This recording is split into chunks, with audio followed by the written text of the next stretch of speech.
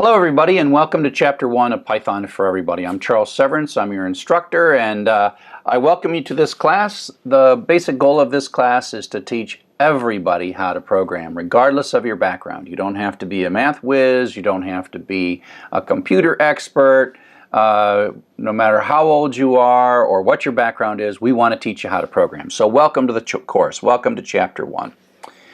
So the first thing to understand is that the purpose to learn to program is because computers want to do things for us. They are built and created and designed, and their hardware is set up so that they basically ask us, what do you want to do next? If you grab your phone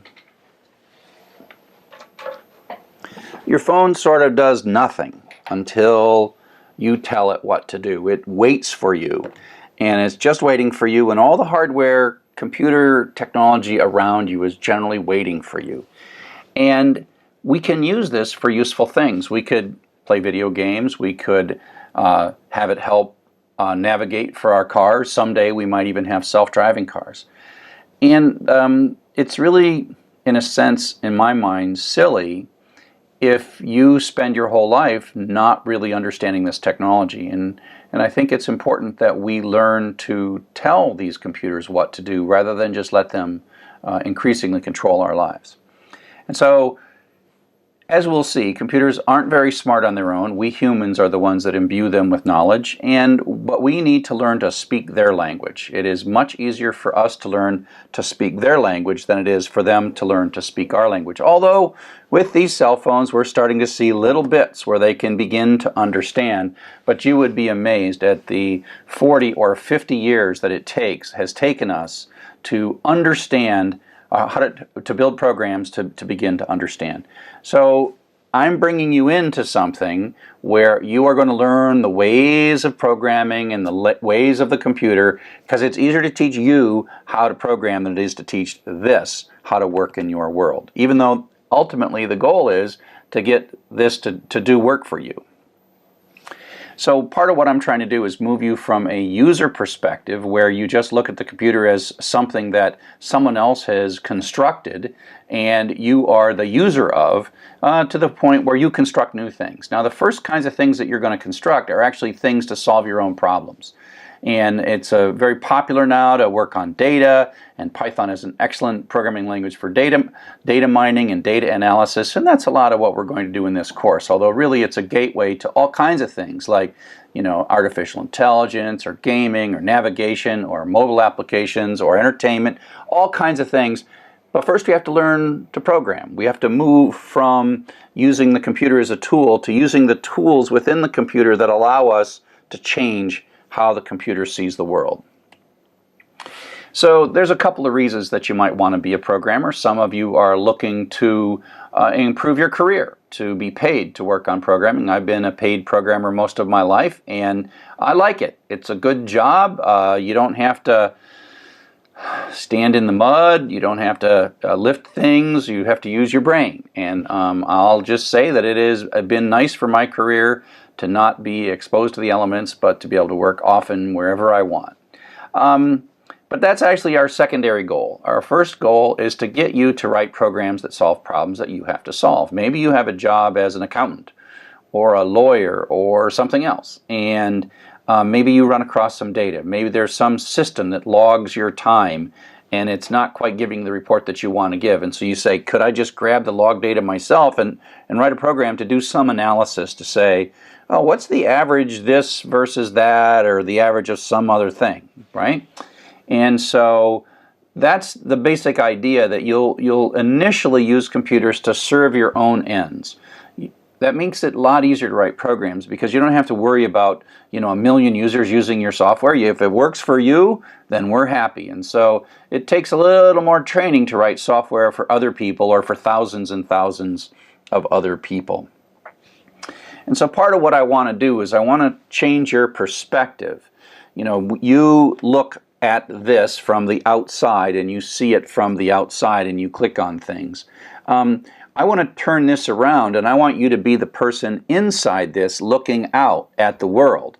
And as a programmer, we are making things inside these computers for the world. And so we want to pull you into being part of this. We want you inside this, or thinking inside this. And what you learn is that if you're inside this computer and you are taking your instructions to build programs to be used by the human, oops, almost dropped that, the human outside the computer, you have things that you need to take advantage of. There's things like the central processing unit, the memory of this system, the network connection of this system, the disk drive or permanent storage on this system. And as a programmer, you are kind of mediating between all those internal resources that this has that are not very smart but highly powerful, and mediating with what that user wants, right? And so we take the end user, and we programmers, we serve the end user, but the computer serves us. So together, between us and all the computer's resources, we can serve the needs of the end user. And we do this by writing code or programming, okay? And what is that? Well, programming is a sequence of instructions where we are giving instructions to the resources inside the computer in a way to accomplish the goals of the end user. And remember, sometimes we are our own end user. It's not just you know, you're not always doing a startup, you're not always writing a mobile gaming system. Sometimes you're writing something for yourself, but that's okay. So sometimes you're writing something to solve a problem. You're like crafting, you're doing something that you could do by hand or manually, and you're making some clever little 25 or 100 line program, and you're putting that in. Other times, like when I work on the open source learning management system Sakai, it is my creativity. I've got an idea and I want to share it with 1 million users, and so I write my code for an external audience. And so code is that sequence of instructions that the computer itself doesn't know how to hand a roster out, but I can write code that will hand a roster out by looking at the data that's inside this computer, inside this application. And so if you think about programs, we have programs for computers and programs for humans. And a number of years ago, now I'm starting, sooner or later this will be me showing my age, this is an example of the Macarena. And the Macarena is a song that effectively is a sequence of instructions. You put your left hand out, you put your right hand out, you put it on the shoulder, you wiggle, wiggle, wiggle, and you spin around and you do things. And this is a program for people. And so I want you to take a quick look at this and see if you can find anything wrong with this particular program. So look really closely.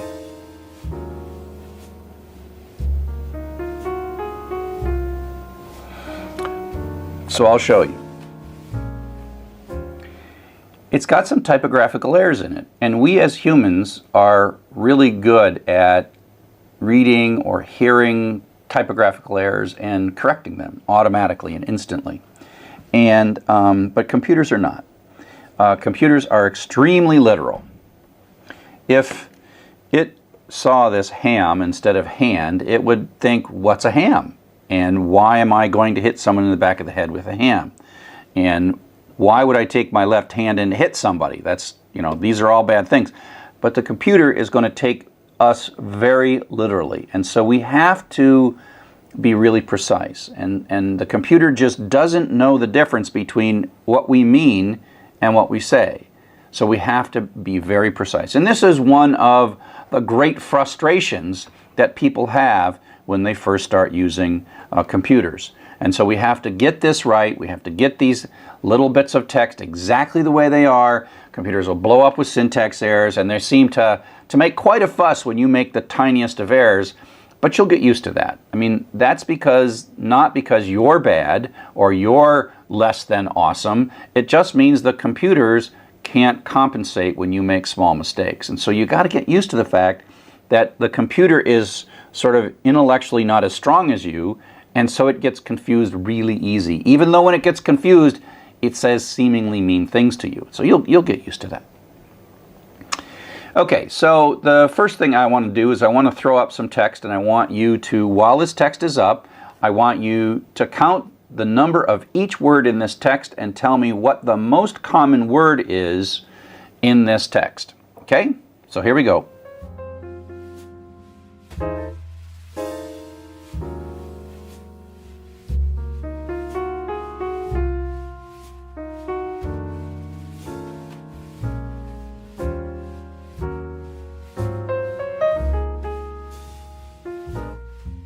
Okay, so I kind of made that hard on you on purpose by moving it around and distracting you and confusing you.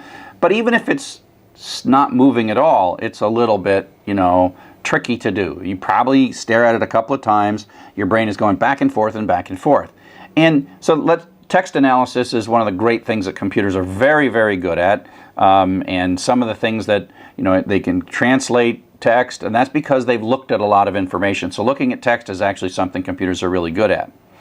And so if we take a look at the kind of programs that we're going to write to do this kind of thing, this is something that humans are not naturally good at, but computers are super good at. Now, I'm not going to have you look at this code.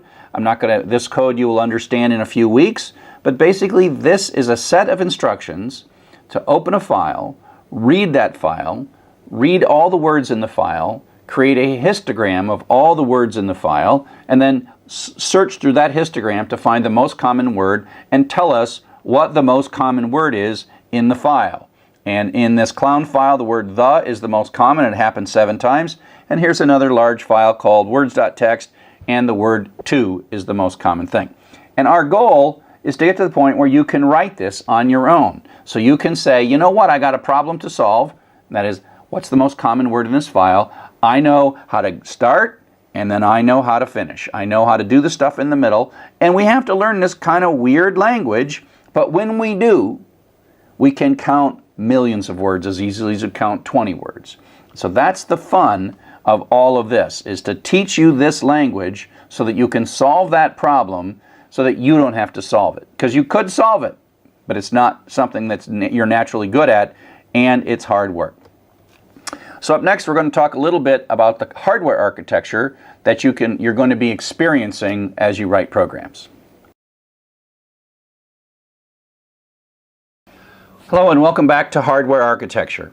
Now you might ask, why do I tell you about hardware architecture?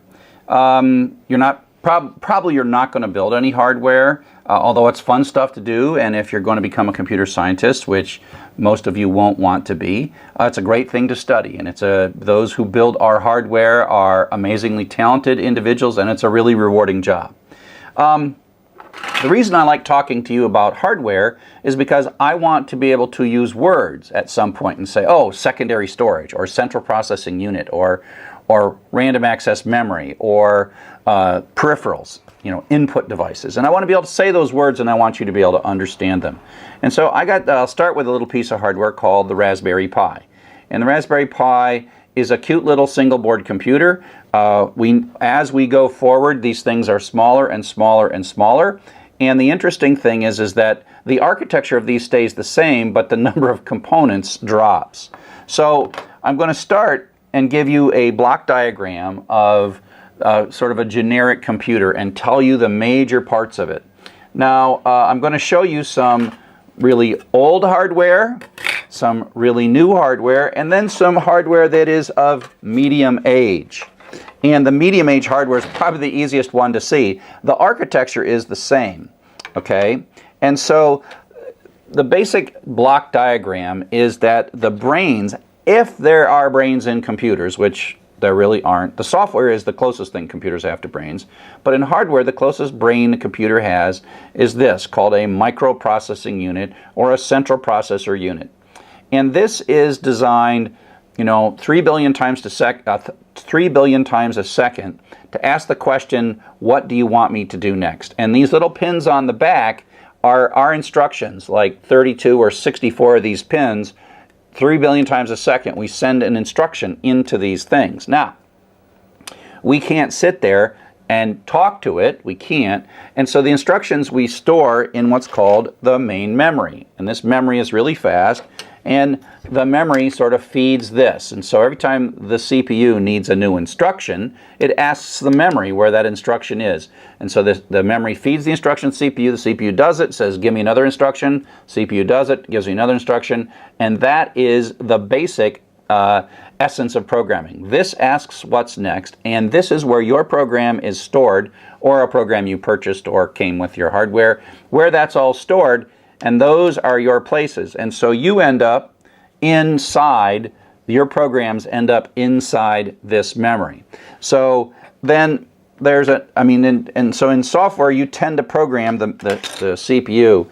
And if you had bought a desktop computer a number of years back, it would have this thing called the motherboard. And the motherboard is called this because it kind of connects all the components together. And so if you buy memory by itself, it does nothing, but it has a place to plug into the motherboard. And if you buy a microprocessor, it has a place to plug into the motherboard. And if you buy a hard drive, this is a really old hard drive, it has a place to plug in on the motherboard. And so the motherboard sort of connects everything together. The hard drive is secondary storage. Now, the way how secondary storage is different than the main memory, which there it is. I got unpile this stuff. So this main memory is really fast, but as soon as you turn the power off of this memory, it sort of vanishes. And so to store files like word processing files or text files or whatever, you got to store it on something that lasts a little bit longer. And so that's the purpose of the secondary storage. It's permanent. When the power's off, it stores it. Now this one here is in such bad shape that isn't probably storing anything, but it's got these little heads and it spins around and goes in and out. And we'll have a video later that shows you one of these things that's not quite in as bad a shape. If you look, this has 4 different platters that are all spinning around. And so this is just using magnetic material and electronics that sort of magnetize and demagnetize this stuff. And if you look at a disk, they're often rated, physical disks are rated in revolutions per minute, and that's how many times this thing spins around. And if you got an old desktop and you hear it spin up, this is the thing that's spinning. And it's the place that your operating system lives, your files live, your applications live, while they're stored and while the computer's turned off. And then they're loaded into this while they're running, and then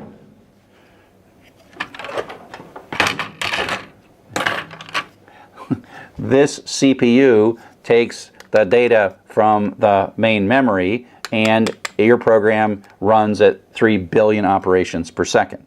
So let's talk a little bit about something that this is probably from the 1960s or 70s. This actually has, if you're an electrical person, it has capacitors. Those little silver things are capacitors. These little colored things are resistors, and that's more capacitors. And then there's wires, and wires move everything. And so when you say like this has millions of transistors, oh wait, that isn't a capacitor, that's a transistor. That's a transistor. When you say that this here has etched, and if you look closely at this, go look at a picture of a microprocessor online, you will see that it has millions of these. And so the difference between 1960 and today is this circuitry of capacitors, resistors, and transistors has been microized and put onto this. It's using a photographic process, and they're tinier and tinier and putting more and more on. And if you think going from millions of these to one of these is crazy, the thing that's happening now, and the reason we have whole computers inside our pocket, is that everything, all of this whole thing, CPU, memory, everything, all of it connected, and the storage is being made smaller and smaller. And so this little single board computer called the Raspberry Pi has one thing in it, and it has the main memory, and it has the CPU, it has connections for things like peripherals like keyboards and stuff. Now it doesn't yet have secondary storage on it. The secondary storage gets plugged in right here via USB. And then if you take it one step farther to my phone, it's got the secondary storage built right in. And so, you know, this picture goes from the size of cabinets in the old days all the way down to really tiny. But at the end of the day, inside it is a highly sophisticated piece of circuitry that asks for instructions one at a time and main memory that holds the instructions and feeds them. Okay? Central processor does the thinking. Let's take a look here. Central processor does the thinking. It runs the program. It's asking what's next. It's not really smart, but it's really fast. And so we compensate for the lack of intelligence of this thing by us writing really good software that runs really fast. And so voice recognition on things like phones is possible because computers have so much storage and they run so fast, and the algorithms that do voice recognition are finally starting to work. Input devices like keyboards and mice and pens and whatever, they come in. Output devices are like the screens that we see. The main memory is the fast part of the computer that stores all the programs, and the secondary memory is the permanent storage. Increasingly, secondary memory, do I have any USB sticks in here? I don't. Well, increasingly secondary memory is flash RAM or static RAM with no moving parts, and so you, in a few years, you'll not even be able to see secondary memory with moving parts. But that's okay. It's still secondary memory. It's still memory that lasts. And so you, and where your place is in here, is you live in the main memory. This is you. You are here. And so, in a sense, when the CPU asks the question, what next, it is your job to answer that. And you answer that by writing Python code. And so your Python code, you'll write a file in Python code, blah, blah, blah, blah, blah, blah, blah. And then that Python code sort of gets loaded into main memory. There's a magic translation process that happens. And then your code is actually answering this question 3 billion times a second. 3 billion times a second, you're sitting there. But this is you. You're really out here, but you then write a file, and the file's loaded in, and then the file runs. And that's how things are at. And that's your place in the world. Now, what's actually running is not Python code. There is, as I said, a translation process. You write a Python file, and then Python itself translates this into the actual language known by the microprocessor, which is a series of zeros and ones called machine language. Someday I would love to teach you a class on machine language, but for now we're going to teach you Python, and we're going to use Python as a crutch. We don't have to talk machine language, but you could, if you really wanted to, you could know how to write machine language. But I assure you, Python is far easier to learn than machine language. So Python acts as a translator, translates what you're doing into machine language, and then the machine language is what's sent back and forth. But still, even though it's translated to machine language, it's you. It is you answering those questions, and that's what a program is you pre-storing your response to the what next question over and over again. So here's a couple of videos that you can look at on YouTube about a CPU. These CPUs, and it looks very much like this CPU that I've got with me, these CPUs have extremely high heat. When you put this thing, or your computer, on your lap and it starts to heat up, that means it's thinking really, really hard. And so this is a small little old video from a long time ago that shows what happens when you take out the cooling capability of microprocessors and just how hot they can be. And the other video that I have is a hard disk, something like this hard disk that I have, except that it works and they turn the power on. Some of them last for a few seconds, some of them last for a few minutes. It's never I must be allergic to this hard drive. Or maybe it's because there's dust in this hard drive and I keep spinning it and I sneeze. But basically, some of them last for a few seconds, some of them last for a few minutes. It's not a good idea to open them up, but I'm glad somebody opened it up and then did what they did and then recorded it so we can all enjoy what it is that they're capable of doing. Okay? So that's a quick introduction to hardware, mostly so that I can use those words going forward. Now what we're going to talk about next is communicating in the language Python. That is, writing code and putting it into the computer so that that can execute. Okay?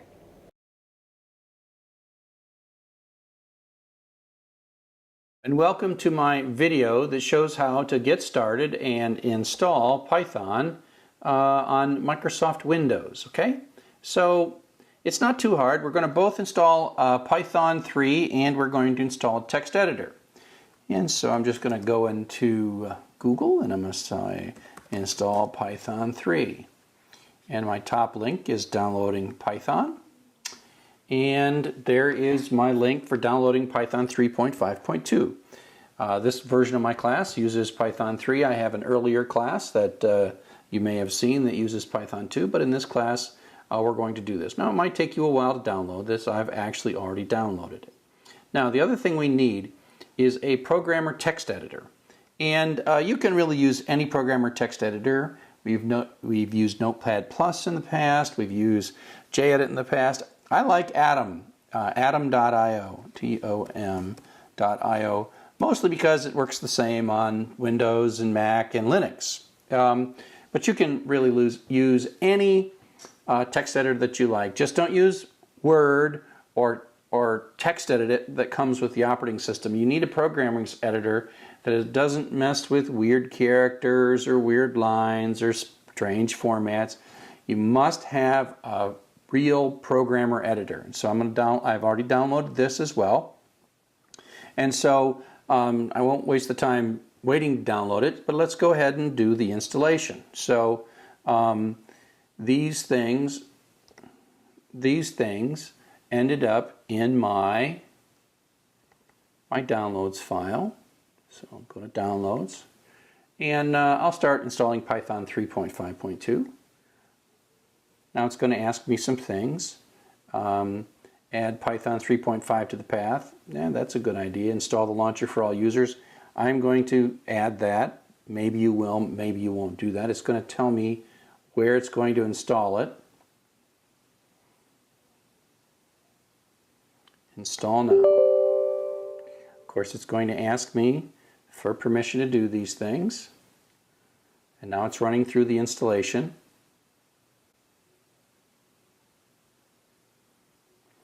Okay, so there we go. You could maybe click on this online tutorial and documentation. But we're just going to close this. And I'm going to start and run the Windows command line. Now, you may have all kinds of fancy ways to run Python, but I like running the command line, COMMAND. I like running the command line because after a while it's important to know what folder things are being run in. And so here's this command line, and I should be able to type Python here. And so now I'm in Python 3.2, and this is the chevron prompt here is the Python interpreter, where it's asking for Python commands, and I can say print hello world. Of course, this is what we tend to print all the time. I can make a mistake. I can say blah,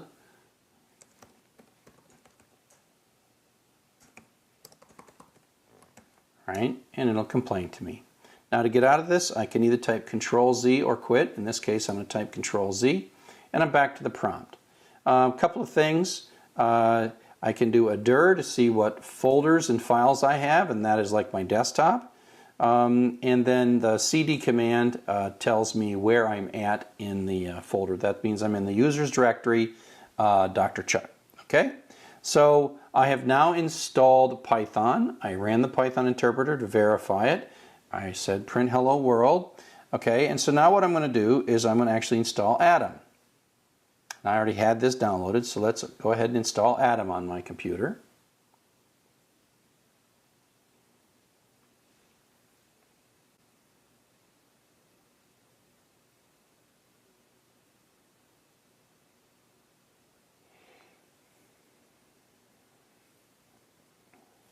Okay, so Atom is now installed and it's kind of telling us what to do. I'm going to actually just close all these windows, close this window, close everything, and I'm going to create a file.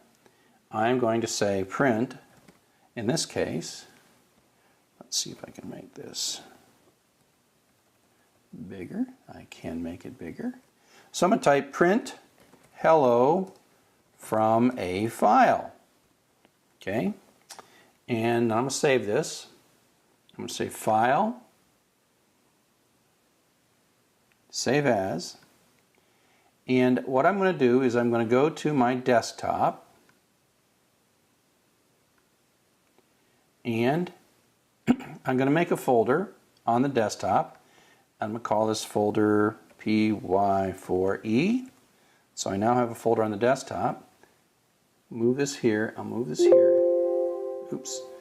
And I'm going to go into PY4E, and then I'm going to name this file first.py.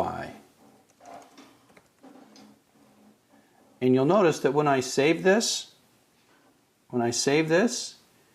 it syntax highlighted it. That's one of the nice things about a programmer editor. Okay, and so it says, oh, it's got a suffix of .py, so therefore it knows that it's supposed to look pretty with Python and make this one color, make this another color. The other thing that you'll notice is that I now have a folder called PY4E. And if I'm in this command line, let me just start that up again. I'll show you how to start the command line again. Command. Now, if I do a dir, I see the folders that I'm in, and one of the folders that you can see here is the desktop folder. So I'm going to say cd desktop, and then I'm going to type the dir command to see what folders are in the desktop. These folders are the same as these folders. These things are kind of virtual folders. PY4E is PY4E. Now I can type cd, which stands for change directory, PY4E, and I can do a dir, and now you see first.py, and that's the same as if I'm diving into this folder. Here's this file, first.py.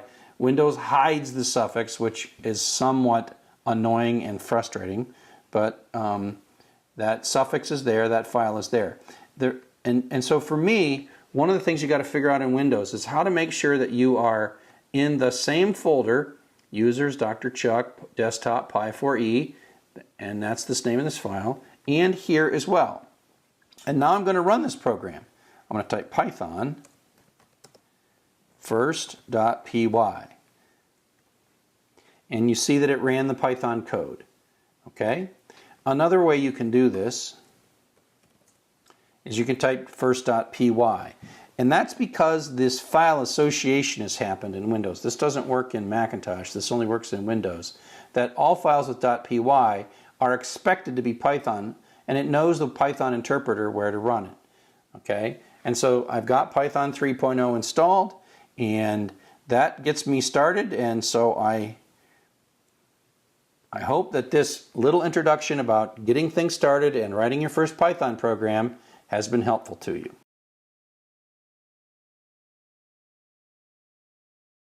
We're going to actually download and install Python 3 from python.org on a Macintosh. If you, your Macintosh for years has wonderfully come with Python 2. So if I type Python ---- version, then if I type that, I see that I've got Python 2.0. What we want to do is, in addition, install Python 3. One of these days, Macintosh might upgrade their distributed version to Python 3, but there's so many things inside Mac that depend on Python 2. I'm going to expect that it will always be named Python 3, which is what we're going to call it in a second. So here I am at the python.org downloads, and I'm going to download Python 3. You click here, and I've actually got it sitting here in downloads already because I always do that. And so, I'm going to install this. There is the installer. I'm going to say continue, continue, continue. Of course I agree. I read all that really fast, and now I'm going to install it.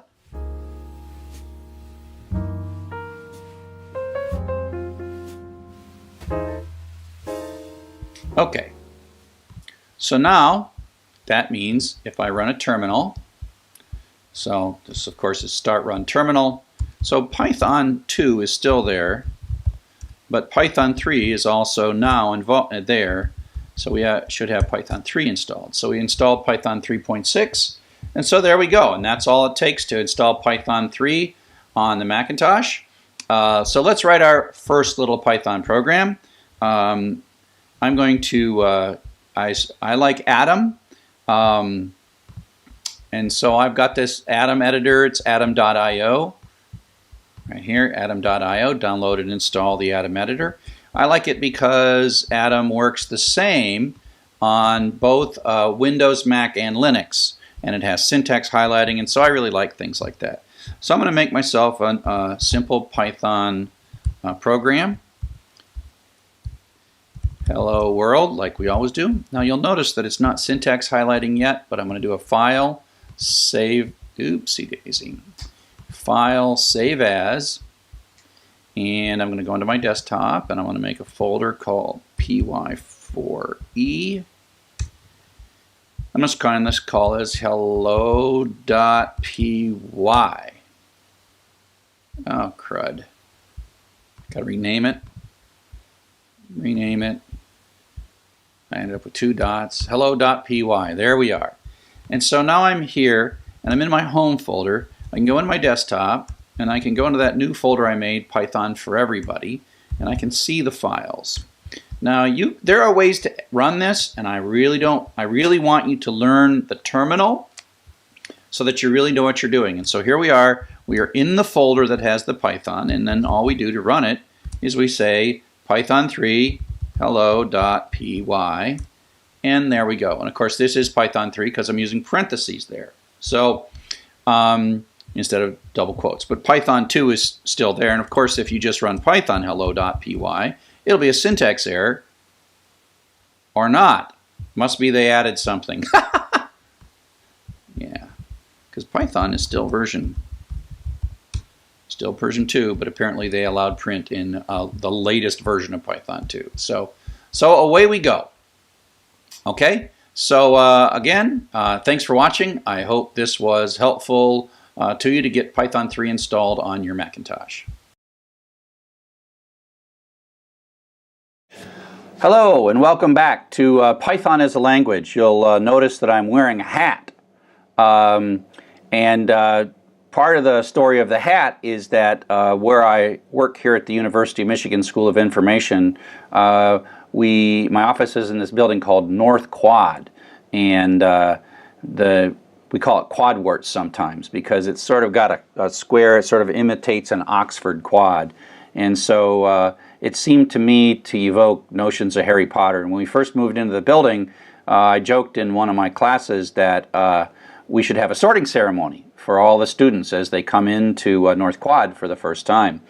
And so that was cool, and I thought that I would belong in Gryffindor, like everyone wants to be in Gryffindor, right? They're the good guys. And my students told me that I couldn't be in Gryffindor, that I had to be in Slytherin. So you'll see me drinking tea throughout the course out of this teacup. It's my Slytherin teacup. I picked that up from Harry Potter World. I went down to Florida and visited Harry Potter World. And the reason that I was sorted by my students into Slytherin is also because I teach Python. And Python is like a snake. And so if you think about the people from Slytherin, they are capable of talking to snakes. And the class that we were doing the sorting was a Python class, and so it sort of made perfect sense that you would have to be in Slytherin if you were the Python teacher. And of course, your name is Charles Severance, and then that sounds kind of like Severus Snape, and so I just accepted that I'm in Slytherin, okay? So you all can be in Gryffindor, but I can't. I'm in Slytherin. So I'm the bad guy, or the good guy, depends on how you look at it, right? And so what I'm going to do now is I'm going to, bring you into Slytherin as well, because I'm going to teach you the Python language. Python is the language that we Pythonistas talk. It was invented about over 20 years ago by a fellow named Guido van Rossum, and away we go. Now, even though I'm using this whole snake Slytherin thing, it turns out that Python was not at all named for Harry Potter, because Python was invented, almost 2 decades before Harry Potter was created. And it wasn't for the snake. It was actually Monty Python's Flying Circus was the inspiration for Python, the name Python. And because Guido van Rossum really wanted to create a programming language that, while it was powerful underneath it in its very nature, was a very powerful language, he wanted it to be a language that was fun. And he wanted it to be a language that was approachable. And so that's why Python recently has become so absolutely popular. It's easy to learn, but it's also powerful, and that's sort of the magic of Python, is the ease of learning it, the brevity of the programs, the shortness of the programs, and the power. And so we are going to become Pythonistas. Now, as you learn to be a software developer using the Python programming language, you are going to encounter syntax errors. And I remember when I used to get syntax errors, and I remember my first programming class, and I would type on cards.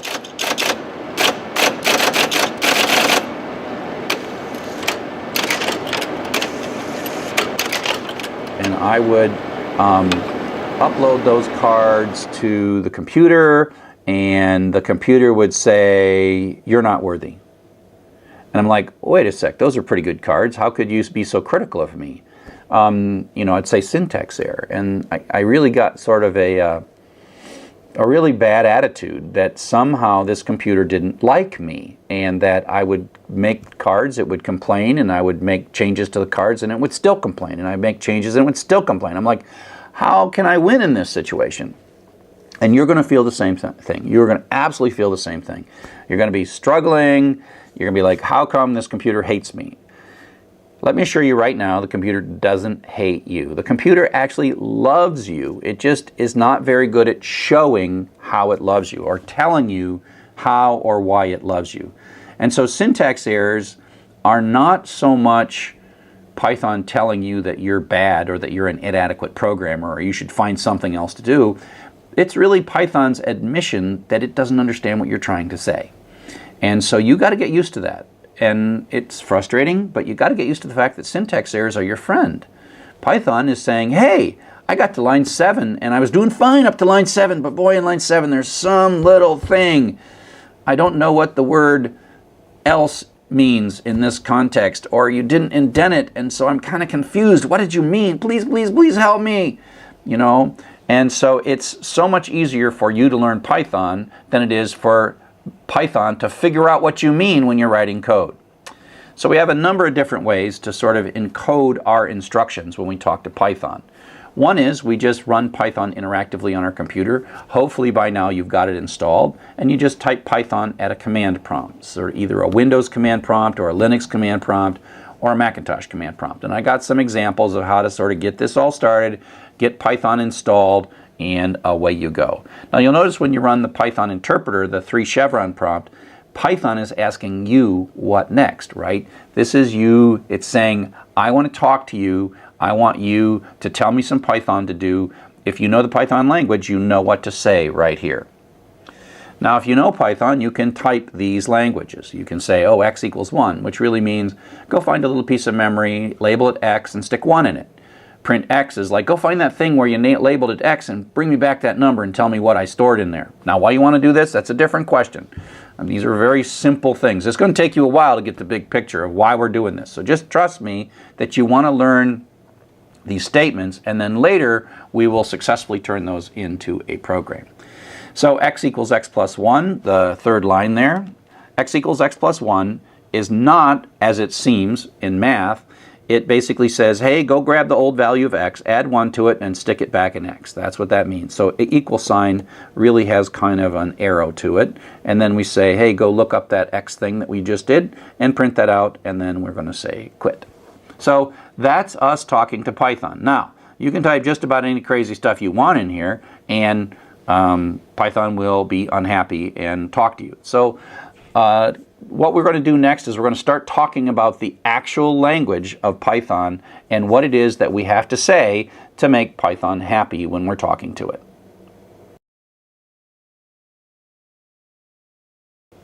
So now we're going to start learning the actual Python language. So what do we say? You can think of this as almost like writing a story. We're going to start with a basic vocabulary. We're going to talk a little bit about lines or sentences, and then we're going to start talking about how to put those sentences together to make a coherent paragraph, as it were. And you just have to accept the fact that when I start teaching you this stuff, it's not going to make sense for about 6 or 7 more chapters. And so just sort of bear with me, except, I remember when I first learned, it went from me confused. Holy mackerel, this is awesome. And so I expect many of you will go through that same thing. So just learn the first parts, accept the fact that it doesn't necessarily make sense in a big picture, and just bear with us, okay? So we'll start with vocabulary, we'll start to make sentences, and then we'll have little short stories and paragraphs, okay? And so this is a short story about how to count the words in Python. It's got a couple of paragraphs, and we are going to look at all of this stuff eventually. So we start with a set of reserved words. And what are reserved words? Well, they're words that Python expects when you use these words that they're going to mean exactly what Python expects to mean. And what it really means is you're not allowed to use them for any other purpose than the purpose that Python wants. It's sort of part of the contract. It's like when you have a dog and you go, what did you think of that television program? And the dog has no idea what you're saying. And then you say, do you want to wait until Saturday to go to the veterinarian? And the dog still doesn't know what you say. And then you go like, how would you like to take a walk? And then the dog goes, walk. I know what that means. And then hits the door, right? And so the way the dog sees you is blah, blah, blah, blah, walk, blah, blah, blah, blah, food, blah, blah, blah, blah, treat, blah, blah, blah, blah, walk. That's kind of how Python looks at these reserved words. When you say class, it goes class. Oh, I know what that means. Now, if I say zap, it's like, oh, zap something that you get to decide, or it's maybe a variable name. So reserved words are simply words that when you use these words in Python, and there's only a few of them, like and or del, or if maybe, pass maybe, in. A lot of these, you won't end up using them. It's just these are reserved for Python and part of the Python vocabulary. This is Python vocabulary. Now, when we move from words to sentences, you see that Python is a series of lines. A Python program is a series of statements. They have an order because the computer wants to know what next, what next, what next. So what next is start at the beginning. So I already talked about an assignment statement that basically says x equals 2. This is not a mathematical statement. This is a directive to say, take this variable 2, this value 2, this constant 2, and stick it in a location in your memory, and remember that I asked you to name it x. X is a variable, something you made up. You chose that. And so, but it's Python's job to remember it. So this says, go to whatever that x is, there's a 2 in there. Now pull that x back out, add 2 to it, which makes it 4, and stick it back in x. And so that makes this a 4. So x is a 4. And print x says, go look up that thing that was an x and print it out. And so these are like, each line has something to it. I'm using a reserved word. Well, actually, that's a function, but it's a reserved word too. And so there's reserved words and all these things. And you combine these, there are operators. Plus is an operator, equals is an operator. These things do things. And we'll learn all this stuff in time. So the basic building blocks of lines of Python. Now, as we take these lines of Python and build them up, we end up making paragraphs, programming in paragraphs. And so one of the things that it's important is I showed you how to do interactive Python. So you just type Python and you type a statement and a statement and a statement. Those get really tiring after about 3 or 4 lines of Python because you start making mistakes and you have to start over. So the better thing to do is to, as your program gets a little larger, to write a script. Put your Python instructions in a file and then tell Python to read from the file and then run the script as it's entered in that file. We tend to name these files with .py, and I've got a series of videos that you can watch to figure out how this all works. Like I said, you can type interactively to Python, and it's a great way to experiment with Python, check to see if a statement does what you think it does, but script is the way, after we are past 1 or 2 lines of code, we write it in files and then run it separately. So there are a couple of basic patterns, and it's really important to understand each of these patterns, and like I said, we'll teach you these patterns separately, and then we'll combine them together. And when you combine them together is when you say, oh, that's what a program is. So you have to suspend disbelief. We have a couple of different patterns. One is a sequence of steps. Do this, then do this, then do this. Conditional is like skipping something. Repeated does it over and over and over again. Computers are really good at repeating stuff, much better than people. People get tired going over and over doing the same thing. And then we have store and repeated steps as well. And so if we take a look at this, and we take a look at a Python program, this is a piece of code, this is a little script. If you type this into the code, take this code, Python code, into a file and ran it, it starts at the beginning, and then it goes to the next line, and the next line, and the next line. And Python executes the scripts as you write them. So it says stick a variable to, find a place called in your memory called x, stick 2 into that, okay, then go to the next one, print that out. So the program is producing output. Now go read x and add 2 to it and stick it back in x, so x is 4, then print that. This side over here, this is called a flowchart. I'm not going to make you draw flowcharts. I'm only going to draw them a few times in ways that I think will help you. But you can think of it as Python, when it finishes something, it goes on to the next one, unless you tell it otherwise. Finishes this, goes on to the next one. Finishes this, goes on to the next one. Finishes this, and now the program is all done. And so that's sequential steps. You just type them in, Python runs it. They're important, but sort of uninteresting, because you can only get so far, and you can't really make them intelligent because it's always going to do the next one. So the next thing we do is what are called conditional steps, and this is where it starts to get intelligent. I mean, where you are able to encode your brain into the computer. Like, oh, wait a sec, let's only do this step if something is true. And the syntax that we tend to use here is the reserved word if. Okay? And so the if is like a fork in the road. You can go one way or you can go another way, and you're asking a question. So inside the if statement, right here, there is a question saying, is x less than 10? That resolves to a true or false. If it's less than 10, that's true. If it's greater than 10, it's false. And so then what we do is, if it's less than 10, we have this indented block of code. There's also this colon that tells us we're in the beginning of an indented block of code. And so what it basically says is, if this is true, run that code. If it's false, skip that code. So it can either run it or skip it, depending on this question that's being asked.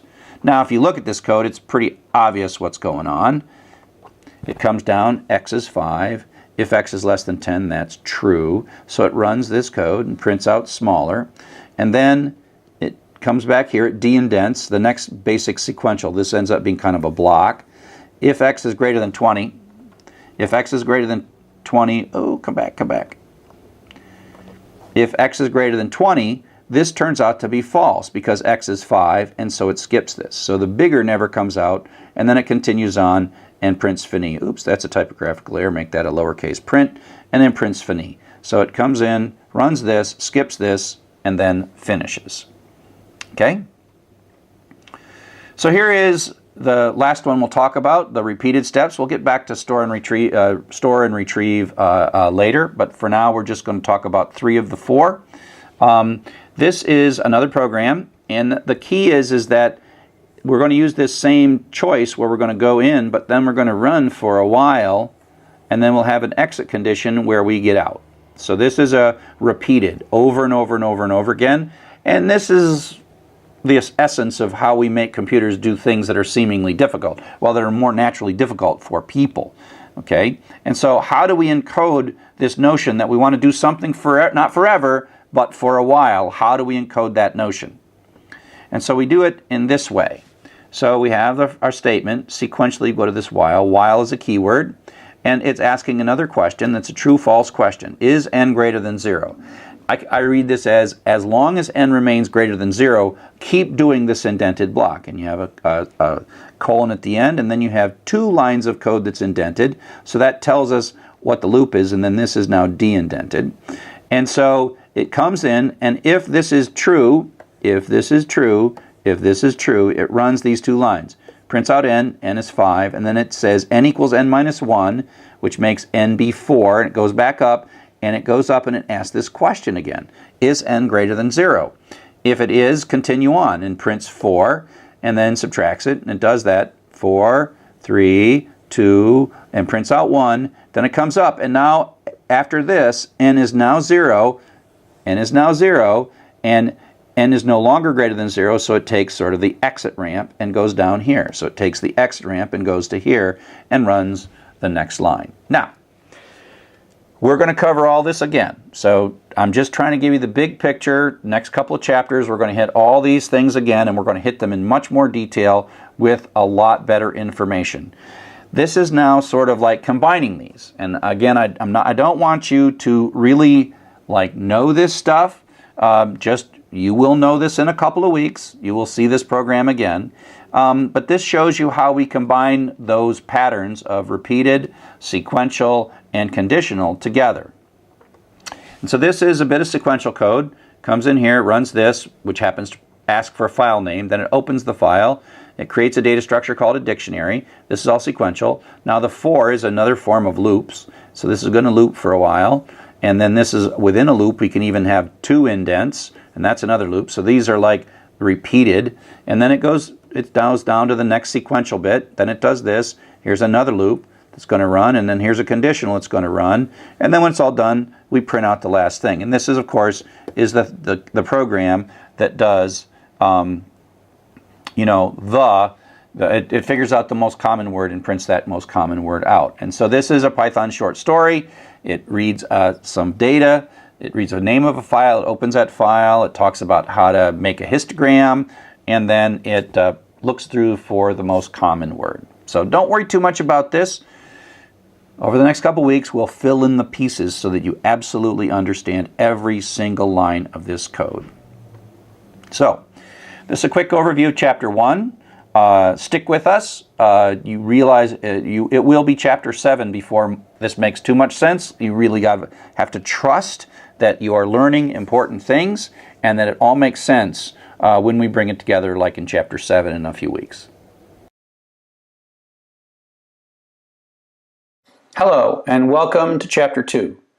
Now we're going to continue to talk about the building blocks of Python: variables, constants, statements, expressions, etc. The first thing we have to talk about is constants. These are just things, we call them constants because they don't change. They're numbers, strings, etc. And we use them to sort of start calculations, or if something is greater than 40 hours, we're going to do something. And so 40 is the constant in that situation. So we have 123, we have 98.6, we have hello world, which is a string by enclosing it in quotes. We pass each of these things to the print function, and a side effect of the print function is that we see the output. So print 123, prints out 123, print 98.6, prints it out. So these are just really the syntax of constants, and without constants we can't write really much of anything. The other sort of foundational notion of any programming language are the reserved words. And like I said before, reserved words are these special words where Python is listening for them, and there are very special meanings. So when Python sees if, it's not just any other word, it means how Python implements conditional execution. Variables are the third building block, and that is a way that you can ask Python to allocate a piece of memory and then give it a name. And you can put stuff in that. Sometimes you just put one value. Later we'll see when we do collections in chapters 8 and 9, we will see that more than one value can be put into a variable. And the variable, how we control the variable is through the assignment statement. And as I said before, it's important to think of the assignment statement as having an arrow to it. So this is not saying x for all time is the same as 12.2. What it's saying is take 12.2, find a place, find some memory in your computer there, Mr. Python, give it a label x, we get to choose the x. That's the variable part. We chose it, right? And then stick 12 in it. And then the same is true for 14. Go find another spot, name it y, and then put a 14 in there. So think of this as an arrow every time you see that equality, the assignment in an assignment statement. Now, these variables hold one value. So now if we have these three statements, these two, and then the third one executes. It says put 100 into X, but that wipes out the old value of 12.2, and it rewrites it with 100. And so we can change the variables. That's another reason that we call them variable. There are some names, some rules for making variable names. You can start with a letter or an underscore. We tend not to, as normal programmers, use underscore. We tend to reserve those for variables that we use to communicate with Python itself. So when we're making up a variable, we tend not to use underscores as the first character. You can have letters and numbers and underscores after the first character, and they're case sensitive, but it's really a bad idea to use case as the only differentiator. So in this case, spam eggs, spam23, and underscore speed are all totally legit. We would probably not use this one unless we were actually doing it because Python told us to use that variable. 23 spam starts with a number, pound sign starts, and dot is not a legitimate variable character. And spam, capital spam, and all cap spam are different, but this is not something that you want to sort of depend on too much. So that's just the rule names. We tend to start them with a letter and then use letters, numbers, and underscores. Underscores other than the first character are generally pretty common, and you'll see those used a lot. Now, when we're choosing variable names, one of the things about variables is we get to choose the name. We get to choose the name X, choose the name Y. And so sometimes we like them short, but sometimes we want them descriptive. And the notion that of making variables descriptive is often confusing to beginning students. Sometimes it's really helpful to, if you're going to have a line of text and you name the variable line, that's great because the next person reading your program says, oh, that must be the line of text. Whereas it also can become misleading that the name of a variable somehow has meaning. And so sometimes we'll have even singular variables and plural variables like friend and friends. And you're like, is plural? Does Python know about singular and plural? And the answer is no. So sometimes we pick variables that make no sense. Sometimes we pick variables that make a lot of sense. This is just something that you as a beginning programmer are going to have to understand, that we can pick anything we want. And so you'll see, I'll try to call attention to this in the first few lectures as we go through. So here's a bit of code with an assignment statement, two assignment statements, a multiplication, and a print statement. And you can say, what is this doing? Now, Python is perfectly happy with this code because it assigns it in there. You have said, please go give me this as a label. And then we assign two variables, and then we're carefully pulling these two variables back out, multiplying them together and sticking them into yet another variable, and then printing that variable out. That seems like, you know, we can figure out what it is. You just have to look really carefully. And a single character mistake, and Python is going to be, you know, pretty unhappy. Okay? So that's one way to write this program. It's hard though, because any of those characters are long variables and they're random stuff. It's not very friendly to anyone who might read your program. Now this looks a little friendlier. It's the same program because Python just wants a correspondence. You picked A, you picked B, and you picked C, and it's really much easier for us to see what's going on. And so this is, in a way, going from here to here is much friendlier, but we can be even friendlier if we pick mnemonic variable names. So this is not mnemonic, this is short and convenient, this is long and inconvenient. Python is happy with any of these. Here, on the other hand, is another version of the exact same program. And now you think to yourself, oh yeah, now I get it. 35 is the number of hours, $12.50 is the rate, and then we're going to multiply the hours and the rate and come up with the pay, and we're printing out the pay. Now whoever wrote this program is helping us greatly understand what's going on. And that's good. Choosing variable names. Python, again, all three of these are the same to Python. Choosing variable names in a way that help your reader understand what's going on is a great thing. The problem is, the danger is, if you read this and you think that somehow Python understands payroll, that if you name a variable hours, that Python knows what hours means. The answer is, Python really doesn't care what you name the variable as long as what you name it, you use it, right? And so you got to be careful. And so you'll see, I will, when I write my code in these first few weeks, first few lectures, I will sometimes write it with gibberish. I'll sometimes write it with extremely short but meaningless variable names. And sometimes I'll use meaningful variable names. and I'll call your attention to it, and it will get you. You'll start, when you look at this third kind, it has meaningful variables or mnemonic variable names. You'll just instinctively want to give Python more intelligence than it sort of deserves. I guess that's probably the best way to say that. So we've talked about constants, we've talked about reserved words, we talked about variables. And so here we have a sentence, like we've already done some of these things, where we set x equals 2, we retrieve the old value of x and add 2 to it, so that becomes 4, and then we print 4 out. Print is a function that's built in, and we pass in whatever we want to print out. So this parentheses is part of a function call. Okay, so an assignment statement, you have to really get your head around the notion that it has this arrow nature and that it evaluates this entire right-hand side before we change the left-hand side. And so you can think of this sort of as at time step 1 it does this, and then at time step 2 it does the copy. And that's how you can have something like x on both sides of an assignment statement.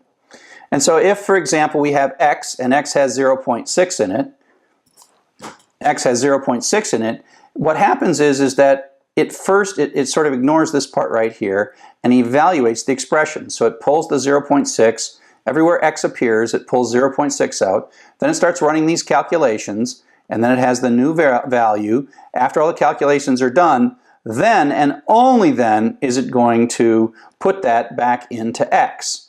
And so it sort of takes that and puts it back into x and then wipes out the old value. At this point, this has all been taken care of and it's been reduced down to this 0.93, and so that is what's put in as the new value. So up next we'll talk a little bit more about making more complex expressions. So welcome back. We're now going to talk about expressions. Expressions are a little more complex calculations that we can sort of do on the right-hand side of an assignment statement. So one of the things about expressions is operators. And the operators in computer programming are often very much the same as the mathematical operators, but we don't have all the fancy characters that we have in mathematics, and so we have to choose what's on the keyboard. And then we really go back to the 1960s and 1970s, and we used what was on the keyboard in the 1960s and the 1970s to make these operators. So plus is addition, minus is subtraction.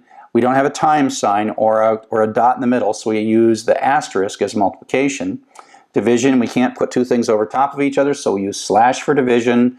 Raising to the power, because it didn't have little characters back then, is star star, which is raising to the power. And then remainder. Remainder is when you do integer division, it's also called the modulo operator, it's the remainder, not the quotient. And I've got a picture of that coming up. So here's a whole series of little examples of this.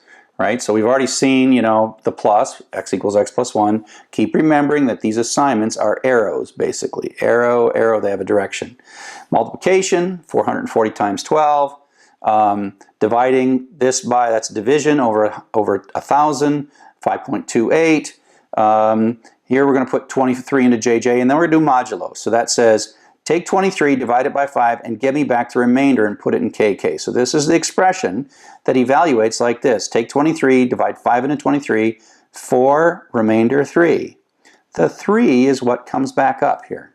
Okay, and so that is the remainder. It's also called modulo operator. It turns out that for things like picking a random number and then taking the modulo of 52 as a way to pick a card randomly. So this modulo operator is actually, especially in games and other things, super useful. So that's the various operators.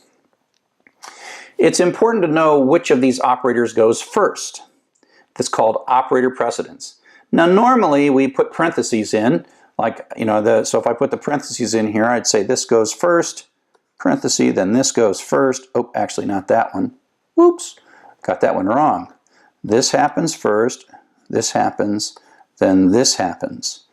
Okay, and so, but it's important for us to be able to know, if there were no parentheses, the order in which these things will happen.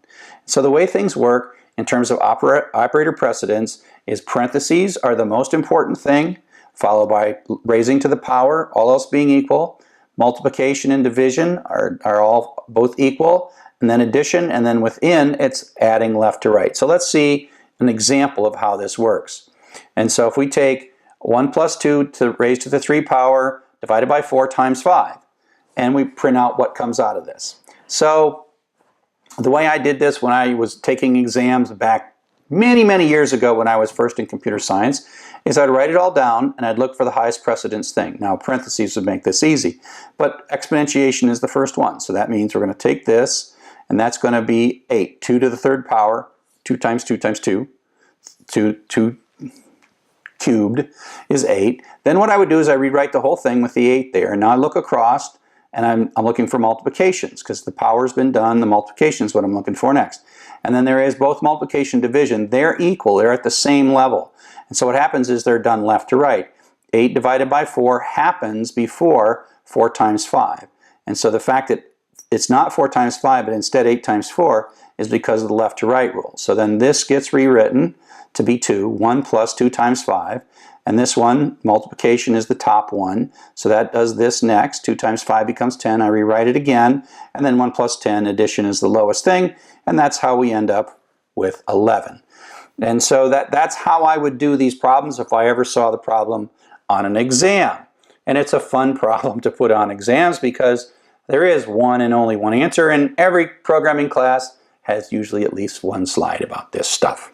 So like I said, the rules go top to bottom, parentheses, power, multiplication, addition, and then left to right within it. So we talked about variables and computing values to put inside variables, but the one thing you've kind of also, maybe you noticed it as we go by, is we have different kinds of data. We call it type.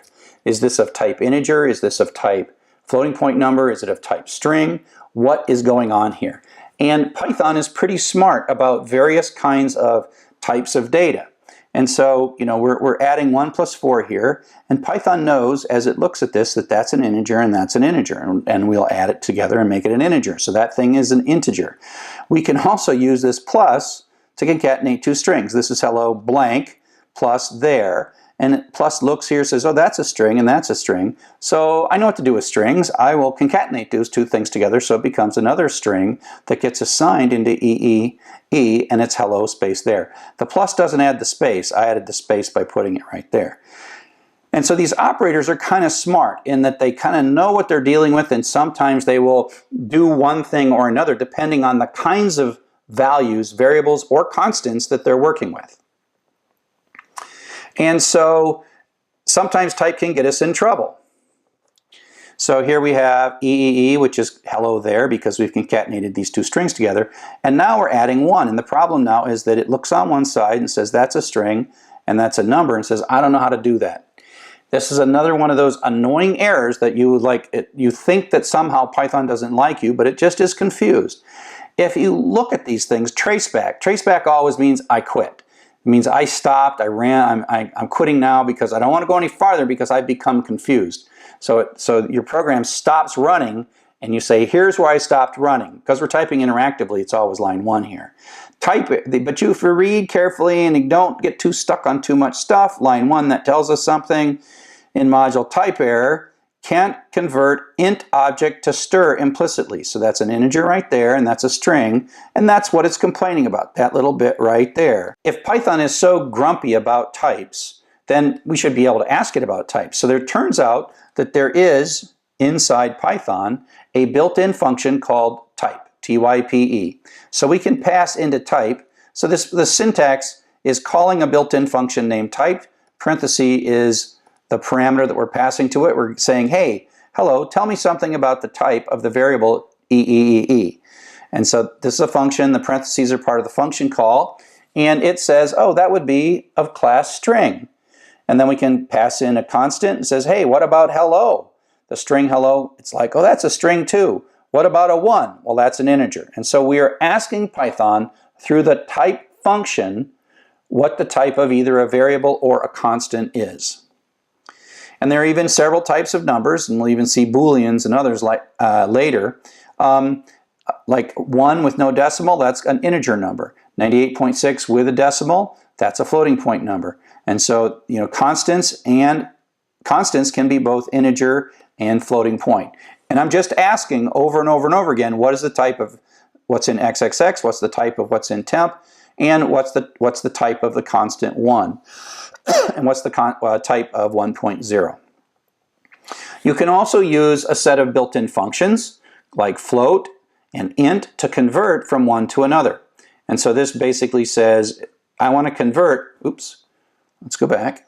I want to convert 99 to a floating point number. So this is a function and it's participating in this plus, but before it can finish the plus, it turns this into a 99.0.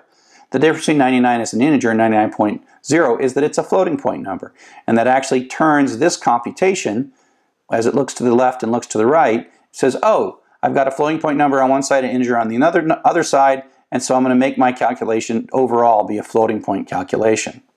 I can also pass into the float function. I can say, take this variable I, which has a 42, also an integer, and then give me back a floating point. So that'll be 42.0. Pass that into f. We print it out, and it is indeed 42.0, and it's a float. And so it knows the type and value in any variable. This is an integer, a value 42. This is a float, a value 42.0. Integer division in Python 2 was kind of weird, and it was actually one of the big things that they changed between Python 2 and Python 3. This is a Python 3 course, so we're not worried about that too much.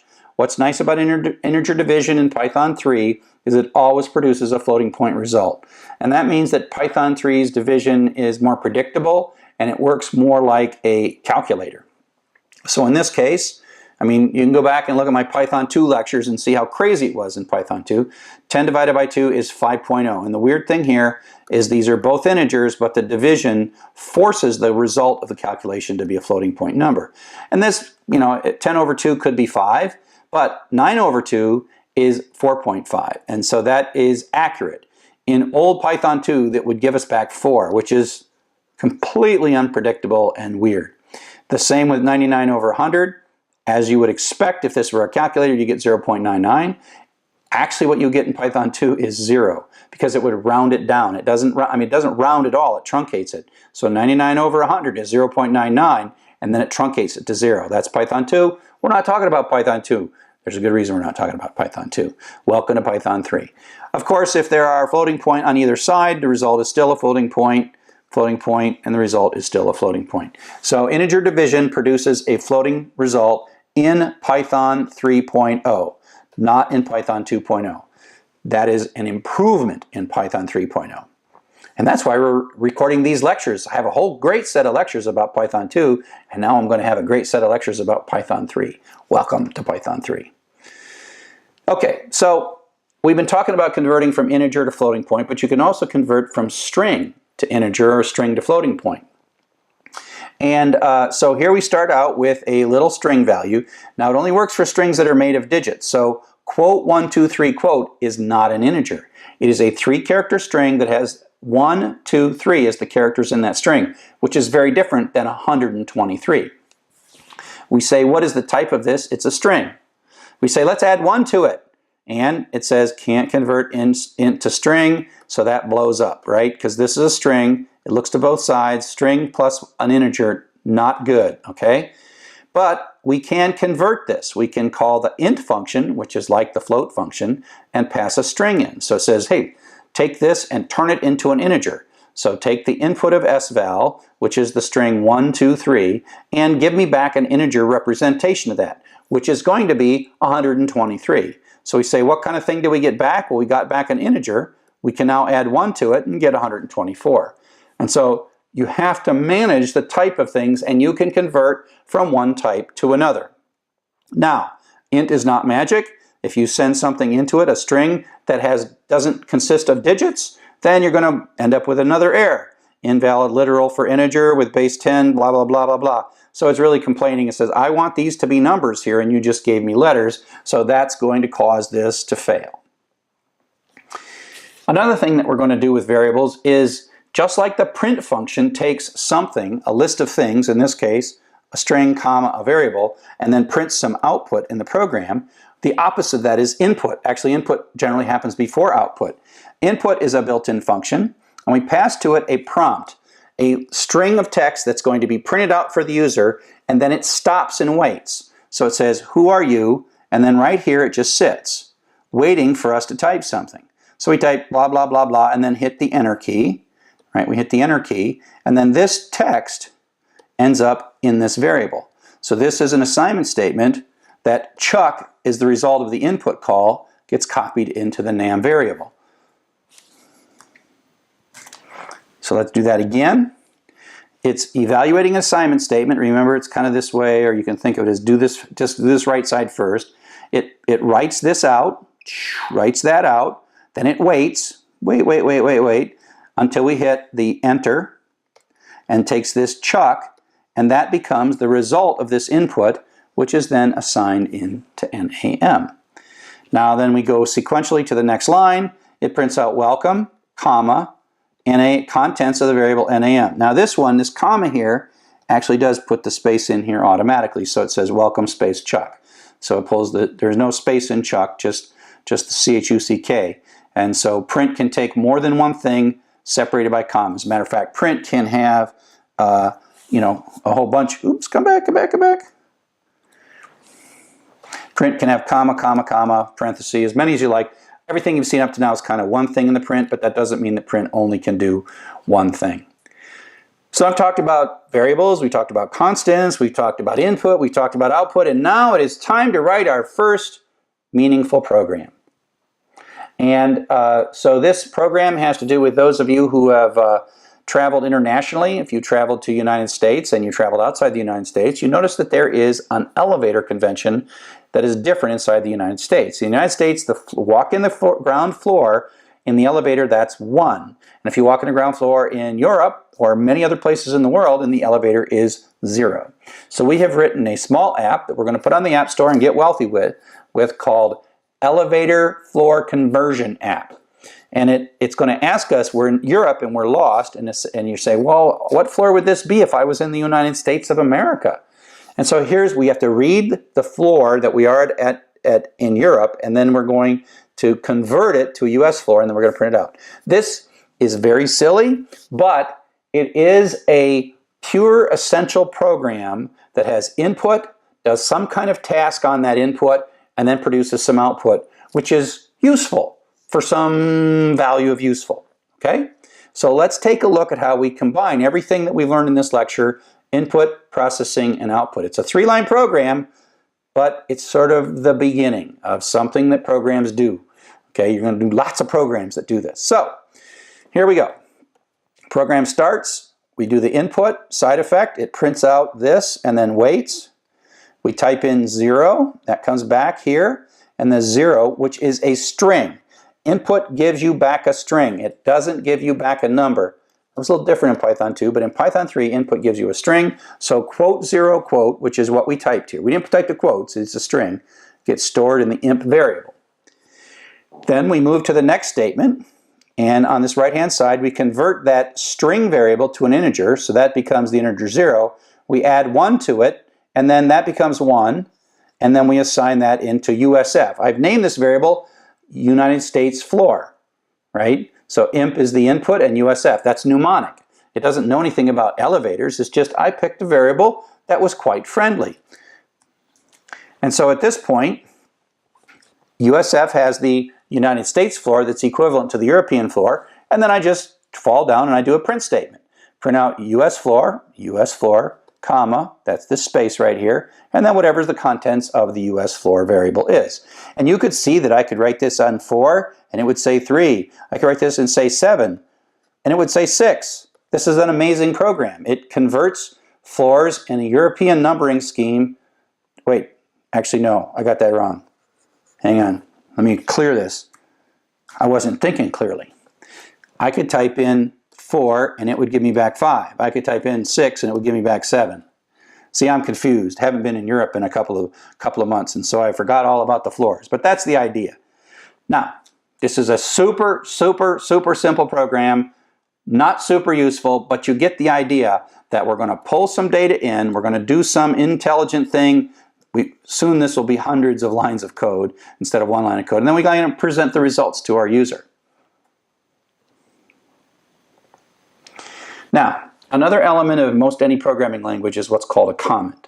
A comment is a way for you to put in a program file some text that's to be ignored by Python or C or whatever language we happen to be using.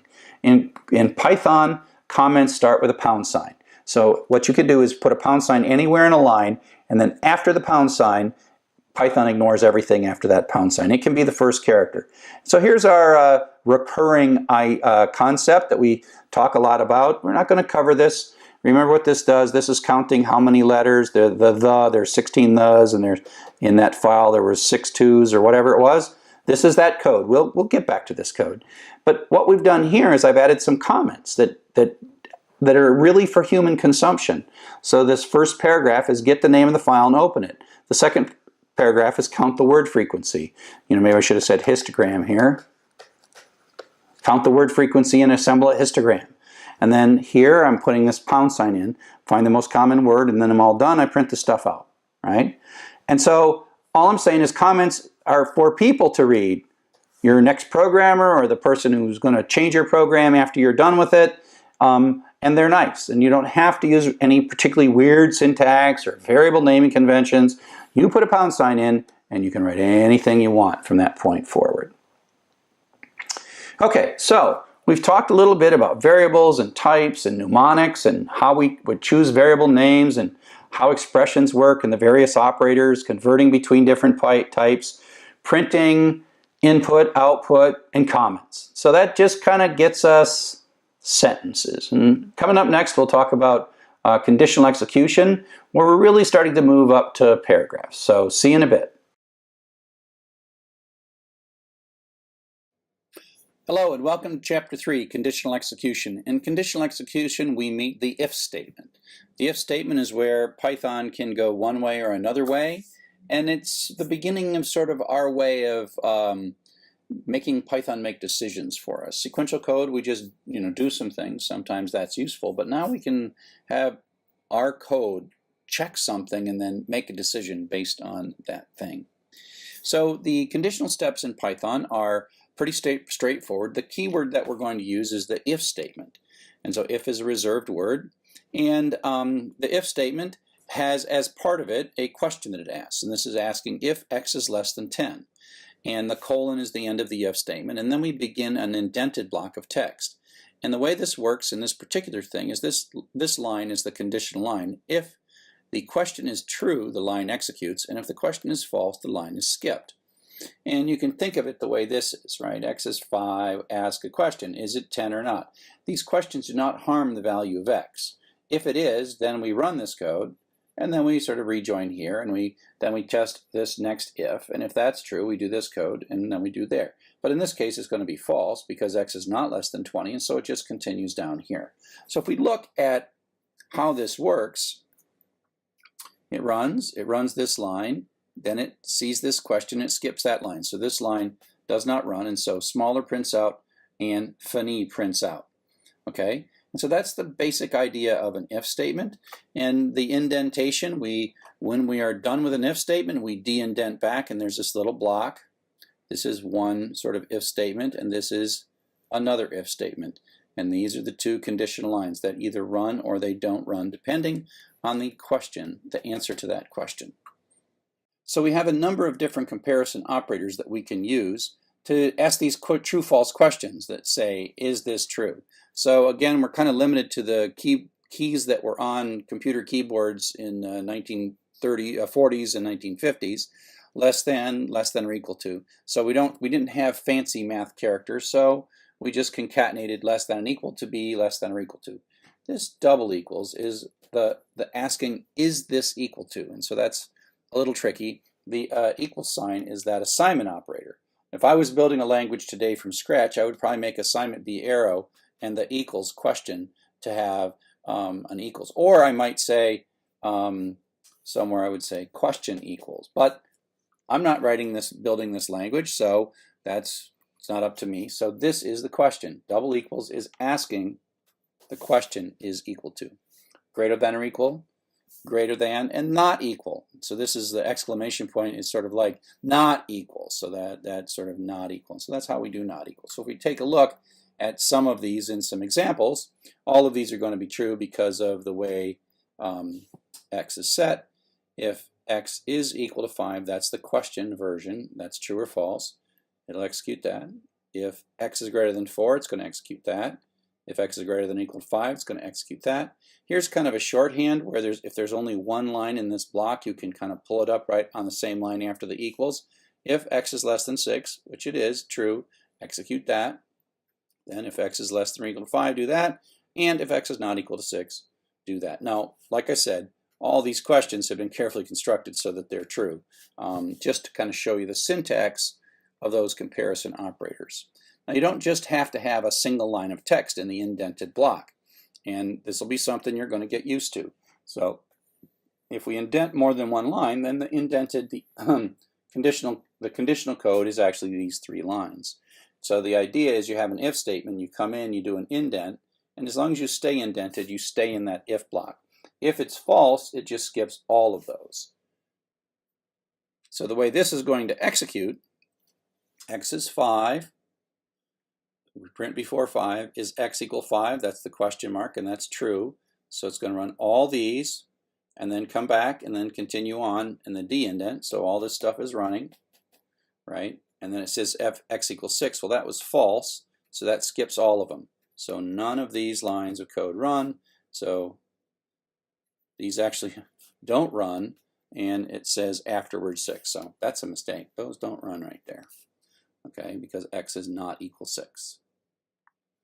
Okay? So indentation is an essential part of Python.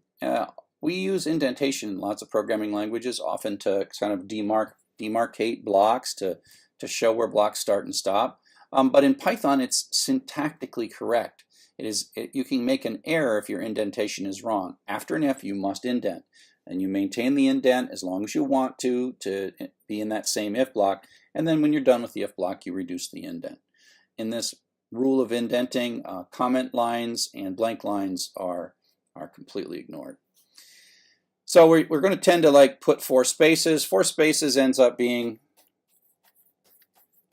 the normal thing that we do, and you'll see all the code that I write has 4 spaces for each indent. If I go in twice, I use 8 spaces. And we have this instinct of wanting to hit the tab key to move in 4 spaces. Now the problem is that it might look the same on your screen. A tab and 4 spaces might line up the same place depending on how tabs are set. But Python can get confused by that. So we tend to avoid using actual tabs in files.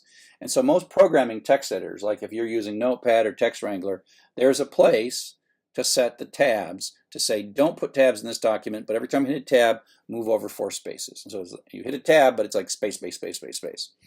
Now the nice thing about Atom, and this is the text editor we tend to recommend in this class, because it works on Windows, Linux, and Mac, but also because it automatically sets this up. As soon as you save your file with a .py extension, you can sort of hit the tab key with impunity, and everything works perfectly. But the key thing here is that Python insists that you get this right, and if you don't get this right, you're going to get indentation errors, and they're just another syntax error.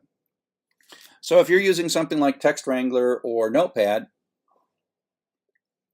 hunt around in the preferences and you'll find something about expanding tabs, or maybe how many spaces each tab stop is supposed to be. And so you check these, and what this really is doing is telling your text editor never put an actual tab in the document, but somehow simulate tab stops using spaces.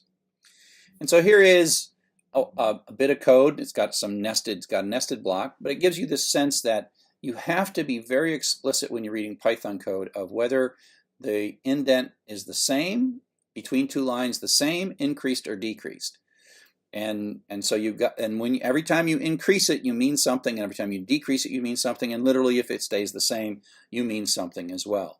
And so if we take a look at this, here we have a line, and the next line has the same indent. This is an if with a colon at the end, so we have to increase the indent, and now we're maintaining it, okay? So these 2 lines are part of that if, but now we have de-indented. So whether you choose to de-indent this word or whatever, where you do this de-indent affects the scope of how far this if statement lasts, right? it lasts up to, but not including, the line that's de-indented to the same level as the if. Okay, so this is a de-indent. Now we have a blank line, which doesn't matter, and we maintain it. Now we have a for, which we'll learn about in the next chapter, which is a looping structure. Let's do a for runs this 5 times. It has a colon, and it also expects an indented block. Now we have what's called a nested block, where we have an if and a colon, and we go in some more. So this is like 2 indents, right? So these are 1 indent, and these are 2 indents. And so this is a block within a block. And then we de-indent, so that means this print is not part of the if statement, but is still part of the for statement. And then we de-indent again, and then that means this print is sort of on the same level as that for statement. So if you start thinking about this, you want to be able to start thinking that these blocks are the start of the block with the colon line up to where the up to but not including this line that's been de-indented. So the for goes this far, right? The for goes up to but not including the line that's de-indented. The if goes up to but not including the line that's de-indented. So as you do this, you'll sort of mentally start drawing these blocks, and pretty soon you will start constructing them as blocks. And it takes a while, but doesn't take forever. But in Python, unlike other languages,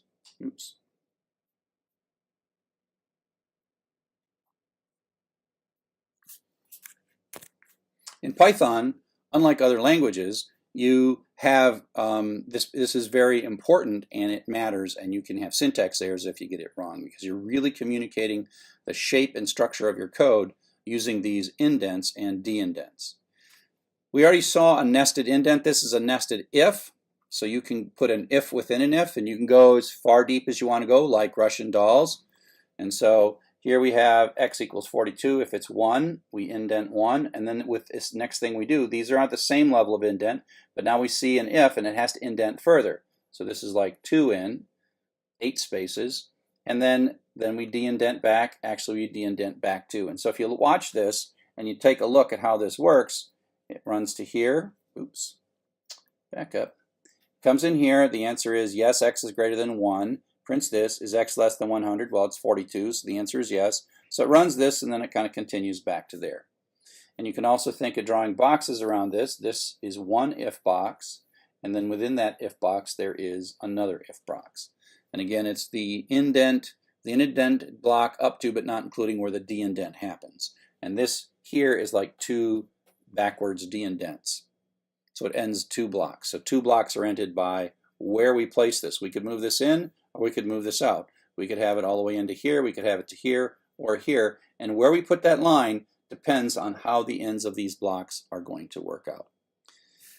So one form of that's a 1 branch if that we just saw, but then you can also have what's called a 2 branch if. And the basic idea of a 2 branch if is that you're going to come in, you're going to ask a question, and you're going to go one direction if it's yes, and another direction if it's no. We call this an if then else. It's kind of like a fork in the road. And the way to think about it is, depending on the output of this question, we're going to pick 1 or 2 of these, but if we pick one, the other one's never going to happen. So it's like an either or. We're either going to go one way or we're going to go the other way, but there is no path where we somehow go boot through both of them. That doesn't happen. And the syntax that we use for this is what we call the if then else. And so the first part is a normal if with an indent, and then we de-indent, and then this is another reserved word, else, with a colon, and then we re-indent. And so this is really end up being part of a whole block here, and the else is the part, this is the part that runs if it's false, and this is the part that runs if it's true. The first branch of the if, the first indented block is what runs if it's true, and the second indented block is the one that runs if it's false. And so here we go, just if x is greater than 2, in this case it's yes, we're going to print bigger, and then we're going to be all done. And so we do 1, and so this one did run, and this one did not run. So basically with an if then else, one of the 2 branches is going to run, but there's no case in which both branches run.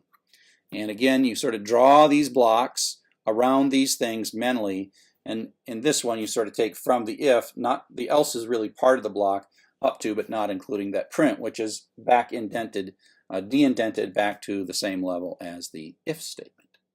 Okay? This Python is actually one of the more elegant languages, even though after a while this indenting and when you get too far in it gets a little bit complex, but this is a good way to visualize this with these indents. Coming up next, we're going to talk about some more complex conditional structures. So welcome back. Let's talk a little bit more about some more complex conditional statements that sort of build on this concept of if and if then else. The first thing we're going to look at is the multi-way branch. And so the idea is it's kind of like the if then else where you're going to pick one of two, but now we can pick one of three or one of four or one of five. And it introduces a new concept called the LF. The LF is another reserved word inside Python. And the way it works is it's probably best to look at this here where it checks the first one, and if it's a true, then it runs that and then it's done. It doesn't check them all. It's not like it sees that there are two logical conditions. It actually checks them, the first one, and how you order these matters, as we'll see in a bit. And so if the first one is true, it runs. If the first one is false and the second one is true, it runs this one and it's done. And if neither of them are true, it falls through, and there's an else clause that is otherwise, and it runs that. So basically, it's either going to run one and then skip the other two, or it is going to skip one, skip two, and then run this one. But it only runs in this case one of them. But the important thing is it checks these questions in order, and it doesn't check the second question until it finds that the first. It doesn't check the second question until it knows the first question is false. So if the first question is true, you're done. You're done, and you're done with this. You're done with the whole block at that point. So only one of these three is going to execute in that block. So here's sort of some examples of this. If we, for example, have x equals 0, it's going to come down here. X is less than true. That's true. So it runs this code, and then it skips down to that. And so it's like this. Runs that code and then skips to the end. Okay. On the other hand, if it's 5, then this is false, and it skips that, and it checks this. This is true. It runs this code, and then it's done, skips to the end. It goes like false, true, run, end.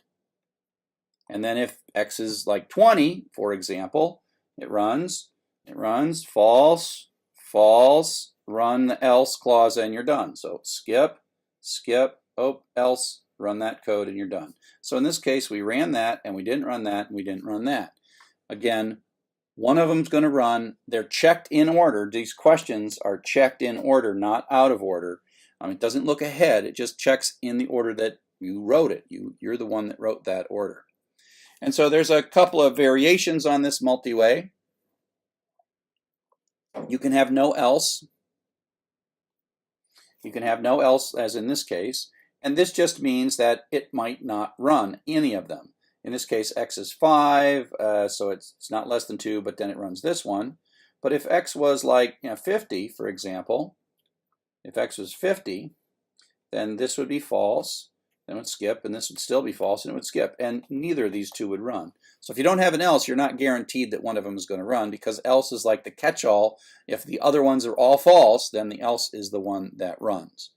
Similarly, you can have many LFs, but this is where it's really important for you to make sure you know what order they're being taken in. So I've got, this, if this is true, it runs, it goes all the way to the bottom.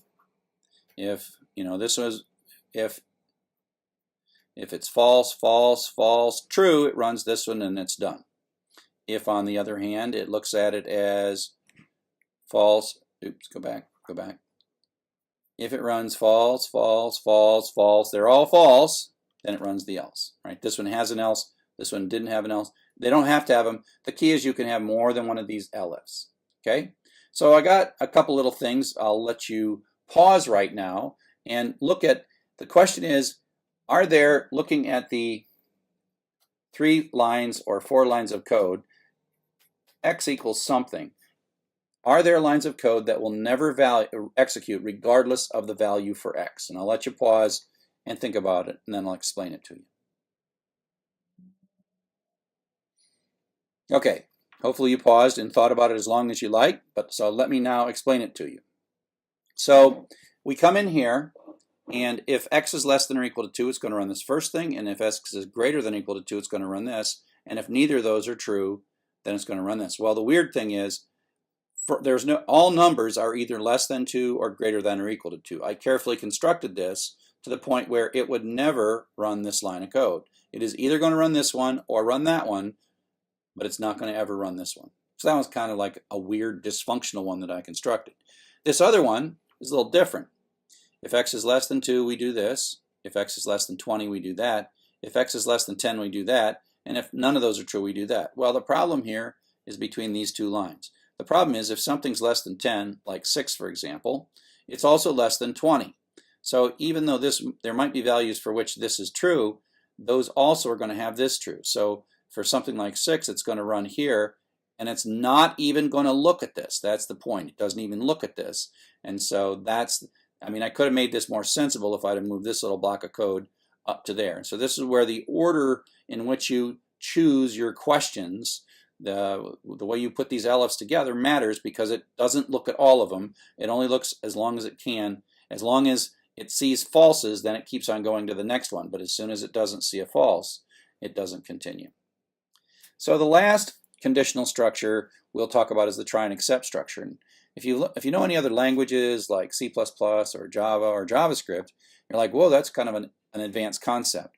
But it turns out in Python, because of Python's propensity to throw tracebacks in situations where you kind of would like to recover, it turns out you kind of have to use it a little more and a little earlier in your programming skill.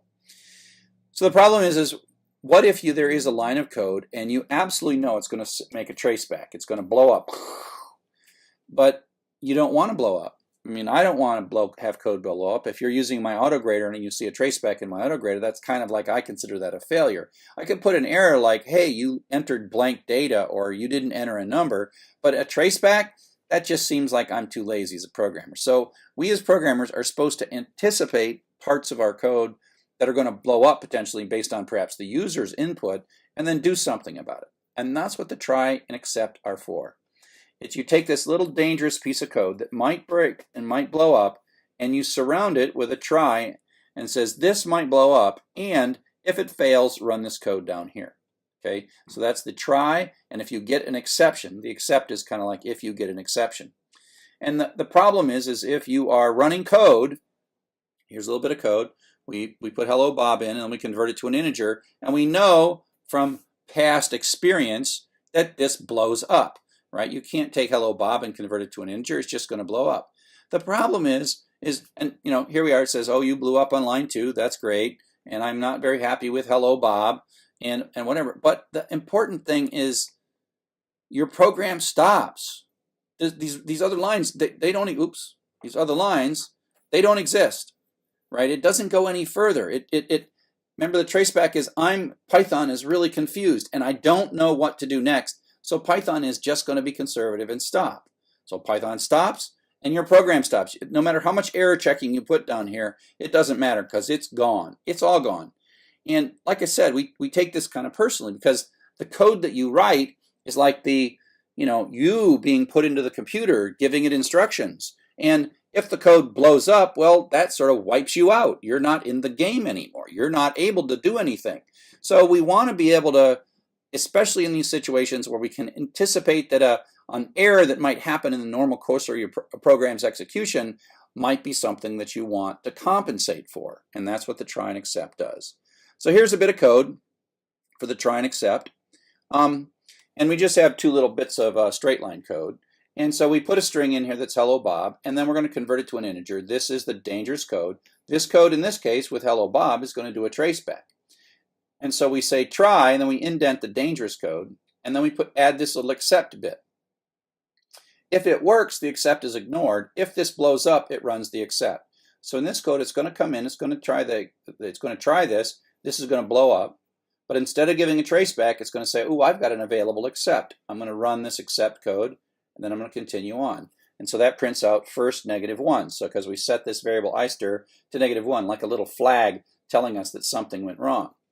And then we keep on going, and now we have put in 1, 2, 3, the digits 123, the digits 1, 2, 3, and now it's going to work, but we still have it in a try block, and then this one works, it does not blow up, and then it ignores the except block. So the except block is only triggered when something goes wrong in the code. It is ignored if something doesn't go wrong. So it's like you bought an insurance policy on this line of code, and when things go wrong, your except block springs into action and does whatever it is that you want it to do in the case of an error. Okay, so that's a pretty useful thing. You got to be a little bit careful that you don't overuse it, because if you put more than one line inside the try part and one of the lines blows up, it doesn't come back to the try block. And so in this one here, we have kind of a simple, silly one where we set the string. We're worried about some stuff. Well, the print statement's never going to blow up, so it's a bad idea to put it in try except anyways. Then we do this conversion, and that's the dangerous part. And in this one, it's going to blow up. And so then it's going to go to the except block and then run the except block and then continue. What it doesn't do is somehow go back and finish this. So these lines are gone. So if you look at it like this, this works. The try starts. Hello. This blows up. It goes to the except. It runs the except, and it continues on. Never runs that code. So it's not like you took out an insurance on the whole block. Any of those lines can blow up in the block, but whichever line blows up, that is the last line that's executing in that block. Okay? So you tend to want, in this particular example, you would probably, the print statement would go out there, and this print statement would come down here, and you would only put in your try block the single line of code that you think might blow up, because you kind of know print statements aren't going to blow up. So this is an example that's a more common real-world example where the user is going to type some data. And it's users that get us in trouble. So our program starts by asking the user to enter a number, and we know that this could be dangerous. So we're going to do it. We're going to put the conversion from string to integer in a try block, and we're going to set -1 if that's a failure. And then if it's greater than 0, we'll say nice work, and if it's less than 0, well, not a number. So first time we run this program, out comes enter a number. We type in 42, which is a string. That 42 goes back into roster, runs in here. This runs, it's fine. That becomes a 42 number, so we skip the except block, and ival is greater than 0. We print out nice work, and we skip the else. Okay, so it says nice work. On the other hand, if we run it again, this time, the input says enter a number, and we're silly. We enter the word 42, but in words, 40, F-O-U-R-T-Y. So that's a string, and that goes into roster. And then the execution continues. We run in here, and now this is going to blow up. That's going to blow up. Normally, we would see a traceback right there. There'd be a traceback, but we're not going to because we put this calculation in a try and except block. It's going to immediately run the except block, set ival to -1, continue on with the program. See, you are not blown up at this point. And if ival is greater than 0, well, it's -1, so we're going to hit the else clause and print out not a number. So we've done error detection. The user set something that caused a line of our code to kind of blow up, but we put that line in a try and except block, and so we caught it. And so we dealt with that fact. So in summary, in this, we talked about if statements, we talked about else, we talked about try and except, how important indentation is to mark blocks where they begin and the end, and an else if and try except. So up next, we're going to talk about loops and iteration. Hello and welcome to Chapter 4, Functions. This is the fourth of our basic patterns. We'll get to iterations next. Functions is the store and reuse. One of the things in programming is that we never like to repeat ourselves. We don't like to, if we have 4 or 5 lines of code and we're going to do the same thing later, we don't like to put the same 4 lines of code in, even if it has to do with reliability. If you find something wrong with those 4 lines of code and you got them 12 different places in your program, then you got to find all 12 places and fix them. So we're like, collect those to one place and then call them and reuse them. And that's the idea of store and reuse. So this is how functions work inside of Python. The first thing we notice is there is a new keyword def that stands for define function. And the def is like an if statement, or we'll see fors and whiles, that they end in a colon, and then they have an indented block, and then the indented block de-indents, and that's the end of the function. And so there's two statements make up this function. The key thing that you have to understand and get used to is this def part is actually not running any code whatsoever. It's actually remembering the code, and that's what I call the store phase. The def creates a bit of code and records it like a macro, although it's much more complex than a macro, and it names it whatever you chose. You gave it a name. We named this one thing. And so it, as a side effect of Python reading or parsing these 3 lines, it doesn't do anything, but it remembers. These 2 lines are what you would like to run when you invoke thing. So this is the definition of a function, and this is the invoking of the function. But so this doesn't do anything. So there's no output here from that stuff right there. But then what happens is you invoke it. And this thing looks like it's part of Python, but you in effect have extended Python with your def statement. And so when it sees thing, it goes up and runs your code. And so out comes hello fun. And then it comes back and goes to the next line, does print, so print comes out. And then it goes back and like, oh, this is the reuse part, but we get to reuse it. We define it once and we use it twice. Then it runs this code again and then goes to the next line and it's all done. So this little bit came out twice. And of course this is really simple so that I can fit it on a page, but you get the idea that I don't want to repeat. This might be, 15 to 100 lines of code, and I don't want to type those over and over again. So I say, hey, store these in a name that I choose, and then when I invoke them, bring them back and then run them again. Okay? So that's the basic idea. We actually have already been using functions from the beginning. The print is a function, right? Print is a function. Every time we see print, P-R-I-N-T, parenthesis, and then we have some stuff in here, we are calling the print function. This is the syntax with 2 little parentheses, is the syntax for functions. And so input's a function, type is a function, float's a function, int's a function. All these things are built-in functions that come with Python at the moment that we started. I mean, we installed Python and these came along. And then there's other functions that we define and use, and that's what the def is for. And in effect, we can create new reserved words of our own making that extend the Python language after we define the function. So it's just this bit of reusable code that takes some arguments. We haven't seen any with arguments. There's a little parenthesis, and we'll see how that works in a bit. We define using the def keyword, and then we invoke it.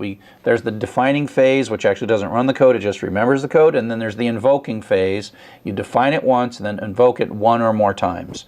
Calling the function or invoking the function, we think of those 2 things as the same thing. Call, invoke, or just the terms we use. Most people just say call the function, but invoking it is a perhaps more descriptive way to think about it. So here's an example of a function. It is built into Python. It's called the max function. And we can pass some parameters into the max function. So we pass the hello world string. Now, like much of Python, max knows what kind of thing is being passed into it, and it knows that it's looking for the largest character, the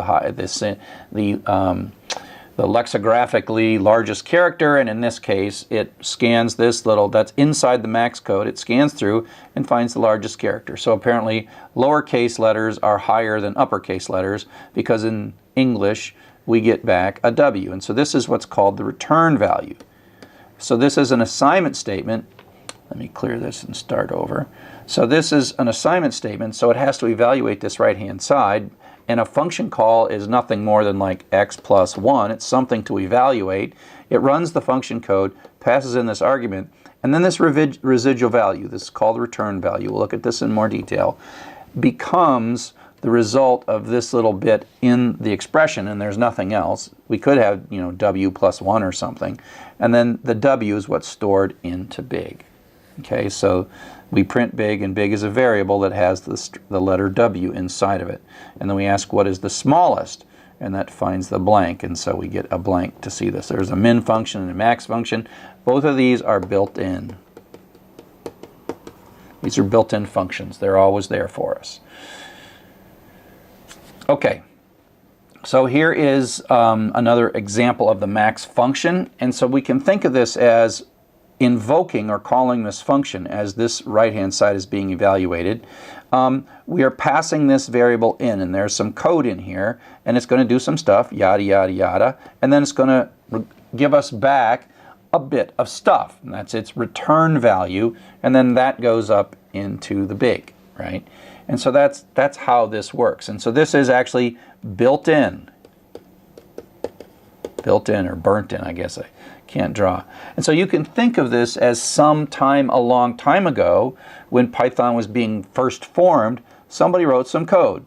And it's got some stuff in it. It's got a little loop that reads through all the letters. It has to figure out if it's a string or a list, etc., etc., etc. But this is store, except you didn't do the storing because it's already built in. And then this is the reuse, store and reuse. So we build these things into Python. They're already pre-built, as if before the first line of your code executes, way up here, someone put all this code in for you into Python and created a thing called Max for you.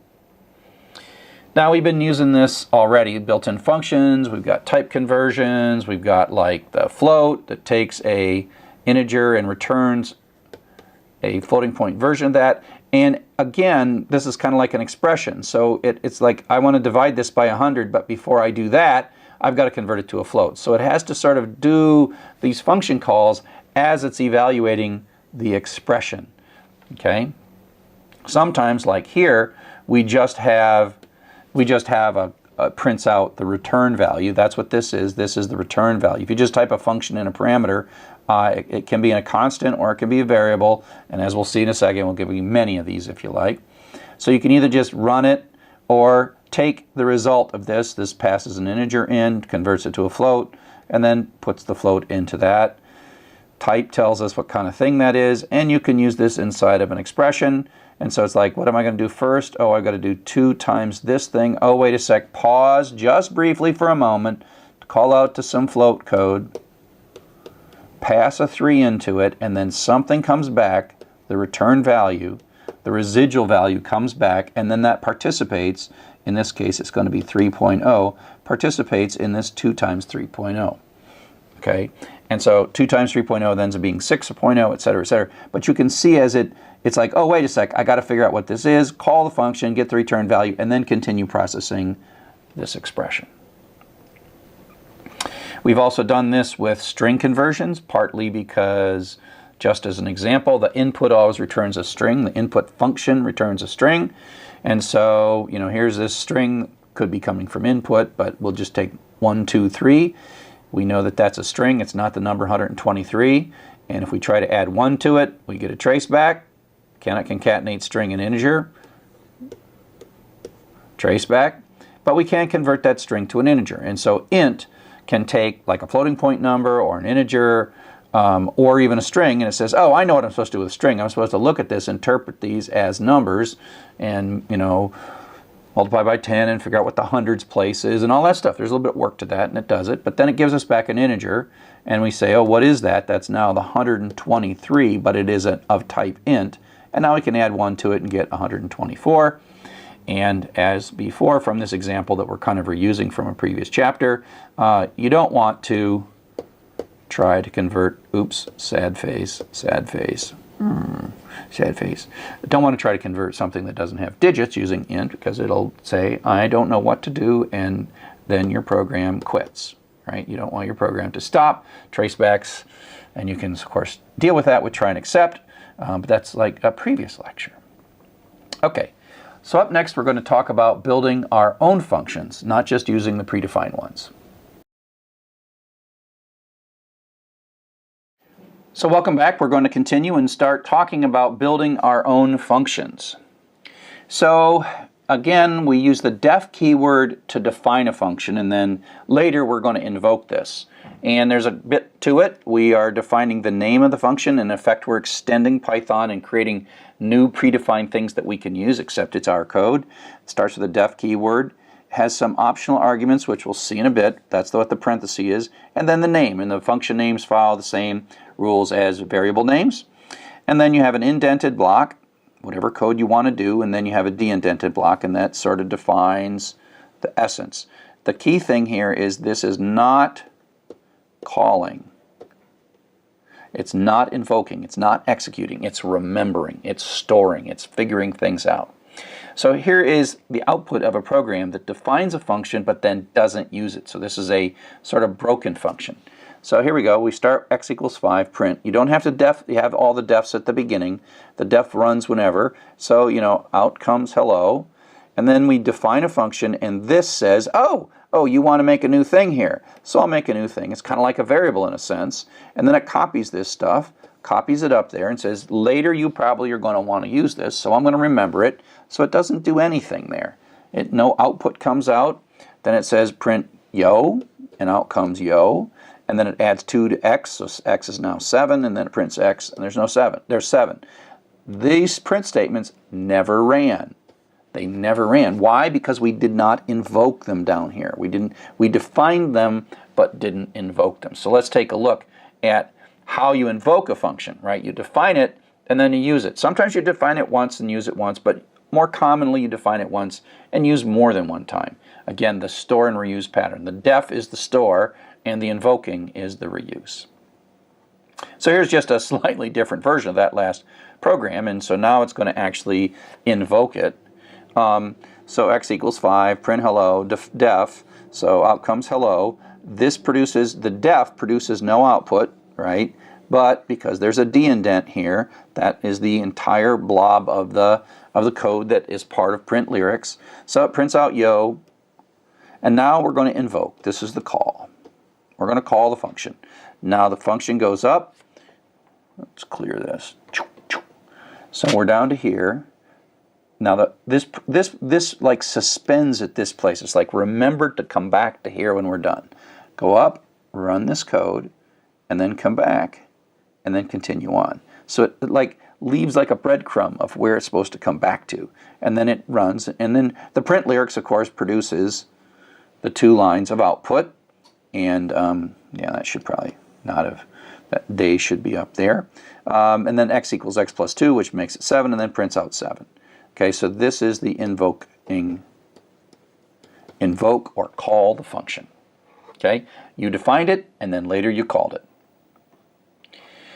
Now, in addition to just call and return and invoking, we can pass parameters in. And the example of the parameter is in the max function, we have to say, this is the thing I want you to find the maximum of, the largest thing.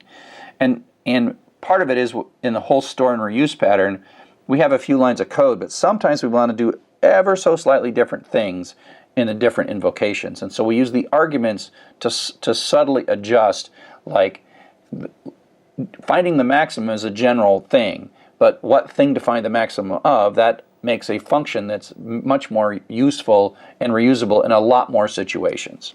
So arguments are the thing we passed in, and we define for our functions that we're going to build, on the def statement, so we say def, greet, name a function, and then this is the arguments, the things that are coming in. Now this lang variable, in a sense, only exists during the life of the function, and it represents sort of a placeholder. It's not a real variable in the same sense. It's a placeholder that refers to how you touch that first parameter that's sitting in there. Okay, and so lang is our first parameter, whatever it is. We don't need to see this part down here right now. All we know is we're going to make a function, and we're going to take a parameter, and this lang is the placeholder that tells us what that parameter is. Okay, so within the function, we're going to check to see if the language is Spanish. If we are, print hello. Else if the language is French, print bonjour. Otherwise, print hello. We have a very highly simplified language translation system here. So the def, of course, does nothing except remembers that and defines the concept greet. So that comes down, and now we're going to call it. And that says, go look up the thing that I defined called greet. If you don't put this in, greet is going to give you a traceback. But because you extended and named it greet, so it runs in, it starts, suspends the code here, starts up here, but then lang is now an alias to en.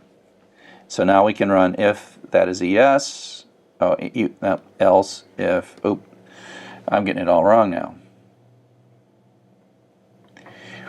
right? So en comes in as lang. We're coming in the code. If it's not es, it's not fr, else it prints hello, and then it comes back to the next line. And then we call it again, and this time es is lang, and so it runs this code and prints hola, and then next time it calls with this, and then it prints bonjour. You get the idea.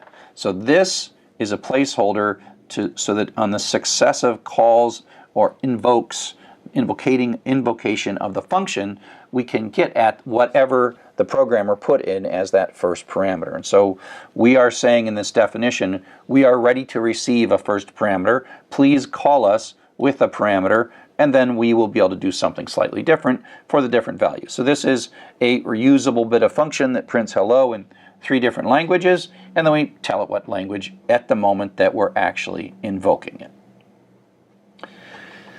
So that's putting stuff into the function. Now getting stuff back out is the concept of returning. In the return statement is an executable statement that does 2 basic things. The first thing that it does is it finishes. Now this is a one-line function, so that's kind of redundant, but when Python goes into the return statement, it doesn't continue on to the next line. It just returns. That is the end of the invocation of that particular function. But even more importantly, it takes as its parameter. You can say return without a parameter, and it will stop the execution of the function, kind of like a break does for a loop. It's kind of a break for a loop. Get out, we're done. Don't run that next line, get out. But it also allows the specification of what you want as the residual value in an expression. So we're doing a print, and then we're saying greet. And what's going to show up here is whatever this function does in its return statement. And so that prints hello. We call it again, and it prints hello again. Okay? And so basically the return statement is I call this the residual value. It's like what shows up here when the function is all done, and it's the string hello. We call the functions that return values fruitful because they produce something, but you don't have to. You can just say return, or you don't even have to have a return statement. It goes to the last line of the function, and it does a return automatically at the last line of the function. So here's a little bit of a rewrite of our little language program. We are going to create a greeting program. We're going to take the language as the first parameter. And instead of just doing a print statement, which is what we did before, this is now more like a function because it takes some input and produces some output as a return rather than just printing. It's a little tacky for a function to print. And so here we return hola, bonjour, and hello based on the right thing. So now we say print greet en, so it runs the code once, lang is en, and then it runs this code, and the residual value is hello, so it says hello Glenn. And similarly, when it runs this code, it passes es in as lang, it runs through, and it runs this statement. If there was more statements, it wouldn't run them as soon as this return runs. That says that this bit right here is now HOLA, so hola Sally. And the same with French, goes in, runs again, out comes the return statement, and then bonjour Michael. So you see how we can control as we're writing the application, we can control as we're writing the function what the residual value that we want to see in whatever expression is calling us. Sometimes we have returns and sometimes we don't have returns. So if you think of the max code that we talked about before, we can kind of see that somewhere inside that max code there's a return, and that's how it communicates the W back to us. So we pass in as argument hello world, it comes in as a parameter, and it's going to loop through this imp somewhere. It's going to loop over and over into imp, and then at some point it's going to figure something out and tell us what it wants to send back to us is a return statement, and so the W comes back and gets assigned into big. You can have more than one parameter, and they're just in order. The first one and the second one, 3 and 5. So 3 becomes A and 5 becomes B, and away we go. So we just use this to add 2 numbers, and so 3 plus 5 is 8. So you get as many as you like, and the order matters. And if you do things like you tell it you want parameters and you don't give it to them, then that'll become a traceback and it'll blow up. You can also talk about optional parameters later. So you don't have to have return values, and that means that you simply don't call a return with a value, and return is always implicitly happening as the last line of the function. So that's kind of the basics of how functions operate, but I don't want you to get too excited about writing functions. Some programming classes are like, gotta write a function, gotta write a function. Functions, to be clear, are a very powerful mechanism. And as we write programs, 150, 200,000, 200 lines of code, 1,000 lines of code, 10,000 lines of code, the concept of a function is really important. We would go crazy if we didn't have functions. But if you're only writing 20 lines of code, forcing yourself to write a function is kind of pointless. So don't worry about maybe the lack of urge to use this. We are calling lots of predefined functions, and we will for the next couple of lectures. There will be a time when you go like, oh, I'm sick and tired of repeating myself. Oh yeah, time to write a function. So that's why we don't push functions prematurely. We just want you to know what they are, use them, and at some moment you'll be like, oh, I want to define one. But don't worry about, it might take a while before you really want to define a function. So that kind of summarizes our lecture on functions, and up next we're going to do iterations. Hello and welcome to Chapter 5, Loops and Iteration. Now we're going to work on our fourth basic pattern of sequential, conditional, store and reuse, and loops and iteration. And this is the one where we teach the computer how to do things a lot.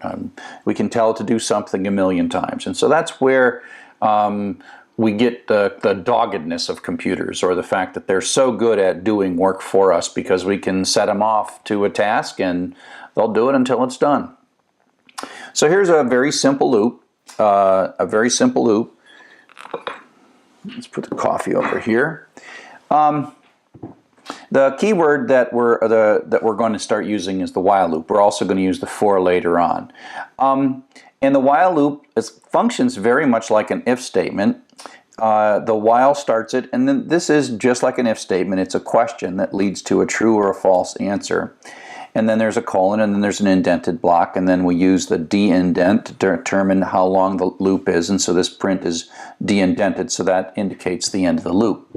And so at some level, what's going to happen here is it's just going to run, and if this is true, it's going to run this code, and if it's false, it's going to skip the code. In that way, it functions like an if. The place that it doesn't function like an if is after it's run the code once, it goes up and then asks the question again. And so you can think of it going back up kind of to the top of the while loop and then re-asking the question, like, okay, is this going to run again? And then it's going to do that some number of times, and then it's going to finish. And so that's the loop, that's the iteration. And we're going to make a variable. We're going to construct very carefully a variable that we call the iteration variable, and that's n. And it's a variable that's going to change, and it's our way of running the loop, but not running the loop forever. So let's just run this. We come in, n is 5. Is n greater than 0? Yes, it is. So we're going to run this code. So we're going to run this code. We're going to print out 5. Then we're going to subtract 1. And then we're going to go back up and ask the question. Is n greater than 0? And the answer is, since it's 4, the answer is yes. So then it runs again. Then it prints out 4, subtracts it again, checks, prints 3, subtracts it again, prints 2, subtracts it again, prints 1, subtracts it again. Now n is 0, and so it comes back up. Is this question has now become false? So it's going to take the exit. So it's going to come down and run this line right here. Then it prints blast off, and we can kind of print out the residual value of n just to sort of prove to ourselves that it ran until n was no longer greater than 0, and then 0 was the final value for n. And we carefully constructed this n equals, oops, go back. We carefully constructed n. We set it to 5. Then we carefully subtracted 1 each time through the loop. And then we're using that to control when to exit the loop. And so you could think of this loop as, for now, running 5 times, true, true, true, true, true, and then false finally. So this question was true for a while, and as long as it was true, the loop ran. And then when it turned false, the loop stopped. And so this variable that we construct to control the loop was called the iteration variable, because it tells how many times this loop is going to run over and over, or otherwise known as iterate. So this is a badly constructed loop with an iteration variable that we didn't do very well. And so if we take a look at this, we start out with n5, and then this is greater than 0, so it's true, so it runs it, and then it runs it again, and n is still greater than 0. So you can pretty much see, because we're not changing n, this is going to be true, true, true, true, dot, dot, dot, dot, forever, true forever. And so this is an infinite loop. And it's just going to run until your computer runs out of battery, or you hit the button. This is the kind of thing where you often see your computer spinning like a spinning beach ball, or some other indication that your computer's super busy. It's in some kind of a loop, really tight, and it's running something, and it's using up all of the processing resources of your computer. That's an infinite loop. And so the problem is we did nothing with the iteration variable. Now here's a different loop. And so this one demonstrates a different idea. So in this case, we start out with n is 0, and it comes in here, and is n greater than 0? Question mark, and the answer is false. So it skips it. It doesn't run these lines of code at all. And so this loop doesn't run at all, because it comes in, asks the question, it says no, and then it skips right around it. So never run, never run. And so this actually is, sometimes you write a while loop on purpose like this, not quite as simple as this one, but the idea is this emphasizes that these loops are what we call zero trip. They are not even guaranteed to run once. They're going to run maybe 0 times. And in this respect, it functions exactly like an if statement, right? Meaning the first time through the loop, if it's not true, it's just going to skip right by it. So there's a couple of ways of getting out of loops. In this case, I'm constructing an infinite loop, because remember, the kind of definition of an infinite loop is if this is going to stay true. Well, true is the constant true. So this is going to run forever. And what it's going to do is it's going to prompt with a little arrow, and then let us type and read whatever we type into the variable line.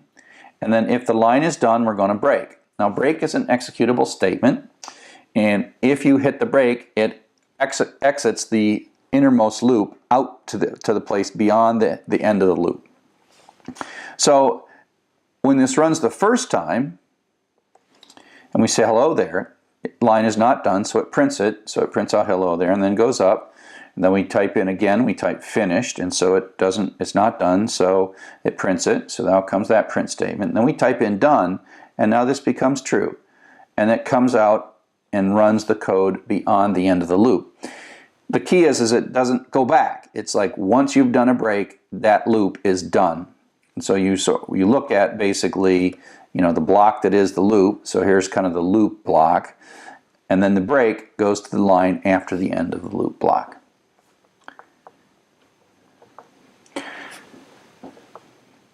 And you can think of this as sort of like just a hyperspace jump. There is nothing really, this could be literally hundreds of lines with if statements, and you could be running and doing all kinds of stuff and running and doing all these things, and these things could run all kinds of ways, right?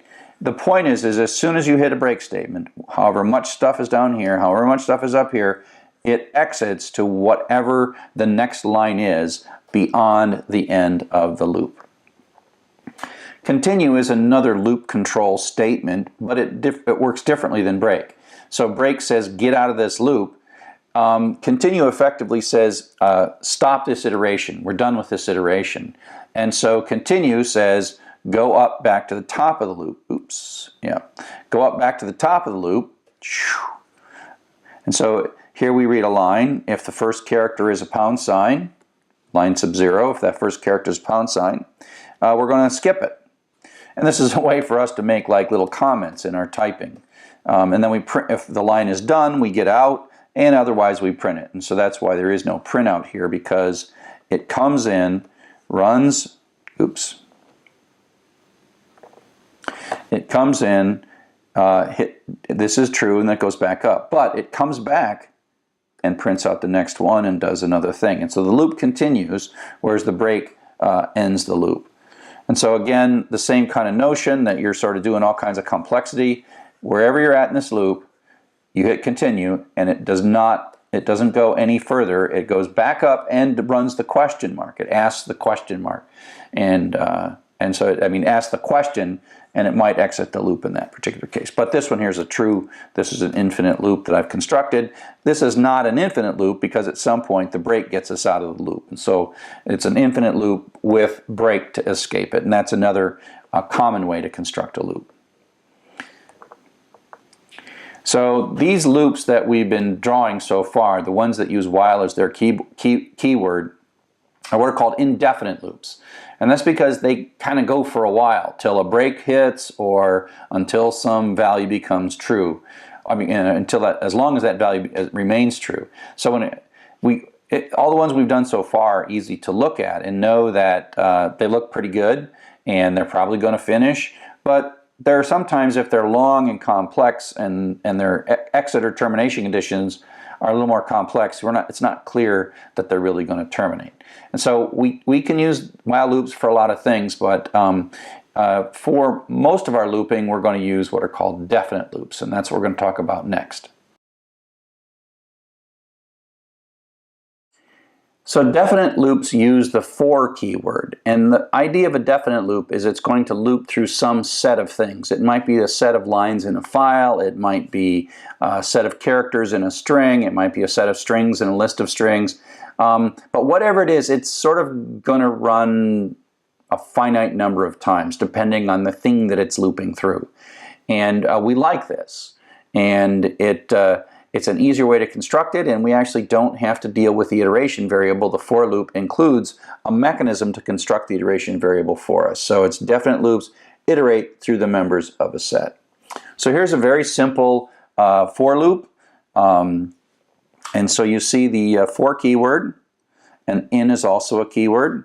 And the iteration variable is something we put right here. This I is declared. This I is like an assignment statement. And I is going to take on successive values. So I is going to be 5 the first time through the loop. Then I is going to be 4 the second time through the loop. 3rd, 2, 1. So I is going to be assigned 5 different times to 5 different values. And then the loop is going to run. It's going to run once with 5, once with 4, once with 3, once with 2, and once with 1. And so this block of code we have contracted, say, execute it 5 times, with these values of I. I is that iteration variable. I is the thing changing through each iteration of the loop. Okay? And so that's why this prints out 5, 4, 3, 2, 1, and then when it's done, it finishes it. And so this is a much more direct syntax for looping 5 times and setting an iteration variable. You kind of all combine it into this one thing, right? All into one thing. So it's quite nice. So you don't have to be going through a list of numbers. There's all kinds of things that we can iterate through with for. And by the way, while I'm sitting here, I named my variable friends, because that's a list of strings, and friend, which is the iteration variable. I'm using singular and plural because it helps you read it. Python doesn't understand singular and plural. So just because you say friends doesn't mean Python knows it's a list. Python does know it's a list, but it doesn't know by the name of the variable I've chosen. That's your basic mnemonic variable warning. These are cool variable names, but I don't want you to be confused by them. So you can loop through a variable. So we're going to take this list of 3 strings and stick it in friends. And so friend is going to iterate through that. So the first time through, friend is going to be Joseph. Second time through, it's going to be Glenn. Third time through, it's going to be Sally. And so that just says run this code, the indented code, 3 times. Each time the variable friend takes on a successive version of a successive value that's in the friends array. So it says happy birthday Joseph, Glenn, Sally, and then we come out of the loop and we print done. So if we try to draw a picture of what this is really doing, the for loop is actually doing a whole bunch of stuff that we would have to do with maybe separate statements in the while loop. First, it decides how many times to run the loop, so it's answering the done question, which way do we go?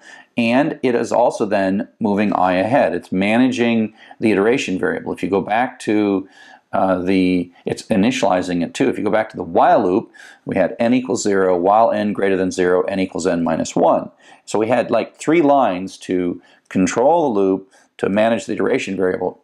But with a for loop, we don't have to do that. And so that's all taken care of. And so that basically says, you know, the for loop, by you using a for loop, are we done? No, we have 5 things to work. Well, set I to the first one, run it. We're not done because we got one more. Set it to the second one, third one, fourth one, fifth one, and now we're done. And that is all handled in a single line of code that includes the iteration variable and the set of things through which we are going to iterate through. I really like the word in. It is mathematically, it reminds me of the set theory where you say this is a member of this set, or the for each. Math isn't important here, but if you do know math, the vertical bar means such that, right, is a member of this set, and that kind of stuff, member of this set. I'll erase the math stuff so we don't over math. But it's like, for each of the values in the set 5, 4, 3, 2, 1, run this loop setting the iteration variable I to the members of that set. So in reminds me, for those of us who are math oriented, in reminds me of a really nice concept in mathematics. Okay? Now, you could think of this as sort of this looping structure where the for loop, and this is pretty much how it actually runs inside the computer, right? Where it initializes it, it runs this thing 5 times, and then executes. That's one way to think about it. But you could also think about it in a somewhat more abstract way, and think of it as all we're really doing is we have a contract with Python that says we're supposed to run this code 5 times, and I is supposed to be 5, 4, 3, 2, and 1. So you could imagine this might be what's going on. The for loop sets I to 5, runs our code. The for loop sets I to 4, runs our code. The for loop sets I to 3, runs our code. The for loop sets I to 2, runs our code. For loop sets I to 1, and runs our code.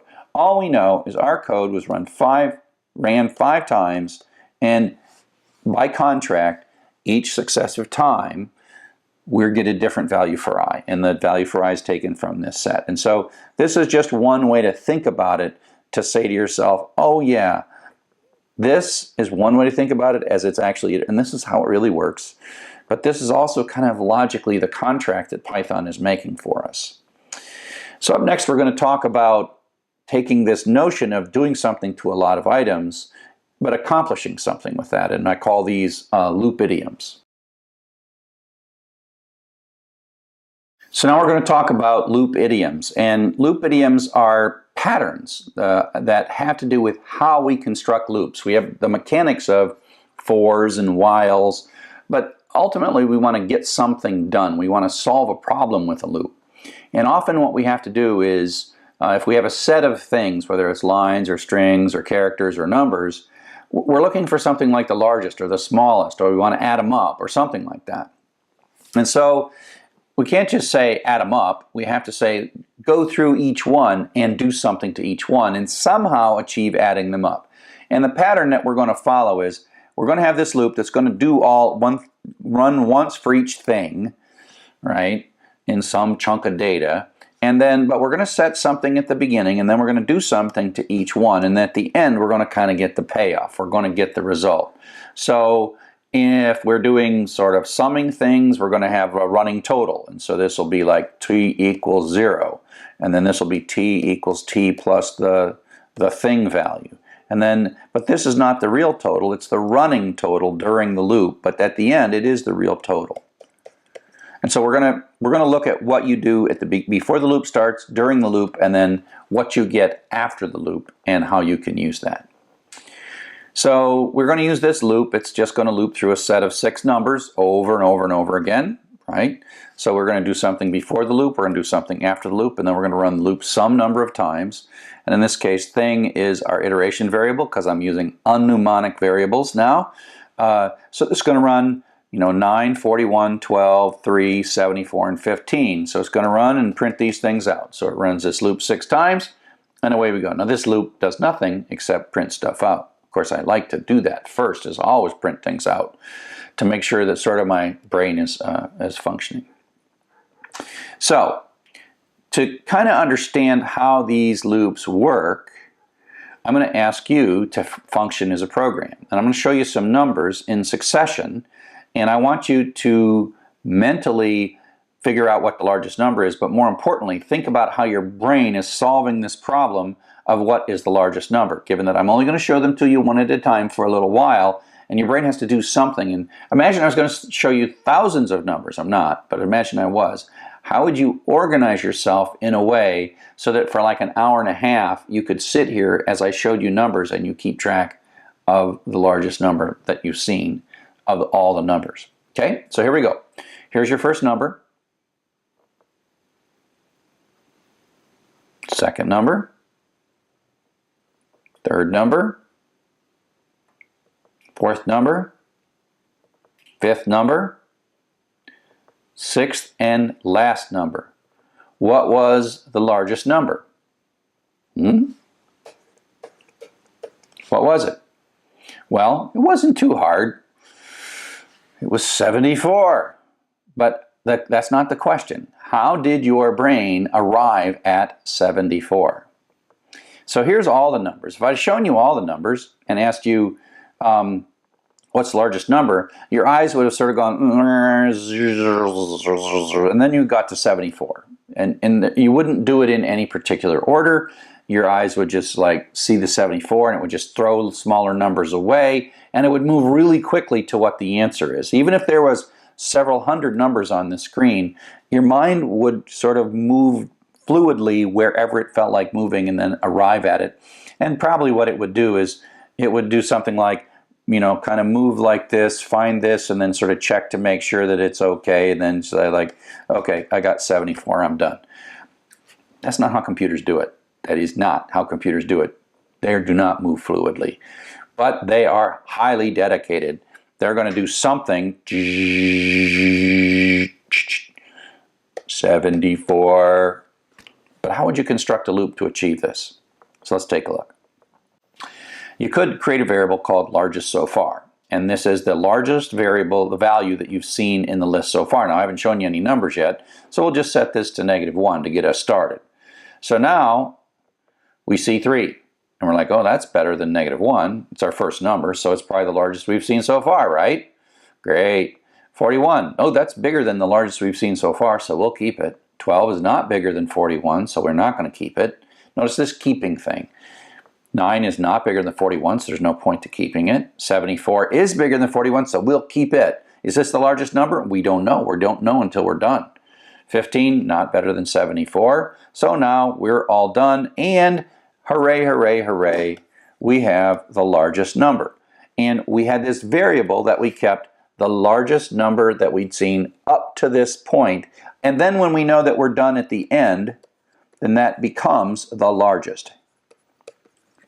So if you look at all the numbers, keeping track of the largest so far, at the end of all the numbers, the largest so far and the largest are the same thing. And so that's how you get this idea of something you're doing during the loop is not really the answer, but by the time the loop is done, you will have the answer. And so here's a bit of code that does this. Use it with our numbers, right? So let's take a look. So I have this variable called largest so far. I set it to -1. Before the loop, remember there's a loop before and a loop after and a loop in the middle. Before it's -1. So now the num, remember underscores are okay, that's my iteration variable. If 9 is greater than largest so far, well, largest so far is -1, so that's true, so this code's going to run. So we're going to remember the new number. So this is 9, and so 9 ends up in largest so far, and then we print it out. And so largest so far is 9 after we saw the number 9. Then we do it again. So now 41 comes in. And is 41 greater than 9? The answer is yes, it is. So we're going to run this code, copy 41 into largest so far, and then print it out, and largest so far is 41 after we saw the number 41.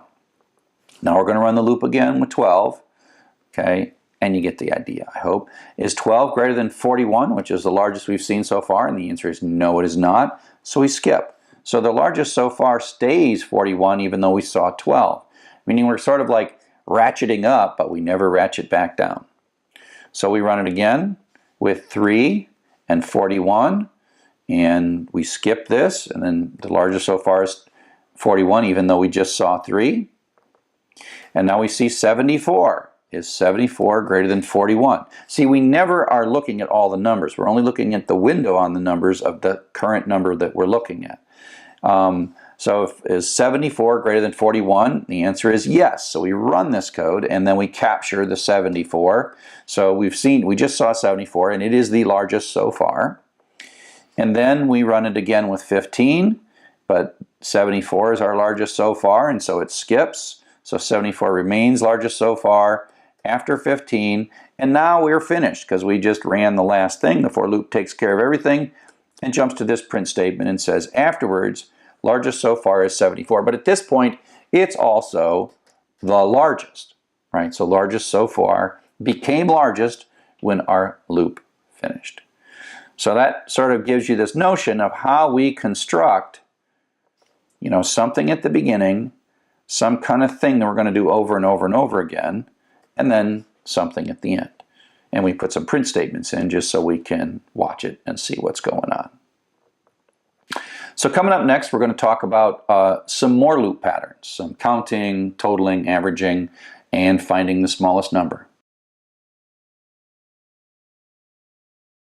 So now we're going to look at some more patterns of the different things we can do at the top of the loop, in the middle of the loop, and at the bottom of the loop. And the first one we're going to do is counting.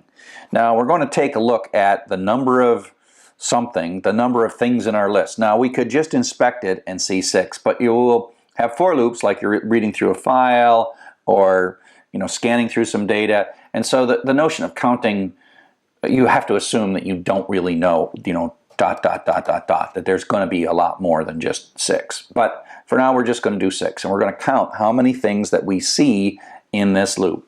And the pattern is simple. You set a variable, Zork, to 0 at the beginning. We often call this variable count in mnemonic. And now we're going to run this loop 6 times. 1, 2, 3, 4, 5, 6. And each time through, we're just going to add 1 to Zork. So Zork starts at 0, then it goes 1, 2, 3, 4, 5, 6. And we're going to print it out. So, we see the 9 and Zork is 1. See 41, Zork is 2. And Zork is 16. When we see the 15, 4 stops, and we print out afterwards. And this then is 6 is then the ultimate count that we got. So that's very, very simple. The pattern is that set it to 0 at the beginning, add 1 to it, and if you run that enough times, then this is how many times that happened. And in a sense, it's how many times this line ran, right? Sometimes you put this in an if statement, etc., etc., etc. Okay? Oops. Now, we can do the same thing to get a total. And the way the total works is you compute a running total of the number of the items that you've seen so far, and at the end, the running total, in effect, becomes the total. A better variable name for this would be like sum or total or something, but Zork, I'll use Zork again. So you set Zork to 0, and it starts out the total we've seen so far is indeed 0. And then we're going to run this 1, 2, 3, 4, 5, 6 times, and thing is going to be the iteration variable. It's going to take on the successive values. And each time through, we're just going to take our running total and add to it the thing we've seen. So we see 9, and the running total is 9. We see 41, and the running total becomes 50. We see 12, the running total becomes 62. We get a 3, it becomes 65. We get 74, running total is 139. How many more are we going to see? We don't know. Could be a million. Could be 1. Oh, it's only 1. We get a 15. Our running total is 154. And what's true at any moment here is the running total is right of what we've seen so far. Now, when we're done, the for loop quits for us, and afterwards, 154 is indeed the total. So the running total while we're in the loop, at the end of the loop, after the end of the loop, we have the actual total.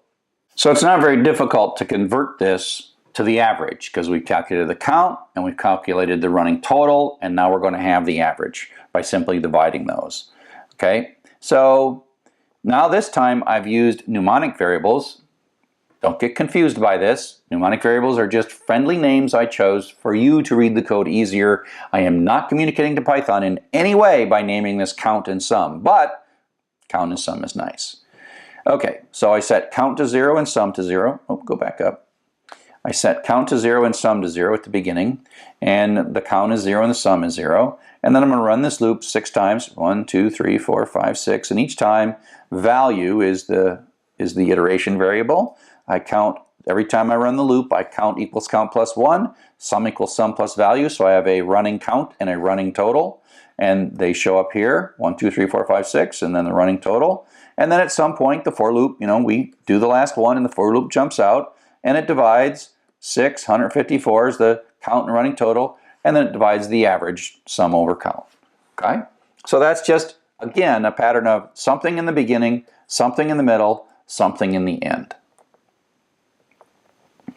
Another kind of thing we tend to do in loops is we look for things, we hunt for things. And so this is where we have an if statement inside of a loop, and of course I've created a silly simple thing.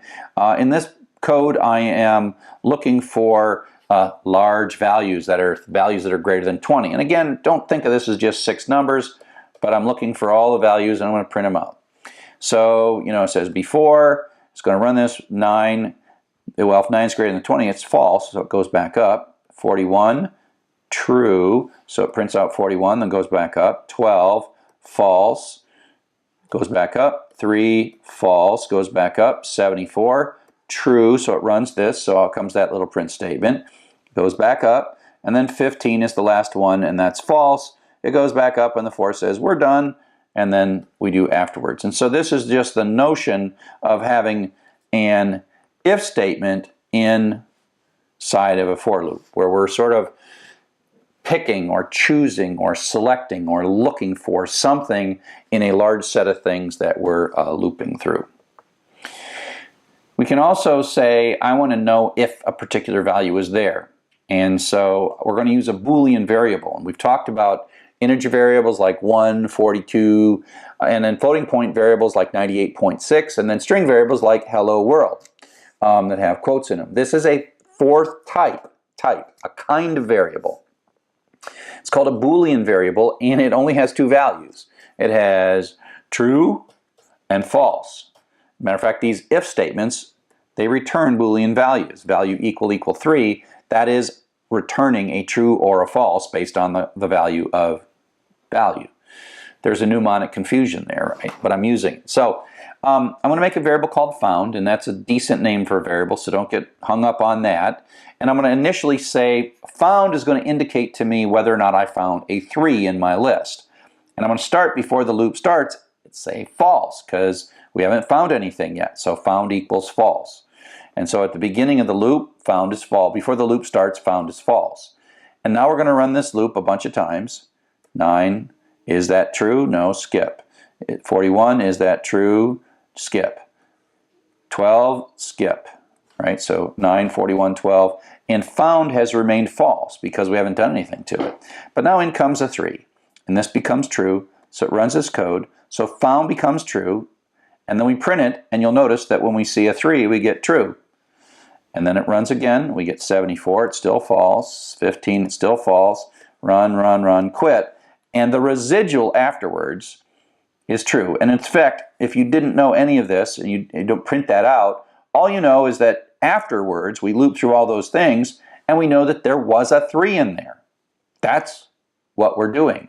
So we searched all of them, we checked for 3s when we found a 3, and you can see basically that, the found remains false until it flips to true, but then there's nothing to set it back to false. There's nothing in this loop that's going to set it back to false.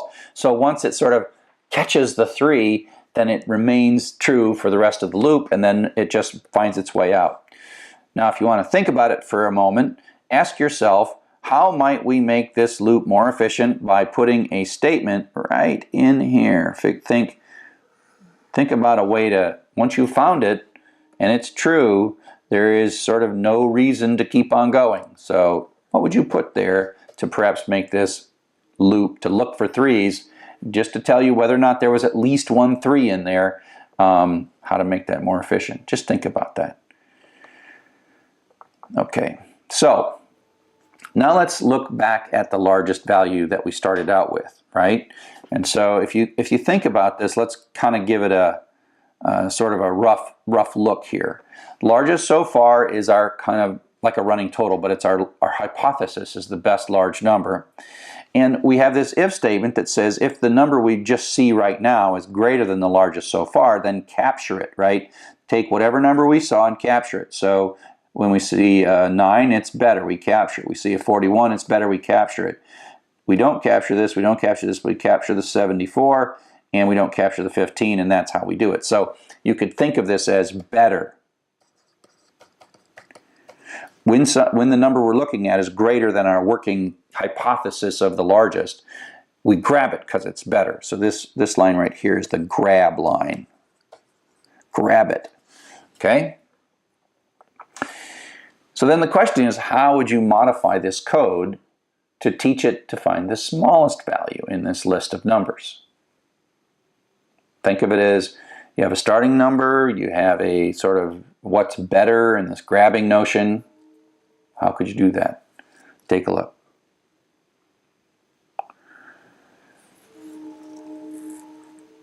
Okay, so let's take a look. So let's do a couple things. Like if you look at this if statement, that's better. Well, it's better now if the number is less than. So but then we should probably change this to be smallest so far, smallest so far, smallest so far, smallest so far, smallest so far, smallest so far, right? Matter of fact, that's what this is. We've changed the word largest so far to smallest so far, and we've changed the greater than to a less than. Is that going to fix it? I'll give you a second to look at it. Pause if you need. Is that going to fix it? Is that going to find our smallest number? The answer is, of course, no, it's not. So if we run this code, so we set the smallest so far to -1, and it starts out -1. We run it, and it's 9. Is 9 less than -1? No, it's not. So after we see a 9, the smallest so far is -1. Now we're going to run 41. Is 41 less than -1? No, it is not. So the smallest so far is still -1. As a matter of fact, it isn't the smallest so far anymore. Just because we named it smallest so far doesn't mean it is the smallest so far. It didn't work out so well. And so you see that none of these, because they're never less than -1, do anything. And we claim that afterwards the smallest we've seen so far is -1. And that is because, of course, -1 is smaller than any of the numbers that we saw. So how could we fix this? Well, if we started the smallest so far with some like arbitrary big number, then it'd be better. So if we made this 100, whoops, come back. If we made this be like 100, that'd be good, because the first time through, the 9 would be less than 100, so we would capture the 9, and then the rest of the loop would work just fine. But then what if we didn't know how big these numbers were? As a matter of fact, the largest so far wouldn't have worked if all the numbers were negative. Think about that. We just assumed they were positive, and so we kind of wrote lazy code that assumed all numbers were positive. That might not be a good assumption depending on the numbers that you're dealing with, right? So maybe 100's a good number to start with, or maybe like 1,000 or 10,000, or like some number with lots of zeros in it. How big should we make this? And the answer is we're kind of solving this problem the wrong way. And the thing we really want to do to solve the problem is to just accept the fact that if we're looking for the smallest number so far, that the right hypothesis is the first number. And if we just knew what that first number was, the 9, because it's the first number, we know that it's both the largest so far and the smallest so far as soon as you see the first number. But we don't know here before the loop starts what that first number is. I mean, you can look at it, but assume this is just data that's coming from somewhere else, and we don't know it until we start reading it. So we have to construct a loop that deals with the fact that we want to capture the first value as our hypothesis for smallest so far. So how do we do that? Let's take a look. So what we do is we use yet another type. So we have integer, floating point, string, Boolean, and now we have a thing called the none type. None type is a special marker in that it only has one value. Boolean has true and false. You know, floating point has an infinite number of values, and integer has an infinite number of values, but none type has one value, none. None is a constant. Capital none is a constant. The difference is we can check to see if we have stored none.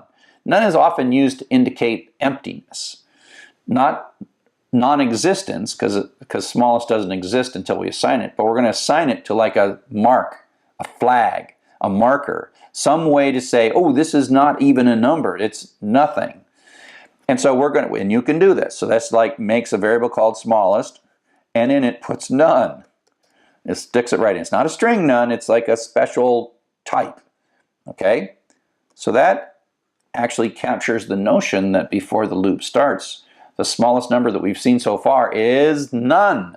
We haven't seen any numbers. Okay? So then we come in and we have an if statement. And we have a new operator called is. Is stronger than equal sign. And so if smallest is none, that becomes true. It runs this case. And so then what it does is it copies this first value, which is 9, into smallest. And so we see a 9, and the smallest so far is 9, which is the first value. And again, we're assuming we don't know what the first value is before the loop starts, so we use the first iteration through the loop as the moment where we capture that. Okay? So, smallest is the value, and then we print it, and we go back up, and now it runs again with 41. 41 is not none. None is, there's only one thing that's none, so it is not equal to none.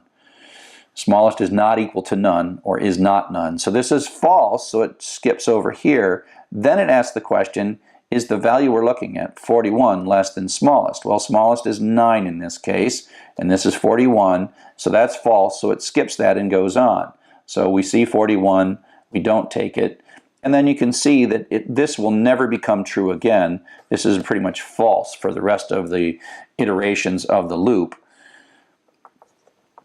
That's false for the rest of the iterations for the loop. So it just is going to run down here and ask this question. And at some point we see a 3, and we run this code, we capture it. We see 74, we don't capture it. We see 15, we don't capture it. So then the for loop skips out, and at the end we have the smallest. And actually this would be a good technique for the largest as well, because it really is just a technique to put a marker in this variable so that we snag that first number or first whatever as we read and parse through them. So the is and is not operators are very useful in Python. You can think of them as like the double equal sign. They're asking a question, and they're asking a question, and they return a true or, you know, blank is blank, returns a true or a false. It is stronger. Double equal says, are these things equal in type and value? So just as an example, if I were to say, is 0 equal to 0.0, it would say, yeah, that's true. But then if I says 0 is 0.0, that would be false. So that's because these two are the same value-wise, and these two are not the same type-wise. So is stronger than equals, meaning that it demands equality in both the type of the variable and the value of the variable, and no conversion is done. And so that's just a very strong. Don't overuse is. If you're dealing with numbers or even strings, use double equals, don't use is, because sometimes it gets a little confusing. So use is sparingly. I tend to only use is on Booleans and on none types. I don't use is on integers, and I don't use is on floats, and I don't use is on strings. Just none or true false. And also is not is also an operator. So you just say blah blah blah is not none, or blah blah blah is not false. Okay, so we've been looping around and doing loops and loops of loops. We looked at the indefinite loops, the while loops that kind of run for a while. The definite loop, and we looked at break and continue as a way to either escape completely from the loop or go back up and discard the current iteration of the loop. We looked at none. We looked at Boolean variables with for loops, definite loops, where you've got some kind of a set or a list or some kind of sequence that you're looping through. And then the concept of loop idioms, where you do something at the top, something to each item, and then you sort of get a benefit at the bottom. And so that gets us through iterations. Hello and welcome to Chapter 6. In this chapter we're going to talk about strings. And Chapter 7 is the payoff chapter, so up to this point we're still learning sort of basic building blocks, and actually we're going to write a real program in Chapter 7. So just learn this, and the payoff's in Chapter 7. So we actually been using strings from the very first lecture, because if you print hello world, well, that's a string. And so we've been doing things. This slide here is all review. We use plus to concatenate strings. We use print to print them out. Print's just a function. It takes as a parameter something, strings, integers, etc. We can put digits in strings, but we can't add to them. By now you figured this out, but you can use things like ints to convert the strings to integers and then print things out. So, we've been doing this for a while. We've been talking about strings all along. Now today, what we're going to do is going to just get into strings in more detail. We input data with the input function.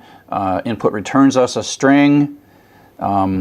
And if we want to input a number, we have to run some kind of conversion, like we have to do on int before we take this data that we read from input, And so there's things that we've got to do, and we've been doing all these things in programs so far.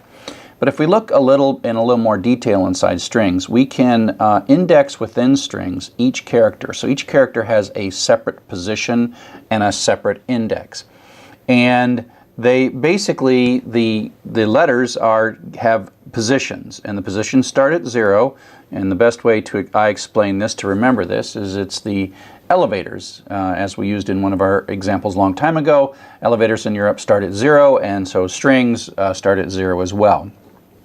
Turns out in the old days there's some efficiency with the notion of lists of things starting with 0. These days the efficiency isn't the issue, but there's a certain elegance starting at 0, even though intellectually you might think 1 would be the first character in the string. Might make most sense to be sub 1, but it's not, it's sub 0. But just remember that.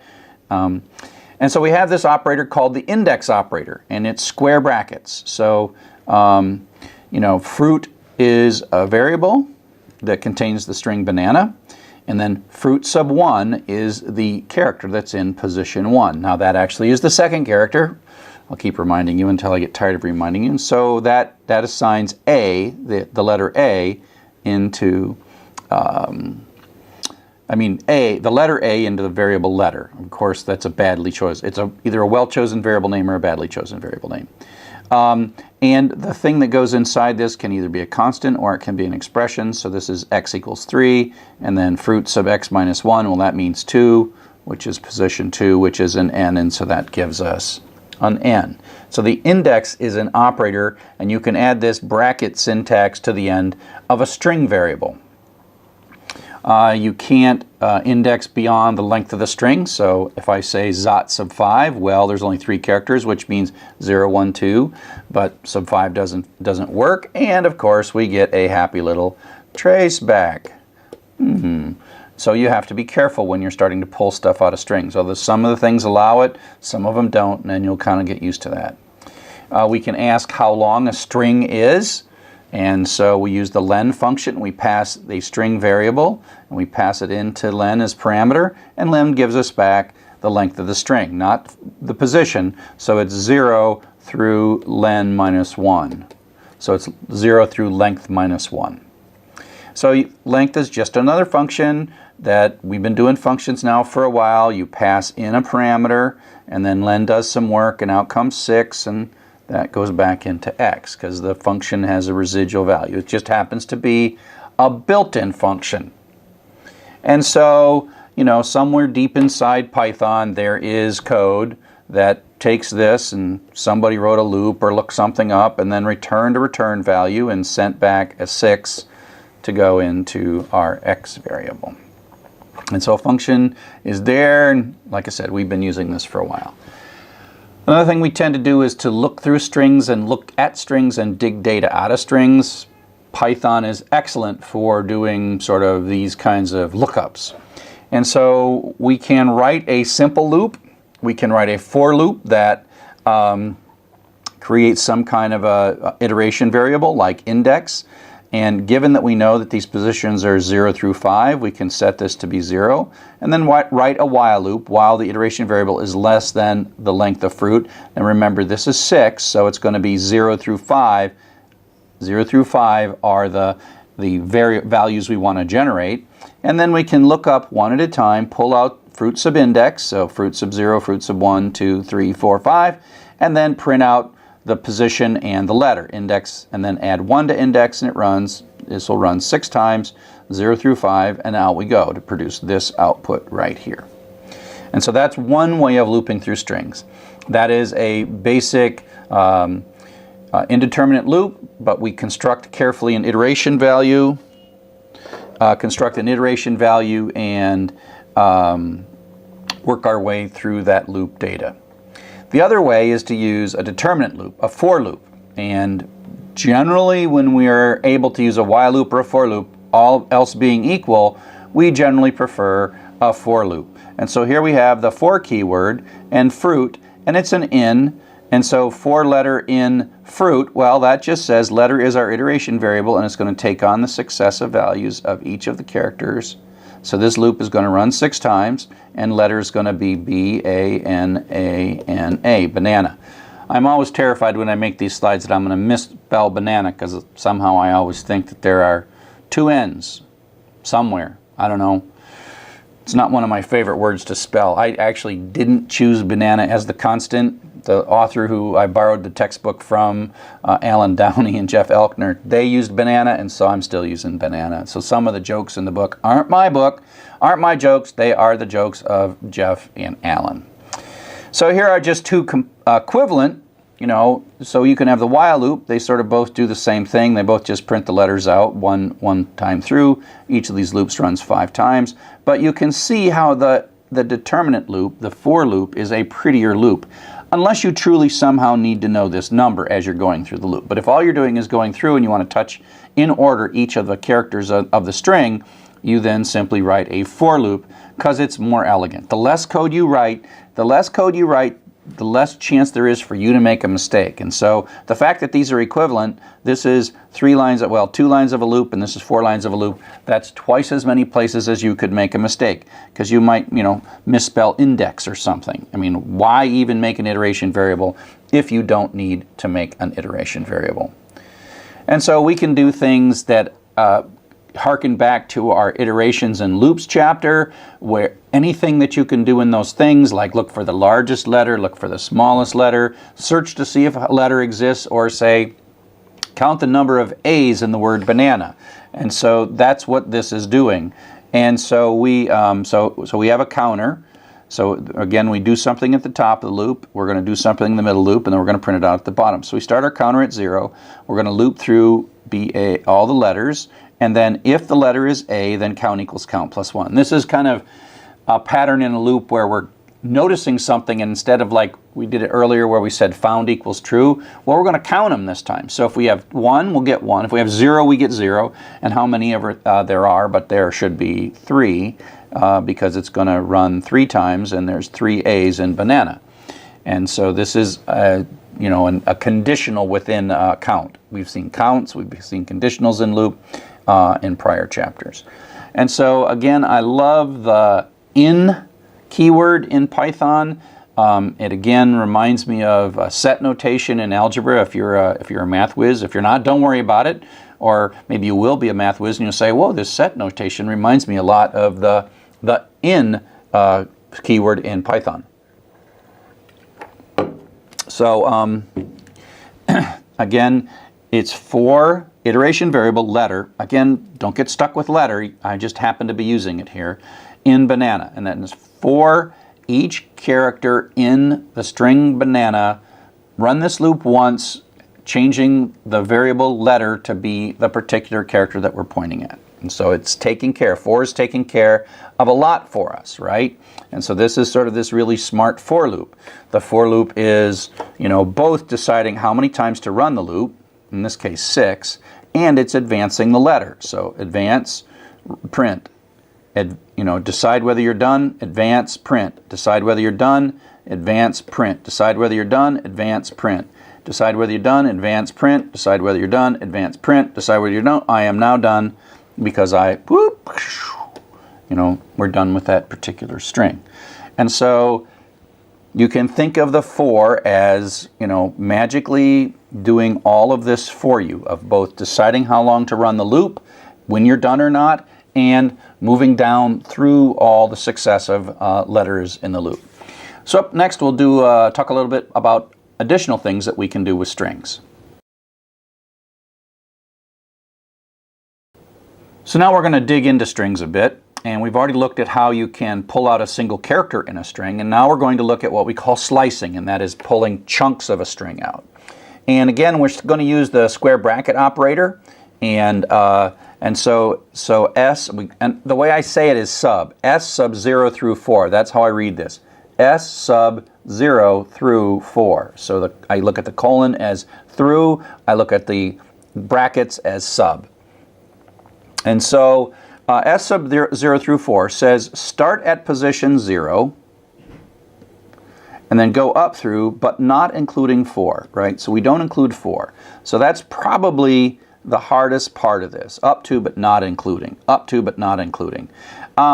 This seems counterintuitive, kind of like starting at 0 seems counterintuitive, but after a while, you get used to it, and there'll be situations where you're writing code like, oh, that's why that works better. But just for now, remember it. Up to, but not including. It's just kind of a little thing. We'll come back to when that is useful for us. 6 through 7, well, that ends up being starting at 6, up to, but not including 7. So that's why we only get the P out. Now, one thing that Python is pretty nice about is it's not going to give you a traceback. We might expect that 6 through 20, well, there's no 20 characters, but it's like, that's okay. We'll just let you stop at the end, and we'll start at 6 and go all the way to the end. Oh, no traceback.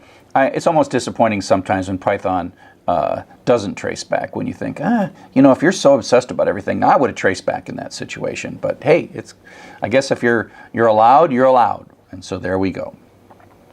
Now you can eliminate or omit the first or last. If you eliminate the first, it assumes the beginning of string. If you eliminate the second, it assumes the end of the string. And why you would do this, I don't know, but that's from beginning to end, so it's the whole string. So whole string, 8 through the end is thon, and up to but not including 2 is mo. All right, so you get that. So that's pretty simple. Once you've got the rest of slicing and the rest of string indexing, the notion of eliminating the first or the last of the colon expression, the first or second of the colon expression, I think is actually pretty intuitive, pretty nice. We've already been concatenating strings together. We overload the plus operator, and there is no space added. Remember, when you're doing print, x comma y, this comma does turn into a space, but that's not what's happening here. There is no automatic space being added, and so we see hello in there, and it just is hello there with no space. And so if we want, we just have to concatenate the space explicitly if we want to put spaces into strings. The problem is if this, you might think it's more convenient to add a space with a concatenation, but then you have to think, well, what about if I want to concatenate things and not put the space in? Then I'd need a different operator. So that's kind of why it works that way. We can use in differently as a logical operator, so we're using it as an iteration structure in for loops, but we can also use it as a logical operator in if statements. So it's kind of like the double equals or not equals or less than or equals or something like that. It's like those guys, and it returns a true or a false. Is n in fruit? So that's a question, and the answer is true. Is m in fruit? No, that's the answer to a question. Is nan in fruit? Doesn't have to be single character, can be more than one character, and the answer is true. And then you say something like, you know, if A in fruit. And so this is the logical value that returns a true or a false. And yes, we found it. So that becomes true in this particular case, so it runs the little indented bit. So in is an operator in this particular situation. In a for loop, in means something different. And we'll use in for other things as operators, as logical operators, coming up in a bit. You can compare strings, and this has to do with the character set of your computer, the character set that Python is, but in general, you know, it is lexicographically less than and lexicographically greater than. Uppercase and lowercase are a little weird. I think when we used the max function earlier, the way my computer was set up, uppercase was less than lowercase. But in general, uppercase is less than lowercase. But in general, it's bad to assume case, but there is a deterministic way to sort strings. You can, you know, have something equal to or less than or greater than, and all those operations work naturally.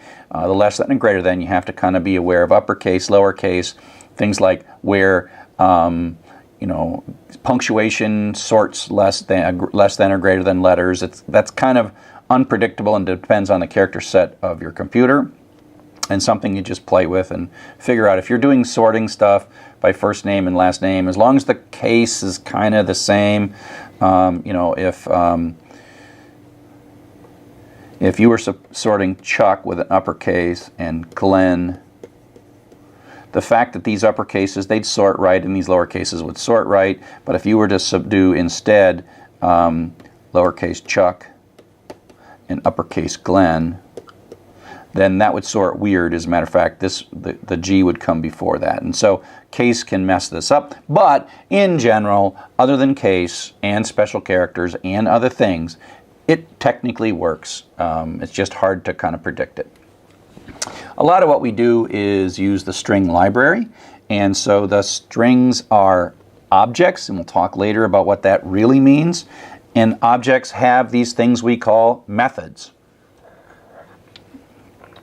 So a string object has some built-in capabilities, and one of the built-in capabilities that the string object has is, here is a string object, and because greet is a string object, if we said type, we'd see that it was an str. Dot lower says, hey, dear string, make a lowercase version of yourself. It's like calling this function lower and passing greet into it, and then give that back to me. Now it doesn't actually change greet, it gives me a lowercase copy. So here I have hello Bob with an H and a B uppercase, and what I get back in Zap is hello Bob all lowercase. And note that greet is unchanged. So hello Bob is still there. And you can even call these methods on constants. So this is a string object, quote, hi there, quote, dot lower. That says, call lower on this bit of string and give me back a lowercase version of it. And so it prints out as the residual return value. This is like a function call. A method call is a kind of special form of a function call. It's a function call where you say the thing dot the function name rather than function name passed in as a parameter. Like len, for example, is non-object oriented. You know, len of x, that's non-object oriented. Object oriented would be x dot something, parenthesis. But, so constants are objects as well, and taking the lower gives us back lowercase hi there. And so that's just one of the things that you can do in the string library. These are built into string variables and constants. They're just always there. As soon as you make a string, they're part of it. And when you do type and it says it's class str, we'll get to object oriented. Don't worry, we'll get to object oriented. Okay, and so you can do things like use the type. If you're just, look, this used to say typester, but it's classter. Kind of, this is more of an OO. The word class is an object-oriented concept, but it is a string. And you can use the dir, and of course there's extra stuff up here. And this is showing all the different methods or capabilities, things we can do to strings. So, you know, x dot something, parenthesis. Well, what can we do there? This is all of those things that we can do to x's that are built in and come with x's, come with strings when we build them. And Python, of course, has great documentation online for all of these string methods and what they do and how they work and why they work the way they do. And so here's some of that Python documentation. We'll look at a few of these, but don't hesitate to say Python string uppercase, and then we're like, oh yeah, that is upper, right? And so here's a few things that we can do and use. Some of the ones I use a lot, and we'll look at each one of these things. So the find operation says find me a substring within a string, right? Find me a substring within a string. So find me the first NA and give me back the position. So that gives me back 2. And then I can say go find a Z in there. Well, there's no Z, and so it returns me -1. So that's what the find does. So we're going to use this kind of stuff a lot, and we do a lot of looking in strings. Converting things to upper or lower case, there is an upper method and a lower method. So greet.upper, and that means the uppercase NNN is hello Bob. Greet.lower, that means that www is the lowercase hello world. And greet is unchanged. Greet is still hello Bob with upper and lower, because each of these methods basically say I'm going to give you back a uppercase copy or a lowercase copy of the original thing without changing the original thing. Search and replace is super useful, super duper useful. And it's pretty clean. Here we have a string, and we use the replace method. In this case, we're passing in the old and the new.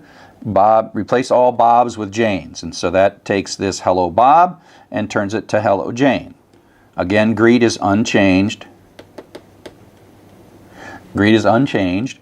And it does more than one thing. So this says go find, well, let's clear that.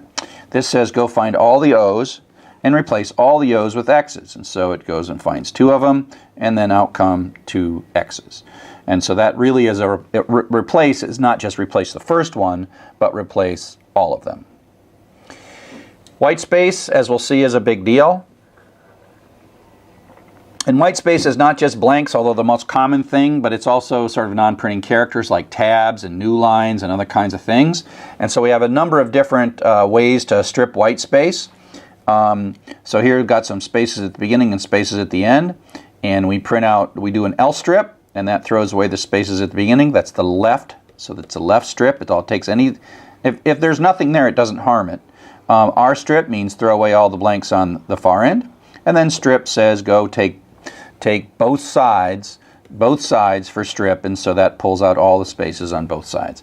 This will be useful because sometimes when you're tearing stuff apart, you'll find yourself getting extra spaces, sometimes at the beginning, sometimes at the end. And it can be tab or new line. It's sort of white space that is kind of not visible, clear. That's what white space is. It's like if you were on a piece of paper, it's the white space. It's like X. Well, that's not white space, but right here, oh, that's white space. It's any character that doesn't cause printing to happen, if that makes any sense. It's any character where nothing would be printed. And there are characters like that. There's like even bell characters, but we don't use them very much. We can ask very conveniently, we can say, hey, does this line start with a particular string? And so, line, does this is a question, going to return a true or a false.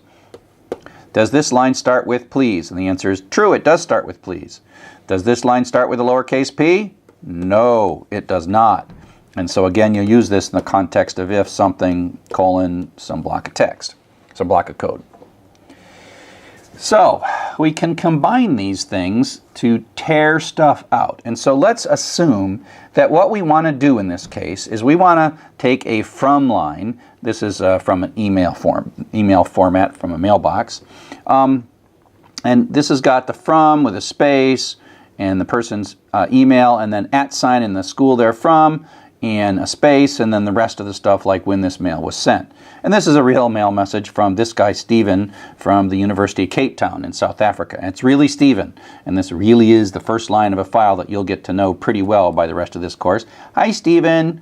We like you. You are the example in my class and have been for a long time. people actually who know Stephen have taken this class, and they're like, Stephen, I saw your picture in the class.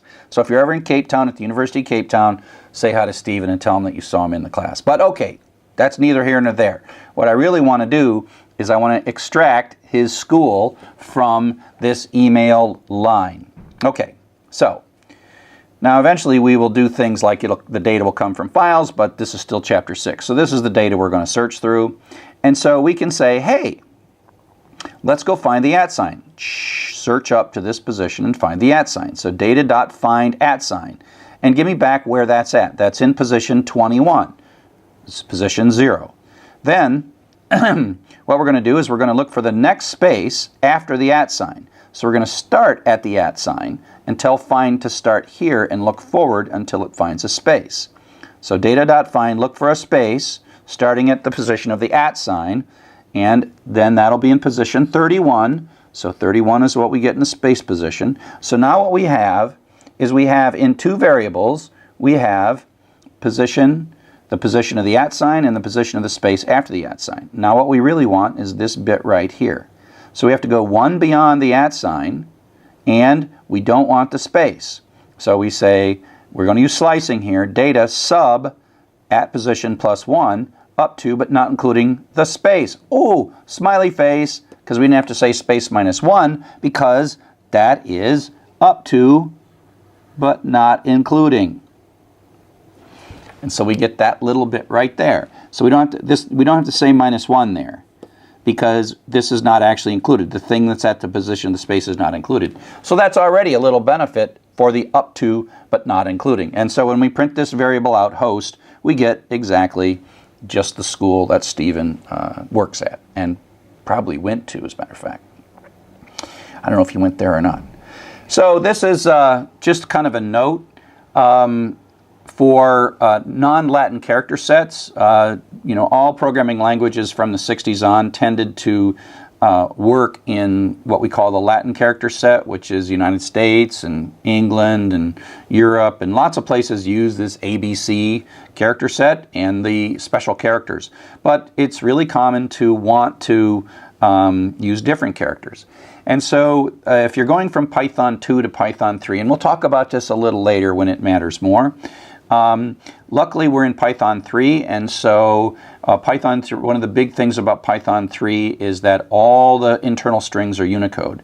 In Python 2, there was sort of some confusion as you went between strings, and this is just a little bit of code. And so I'm putting in here, some Asian characters. This is Korean actually. Asian characters into X, and then I say what kind of a thing this is, and that is a string. And then there's this Unicode, and this comes from Python 2. If it's a Unicode operation, it's still a string. Whereas in Python 2, if you put international characters into X, then it was a string, and then there was a separate kind of a constant called a Unicode constant, and it was a different type. And there was ways that you had to mess with these Unicode variables as you did things like read them from files and put them back into files and did other things. So it was much more difficult in Python 2, but we're doing in Python 3, and in Python 3 it natively understands non-Latin character sets, international Asian character sets, Spanish, French character sets. And so this is a good thing for Python 3, and this is one of the real benefits of using Python 3. And as we start doing stuff where we're exchanging data with the outside world, this will come into play, and I'll have to show you how to use it. There was weird things that you had to do. It just makes a lot more sense in Python 3. Okay? So we've talked about strings. We learned about the string. We're converting it.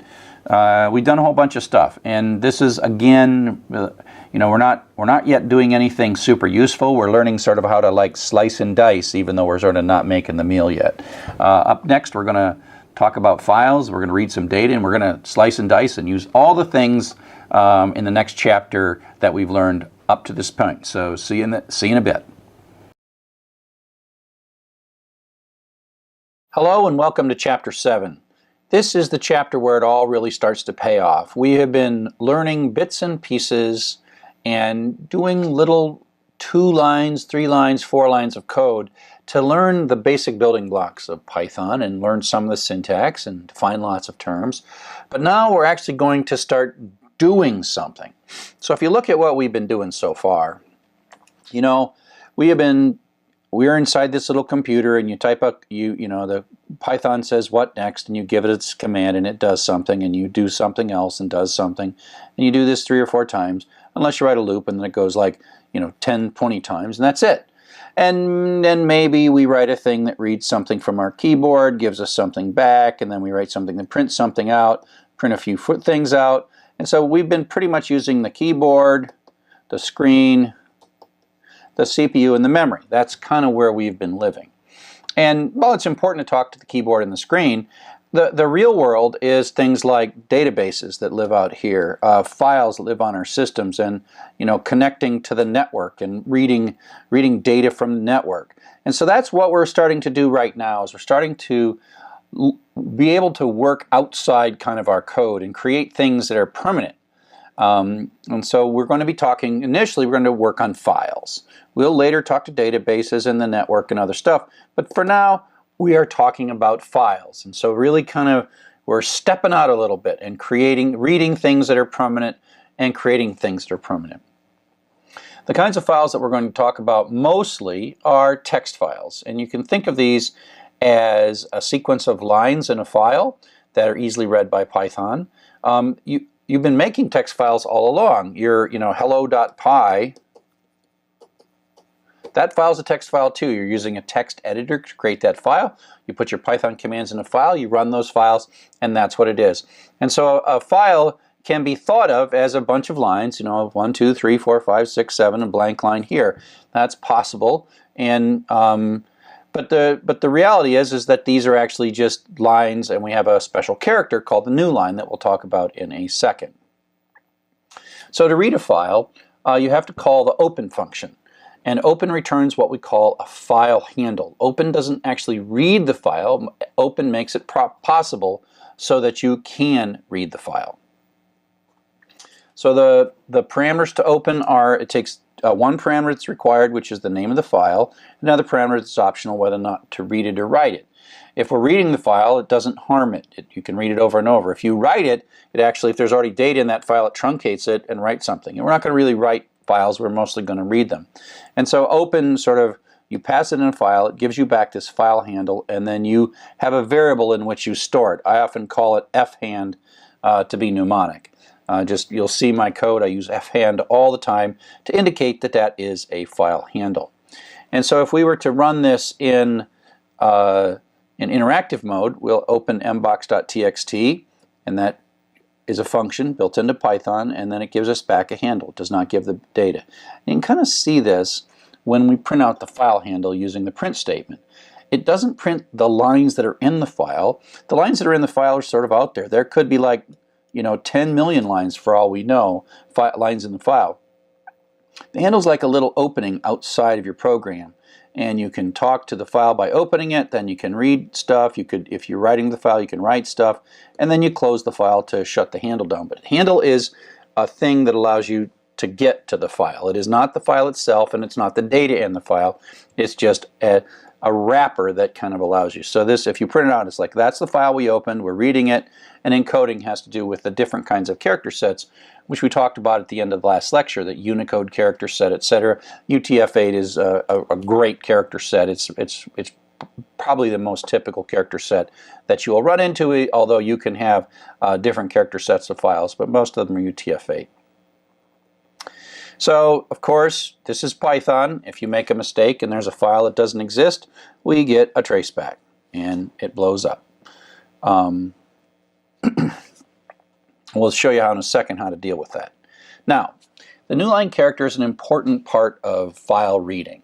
And in files, in strings, we can put the new line character in by this \n character. And the \n is the character that indicates that we're supposed to go to another line. Go to a new line. Go to a new line. And so we have, what is this? Well, that's a \n. That's a \n. And so if we print it out, we print it this way, we see that the \n is in there. This is how we type it. We actually type \n to Python to indicate that we're supposed to put that there. But if we do a print statement, it actually interprets the \n, and so the \n causes kind of this movement to the beginning. Now the print actually at the end of this adds another \n. So the \n that we put in by putting it into this string is that one, and then print always puts a \n at the end. There's actually a way to override that \n behavior by putting something on the print statement, which we'll talk about later. Now, it's important to note that the \n is one character, right? And so even though this x\ny prints this, and then print adds another new line to go down to here, if you ask how many characters, what is the length of this? Well, it's only 3. That's because that's a character, the \n is a character, and the y is a character. So it's a 3-character string. So the \n is a character like all the rest of the characters, but it's only, we encode it by typing \n. It's called an escape, where the \ is the escape, \n is a way to say new line, because we can't see it. It's a way for us to encode in a string this non-printable character, this invisible character. The white space, it's part of white space. So as we're reading through the file, we can think of it as a sequence of lines, and we can read these a line at a time. We can also read them a character at a time if we want. And so, but it's more common to say read this line, read the next line, read the line after that, etc., etc., etc. But the way to best think about this, it doesn't really matter. You can think about it as lines, and we will in most of the programs that we write. But realize that the way when we see this, when we see it like this, it comes back to the beginning, it comes back to the beginning. There's a character in the file at each of these points to say go back to the beginning. It's like hitting the enter key on your computer, and that is a new line. So you have to think that in the file, in order for your text editor and Python and everybody to know where the lines end, you put new lines in the file, and that's another character. So, you know, this looks like an empty line. This line here looks like an empty line, but really it has a single character, and the character is a new line.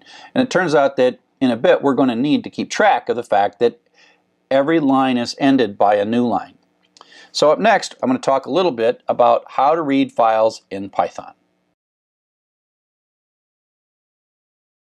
So we're going to find that there's a number of different ways that we can read through the file, but the most common way that we're going to read through the file is to treat it as a sequence of lines, and we're going to use the determinant loop, the for loop, to do this. And so what happens here is we get back this handle that opens the file and gives us back the handle. That handle x file is the variable I just named it x file. That's not the data, but it is a sequence. It is that file handle represents to Python a sequence that we can potentially walk through and then get all the lines. And it's the simplest, most beautiful, elegant way to read all the lines in a file. We use the for loop, and we have an iteration variable. This is going to take, when we talk about the file, cheese is going to be the first line, then the second line, then the third line, then the fourth line. So it's like going through a string, but you're going through a file now, and you're getting it line by line. So that's each line. I just picked a variable named cheese so you didn't get confused. Later I'll call this line, but Python doesn't know anything special by naming that variable line. Okay, and so this is, it's the for and the in, and so for, I read this as for each line in the file x, the file handle x file. So run this loop one time for every line and then print it out. So it's actually really quite simple. Okay, other languages like C or C++ or other languages, they have to write while loops with end of file conditions and all kinds of things that make this very difficult. But this is one of the prettiest things that Python has. It's a very, very pretty thing. Okay, so let's talk about what we might do. And we're going kind of back to iterations now. What if we wanted to count the number of lines in a file? Well, this is a basic loop counting pattern.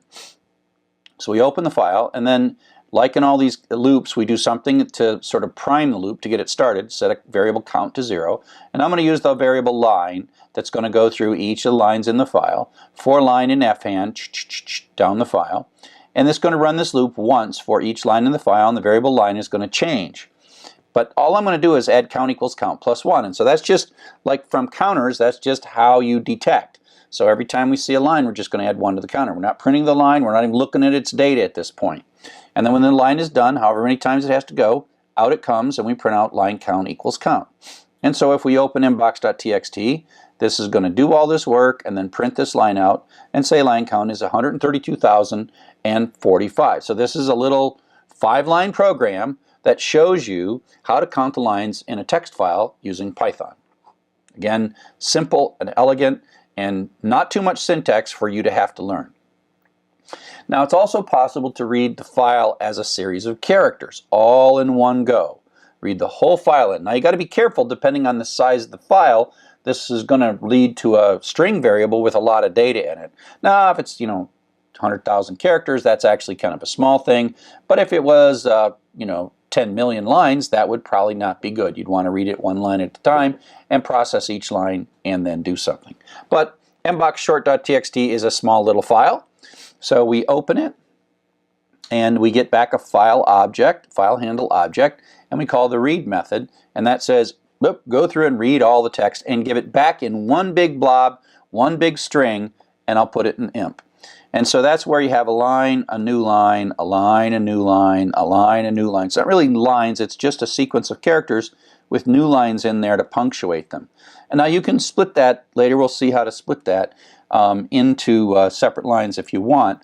Now I picked a file that was short, and so this imp variable now has a string in it, and I can use the len function, pass a string into the len function. It says, 94,626 characters. That's kind of a small little file, and perfectly okay to read it all in one go.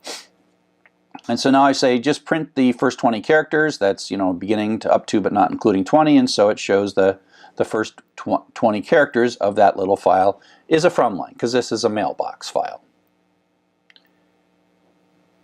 Now, let's say we're going to do a searching, and we did this loop where you're looking for something.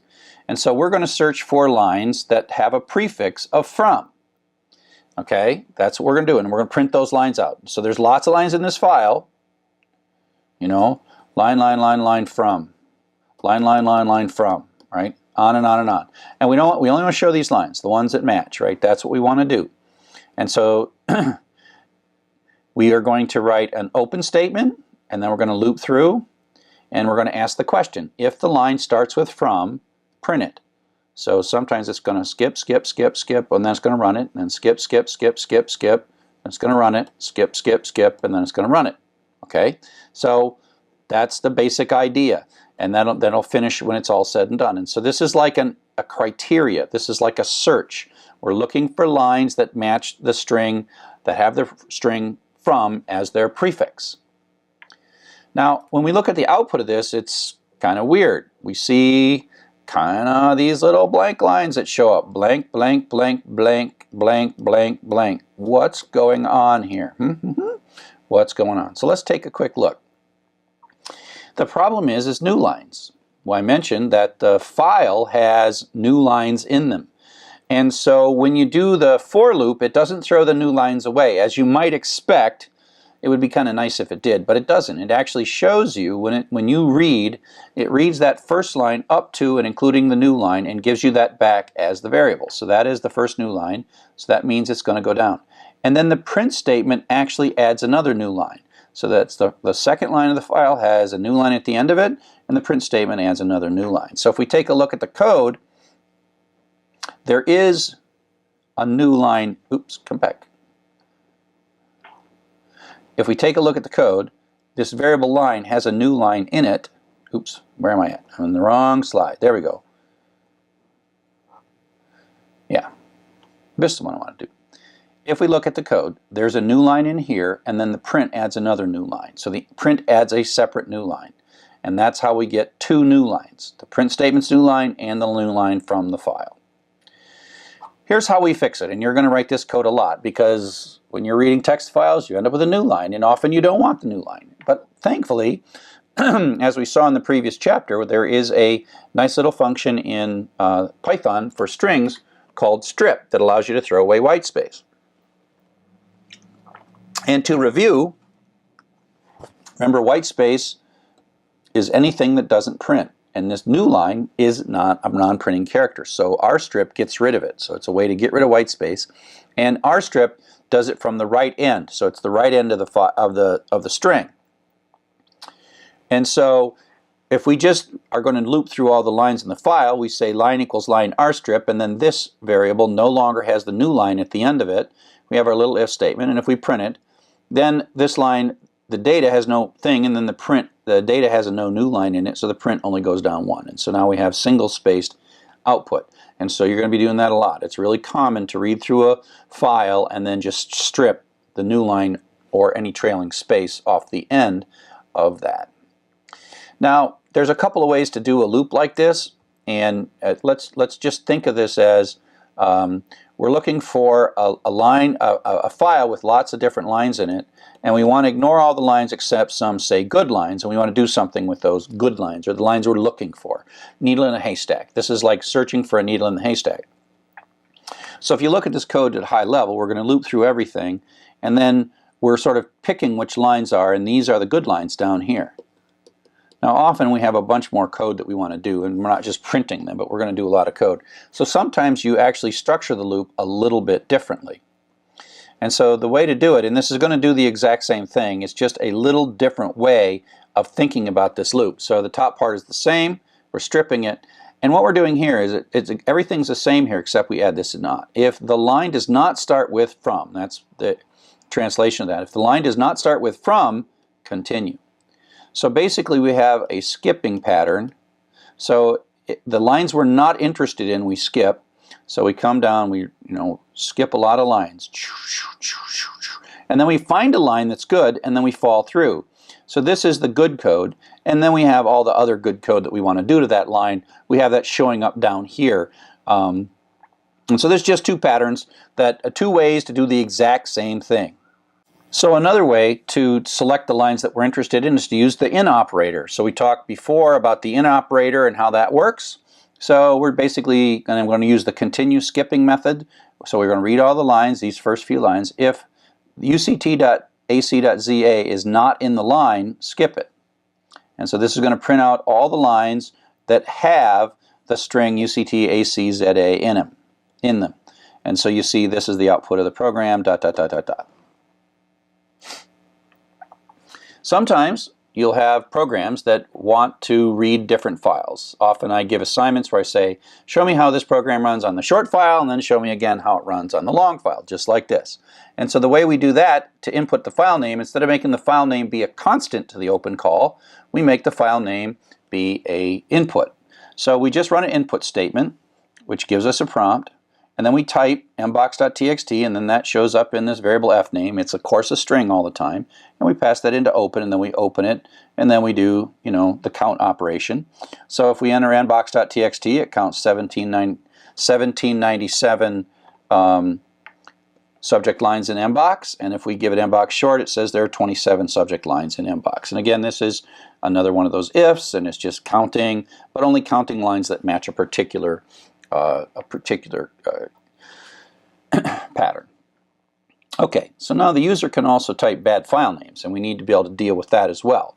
And so we're taking a small change to the code. The dangerous code is this line right here. This line right here is going to trace back if that file doesn't exist. So what do?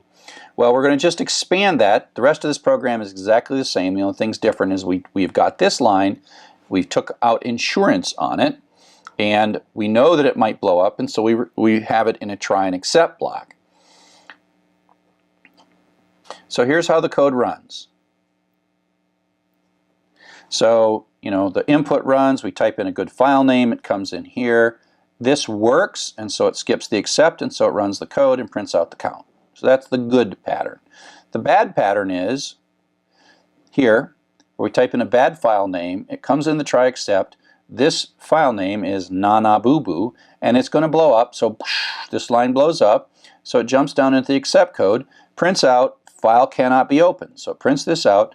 Now this quit is really important, because if we don't put this quit in here, it's going to continue down here, and that's going to blow up here because file handle is not defined properly at this point. And so what we have is, we have this quit is a special function where it comes in and never returns. So this is a way to terminate the entire Python program silently with no traceback. All right, so we put in our own error message, so we look like we're professional, say, could not open this file. and then we stop. If you don't, it's going to come down here and it's going to trace back right there. It's going to blow up. So the quit is useful when you want to stop executing because you've detected some kind of an error.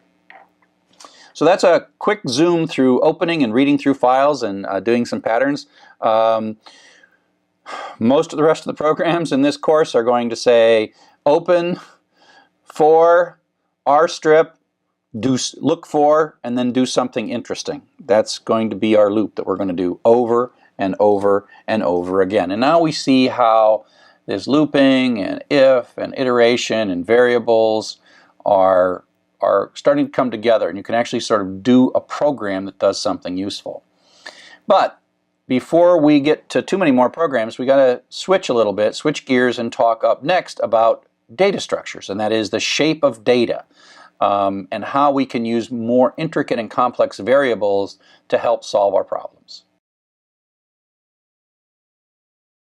Hello and welcome to Chapter 8. We're going to talk about lists in this chapter. Up to now we've been talking about algorithms. Algorithms are the concept in computer science of using the programming language to express the steps that you want the computer to go through to solve the problem. Read some data, convert it to a floating point number, check to see if it's greater than 40, do one thing if it's greater than 40, do another thing if it's not, then print out the result. Or open a file, read everything. If the first line starts with something, do something. If not, skip it, and then add all the things up. Those are steps. Those are a series of steps, and hopefully by now you're getting to the point where you have a good understanding of steps.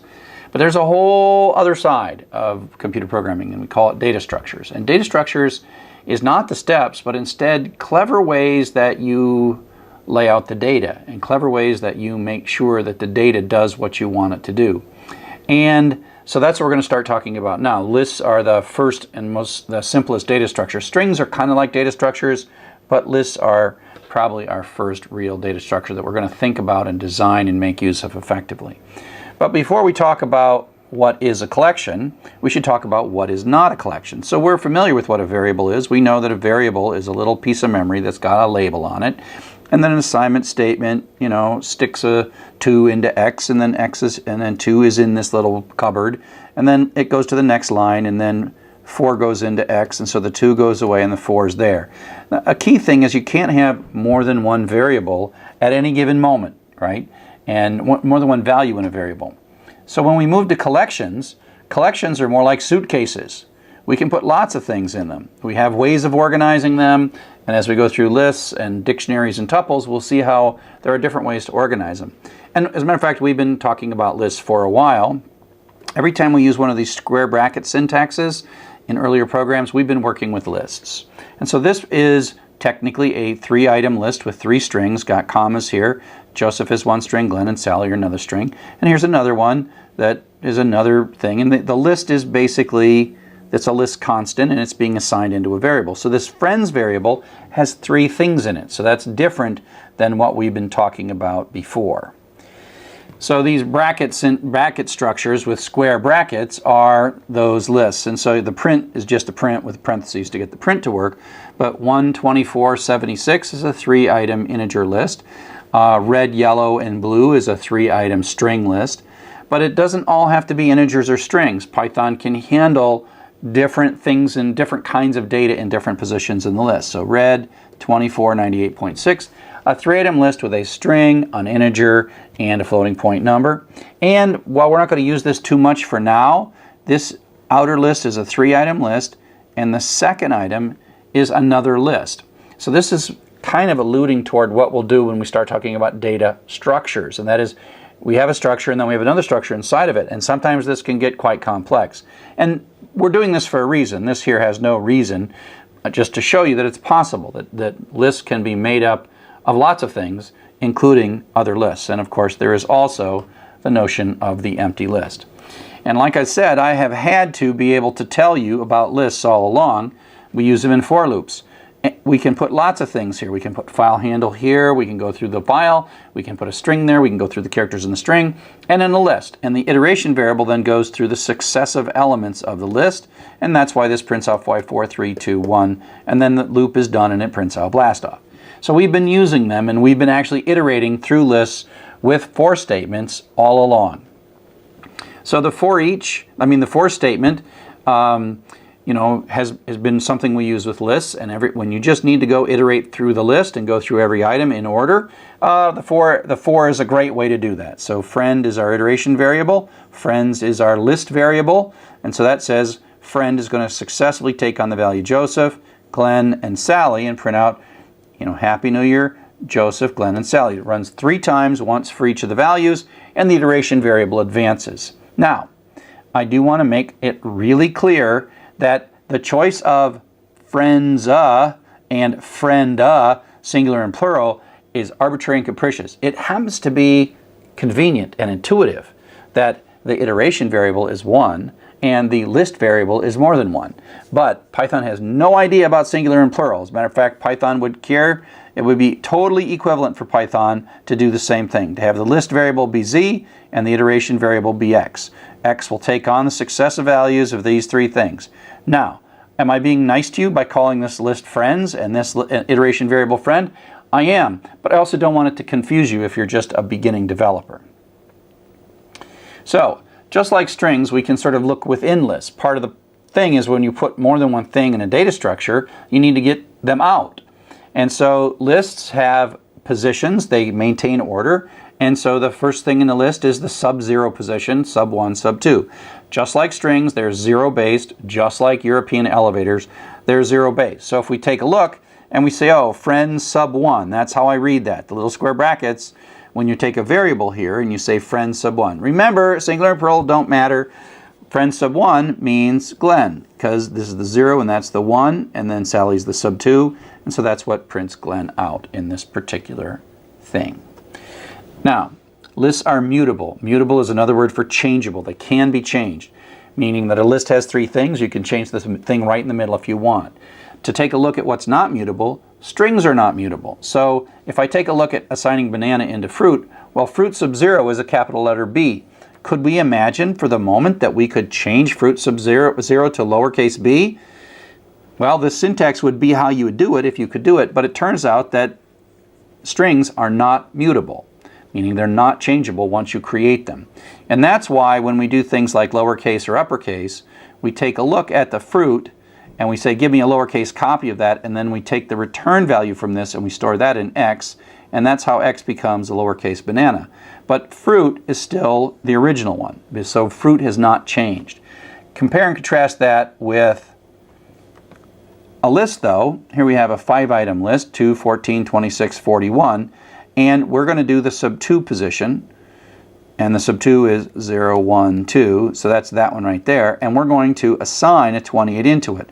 So that 28 is going in here, going to wipe that out and put 28 in. So we can do item assignment in lists by putting a bracket syntax on the left-hand side to say, don't just put it in the variable, put it in this position within the variable. So that's what that's doing, and when you print that out, the 28. Everything else is unchanged, meaning the whole list is there. There could be 1,000 items in the list, and then you're changing the second one. We have a function called len. We've been using this len function all along to take a look at how long strings are. It counts the number of characters in the string, so that's a 9-character string.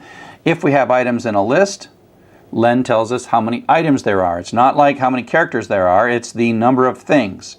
And each thing doesn't have to be a number. It could be a number, a string, or even another list. And len is the way to say, hey, how many things are in there? There's a function that returns a list of numbers, and we use it, as we'll see in a second, to construct specialized loops to go through lists. So let's take a look at this range function just for a minute.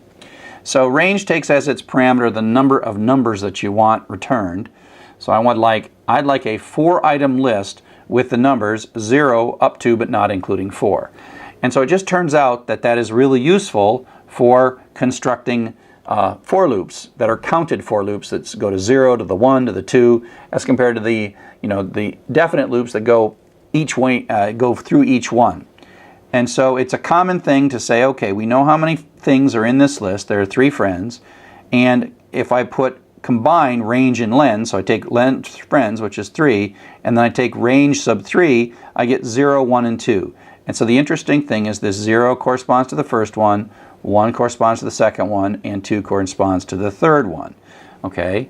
And so we'll use this to construct loops, especially when we need to go through an array and remember what position we're at. And so here's just an example of 2 different loops. This is a for loop that's just going to go through whatever's in this list. So friend is just going to take on the successive values, and so it's going to print out these 3 things just as you would expect. And if you don't need to, while you're going through the loop, know the position, your relative position from the top in the loop, that's okay. But sometimes you want a little more sophisticated loop, and instead you want to be able to loop through where you know the position. And so what we do instead is, instead of looping through the list itself, we do range len friends, which gives us 0, 1, 2. And then I takes on the successive values 0, 1, and then 2. So this loop is going to run 4 times, and I is 0 the first time. And we might even just look up the value inside that sub-0 value, so we get Joseph the first time, so prints out Happy New Year Joseph, goes, and I becomes 1 now, and so it gives us Glenn, and that prints out, and away you go. So if you look at these 2 loops, they really do the exact same thing. The only difference is this we allowed the for to find its way with the iteration variable through, and here we created our own I variable that went through the positions, and they're dense, there's no gaps in here, so it's 0 through 2 that it goes through. So these 2 are equivalent. There will be times when you'll want to use one in the other. I tend to prefer the first one because it's prettier as long as it works for me. So that gets us started with loops. We'll be back in just a bit. Okay, so we've taken a look at loops, and now we're going to just take a bit of a look at some of the operations that you can do with loops. Python has this, as we'll soon learn, object-oriented approach to its operators, and the plus can add strings and it can add numbers. It can add floating point numbers, integer numbers, strings, etc. And so the plus similarly works this way with lists. The plus looks to its left and looks to its right and says, what am I adding? And in the case that I'm adding the list 1, 2, 3 and the list 4, 5, 6, it concatenates them together. In this way, it sort of functions like a string, and so we get 1, 2, 3, 4, 5, 6. It's just concatenate this list to another list. And it doesn't change A or B, just like in any kind of assignment statement. Calculations on the right side don't change the variables, and they produce a new variable and then assign that into C. You can also use list slicing, and it's easy to remember. If you remember how strings work, list works exactly the same way. So it's, of course it's a little tricky. The first number is the starting position. They start at 0. So 1 is right there. So it's the 0 position, the 1 position. Start at 1, right? But go up to, but not including 3. There's 1, 2, 3. So this goes up to, but not including 3. And that's why we get 4112 out of that. So up to but not including. I'll just say that over and over and over again. If we do, you can leave the first part out. You can leave the first part out here, and you can say, oh, up to but not including 4. So that starts at the beginning, goes up to but not including 4. And so that's how we get that piece right there. We can say start at the position 3, 0, 1, 2, 3. Start at position 3 and go to the end. Now the fact that the number 3 is in here is sort of irrelevant. 3 to the end is those 3 numbers. And then you can do the whole list with slicing as well. Again, these pretty much are the exact same examples I used when I was doing strings. They're pretty much the same. There's a number of different methods, and you can look up all the documentation in list. I often just use the dir command to remind myself of them. Append will look at. Count looks for certain values in the list.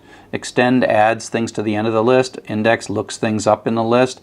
Insert allows the list to sort of be expanded in the middle.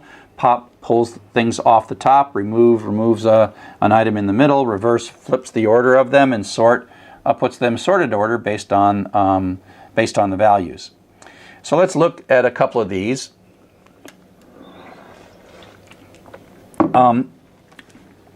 So if we build a list from scratch, we have a way to ask for an empty list. There are a couple of different ways to ask for an empty list. We could use just 2 square brackets next to each other. But this is a form we call the constructor form, where we say, hey Python, make a list. In this case, the word list is like a reserved word to Python. It's really a reserved class, but say list parentheses says make me an empty list, and then assign that list into stuff. So stuff is now it's a list object, it's of type list, but it has nothing in it. And then we can call the append method, stuff.append, and stick book in. And then we say, oh, and that knows how long, the stuff knows how long it is, where the end is, and how to add something to it, and then add a 99 to it, and we print it out, and we got book and 99. Reminding ourselves that lists, while they're often the same types of variables, same types of values in the various positions in the list, it doesn't always have to be that way. Then we say, oh, we'll stuff.append cookie. You can keep on going, and then we end up with three things and the cookie. We have an in operator. It works pretty much like the in operator in a string. Is 9 in my list? And that's pretty simple, and the answer, of course, is yes, 9 is in my list. Is 15 in my list? Looking through, no, it's not. 15 is not in my list. And then there's the not in operator. You can think of that as kind of like one operator. Is 20 not in the list? And the answer, since it's not there, is true. And so that's a way to just, it's kind of like starts with or in for strings, same kind of stuff. Lists are in order, and they're sortable. And so this is something that we take good advantage of. A lot of what computers want to do is sort stuff. Look all these things up, append them, and then get them sorted. And so there is this method inside of list that's just the sort method. So here we put three values in 0, 1, 2 position, 0, 1, and 2, Joseph, Glenn, and Sally. And then we tell the list to sort itself, and then we print it out. Now this is actually sorted the list in place, which is different than upper and lower, because if you remember, strings are not mutable, but lists are mutable, and so you say, hey, just sort yourself. Okay, and so just sort yourself, and then it sorts it, and then it's in alphabetical order, Glenn, Joseph, and Sally. I happen to be clever. I only put strings in there, and I put my uppercase and lowercase in a very consistent pattern, but the list has changed. And if I look at list sub 1, that is the second item, which is Joseph, that prints out right down there. There's a whole bunch of built-in functions to help manipulate lists. The other things I was showing was sort is a method that's part of lists, but there are other functions that take lists as their arguments. We already talked about the len function, tells you how many items there are. There is pretty obvious max, it says go through and find the largest. Min, go through and find the smallest. Sum goes through, adds them all up. And we can say let's do average by taking the sum of all of them and dividing it by the length. And you might think to yourself, oh wow, I wish we'd have known this a few chapters back when we were having to write all those loops to do max, min, sum, largest, smallest, etc. You can kind of think in your mind that inside each one of these functions is a loop that does pretty much what you did in those chapters. And part of the reason we did that back then, even though these things were here, was they're kind of easy loops to understand. And so those are there. And basically there allows two different ways of building loops to do the maximum minimum. Now it's not necessarily all that much easier to to do something using these, because you either can do them the old way or you can make a list and then use these functions. So let's take a look, and I'll just say that these two bits of code are doing the exact same thing. And what they are is they're implementing a program that's going to repeatedly ask for numbers until we type the word done, and then it's going to compute the average and tell us what they are. And so using sort of the stuff from the loop chapter, we start with a total variable and a count variable, set them to 0, and then we read a number, we check for done to break out, but then we convert it to a floating point value. And then we say total equals total plus value and count equals count plus 1. And so this is going to run over and over and over again, however many times we're going to do this. And then it's going to pop out, and when it's done, it's going to have this value of total. The running total will become the overall total divided by count, and it'll print the average out. Okay? And so that's kind of how we would have done this before we knew how to do this with lists. Now, let's take a look at the other one. In the other one, we say, let's make an empty list. Remember, this is that constructor syntax that says to Python, make me an empty list and assign the empty list. It has nothing in it, right? But it is a list, has nothing in it, into the variable num list. Now we're going to write another loop. This part here is the same, these 3 lines. read the number, if it's done, quit, and convert it to value.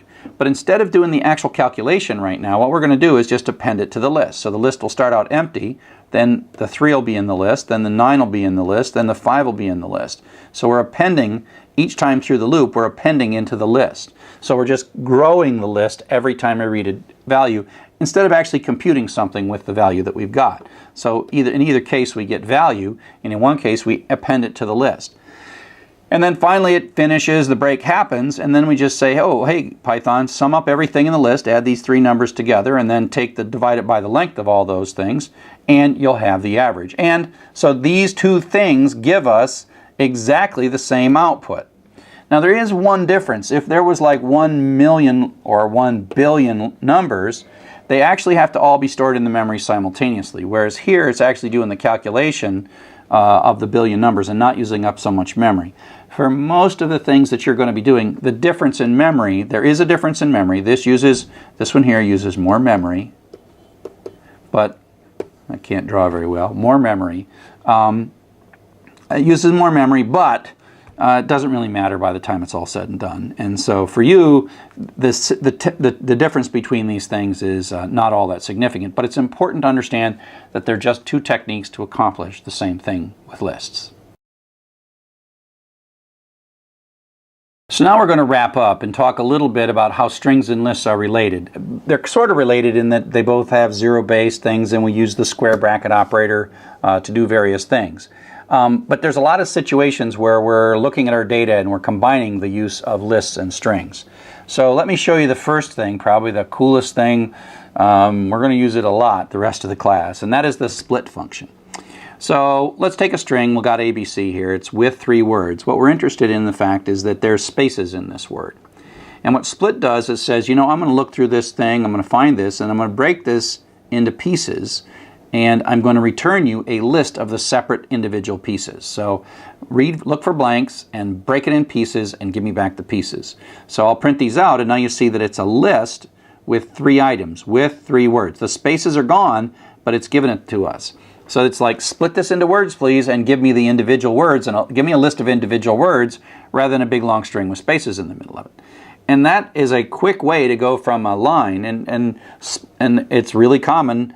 A lot of things we're going like, go get the second thing or the third thing or whatever. So the split's really nice because then you can just grab stuff. And so you say, oh, how many things did I get? Well, I got 3. The len function tells us that.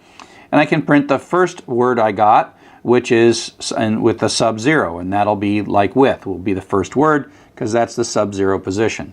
So I read something, I split it, I can say there's 3 things, and I can look at stuff, the first word basically, without really knowing much. Now if you remember earlier, and we'll see this, we used find and slicing to do a similar kind of thing, but people tend to prefer the split.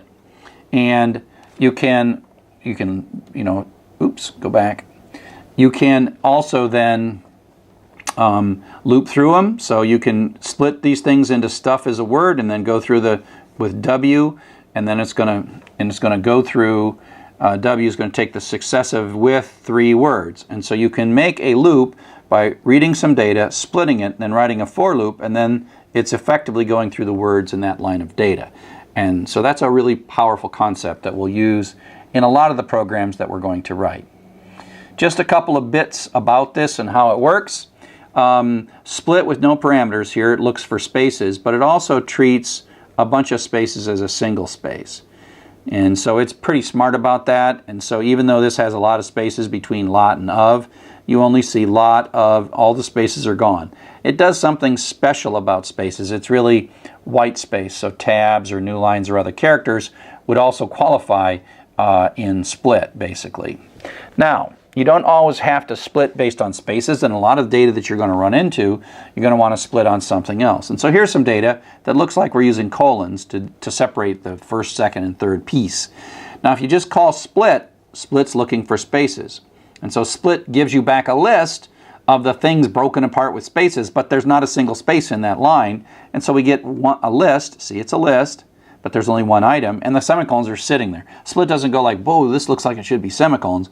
You know, split's job is to use spaces and split the string based on spaces. Okay? But given that this is something we like to do, you can tell Split what character you'd actually like to split on. Now, it's not quite as clever when splitting on something other than spaces. It doesn't understand that, if there's a bunch of semicolons in a row, it still thinks of those as splitting points to split. But in this particular case, where there's no spaces, and it's going to split that. So it says split this based on the semicolon, instead of being based on the space. And so if you take a look at what comes out of this, we split on semicolon. Now we have a 3-item list, and we get first, second, and third. And a lot of your data comes out of some logging system or some router status updates. Who knows what you're looking at? But the delimiter is often something other than space, and you can do that with split. So this is a useful thing when parsing things like our email address, right? We wanted to get things like the email address, this second piece, off of the line. And so we can use split to take advantage of this. And so here's a little loop that's just going to print out not the email addresses, but instead the day of the week. We're going to print the day of the week out for all these things. How do we do that? Well, we can observe really quickly that if we split based on spaces, it's the 0, 1, 2. It's the 2 position. So we can quickly write a bit of code that opens the file, then loops through the lines. We do this all the time now. Strip takes off the end of the new lines. We can check to see if it starts with from space, right? From space is our key, so we're ignoring all of the lines that don't start with from space. But then we find a line that starts with from space, and we split it, and then we just print out the second word. And so we get the second word of the lines that start with from, and that's how this thing works.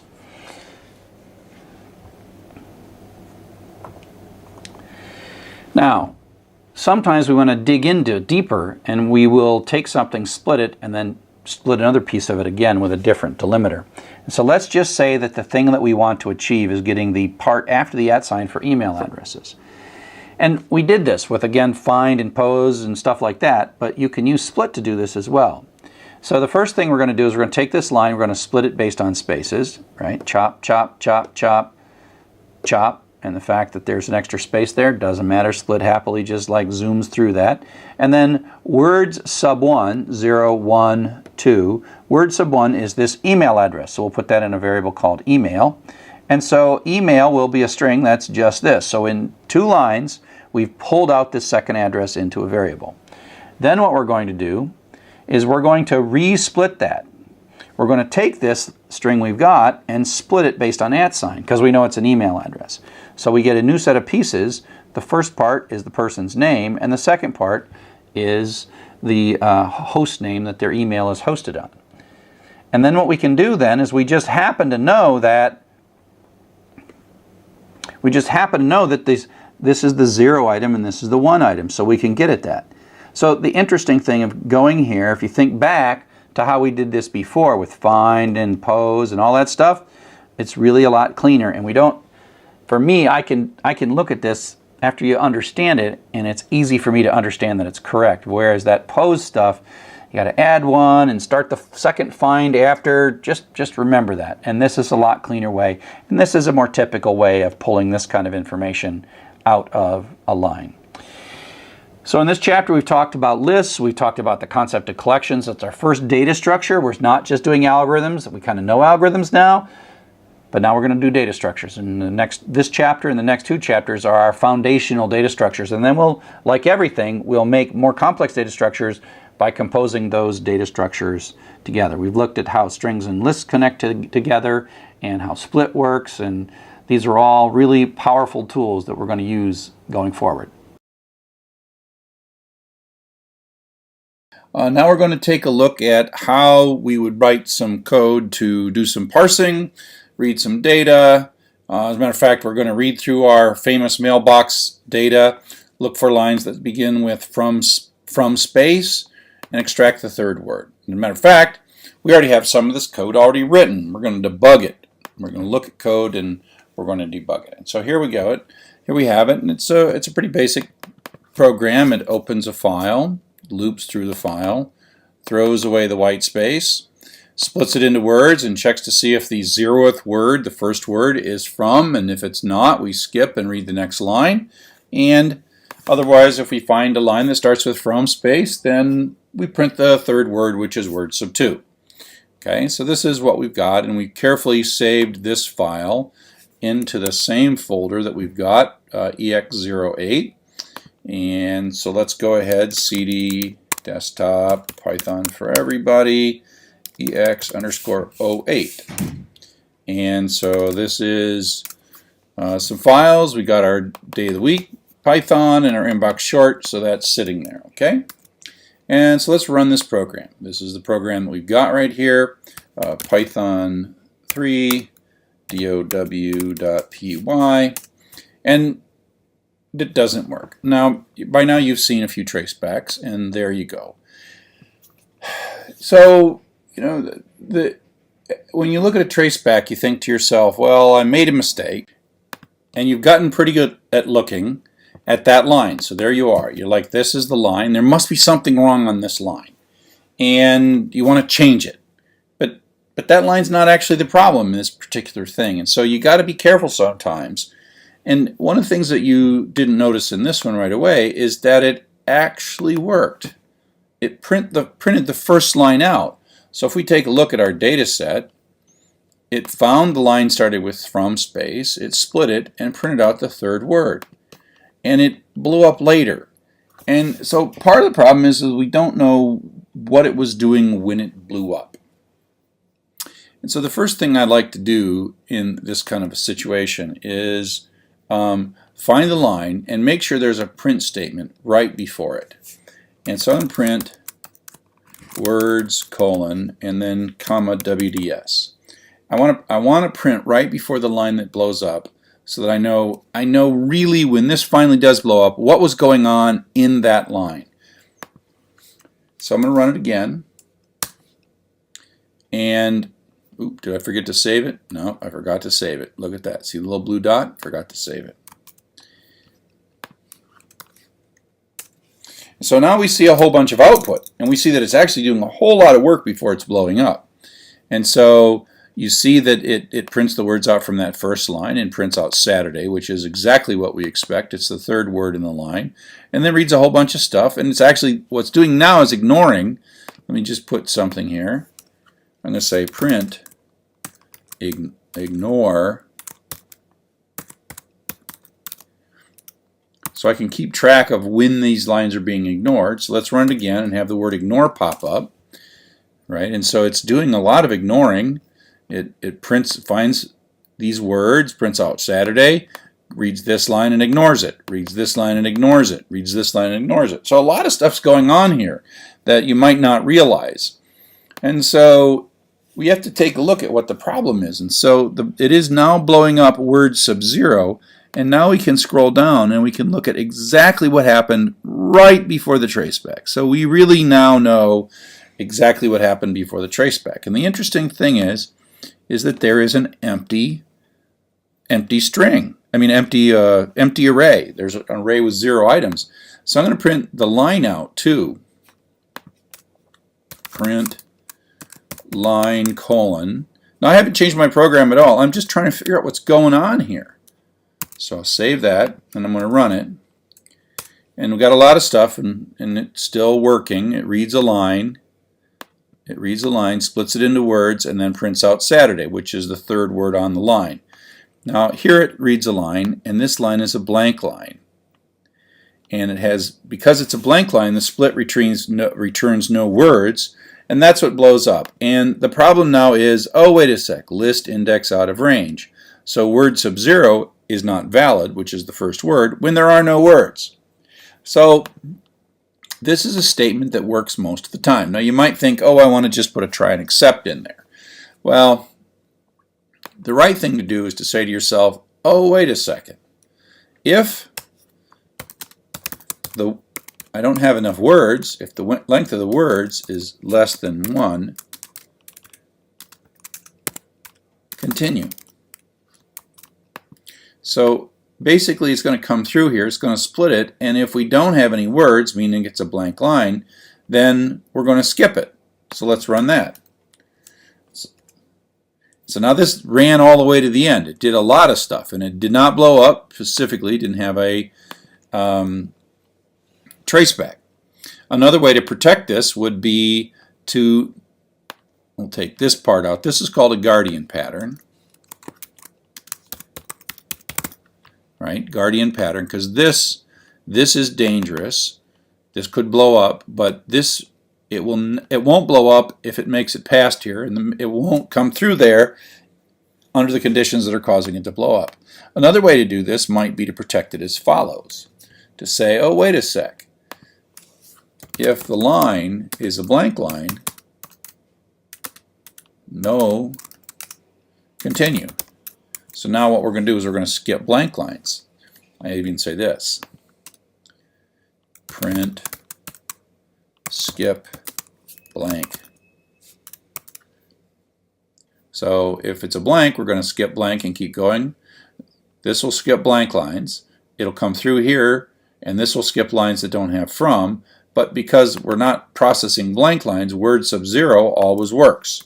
So I can run this code, and it works again. So here we have a blank line, we skipped it. Here we have a blank line, we skipped it. Now here we had a non-blank line, so we parsed it, but then we ignored it. And then up here we'll find a from somewhere. Doo-doo-doo-doo-doo. Let's find a from. Here it comes.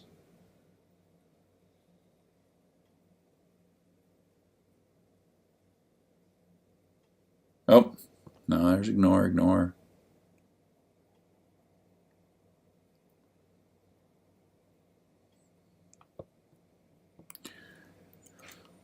I got too much debug print. I can't find it. Here, I'll just hunt for from with find.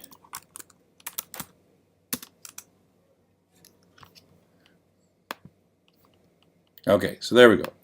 There's from, and we print the thing out.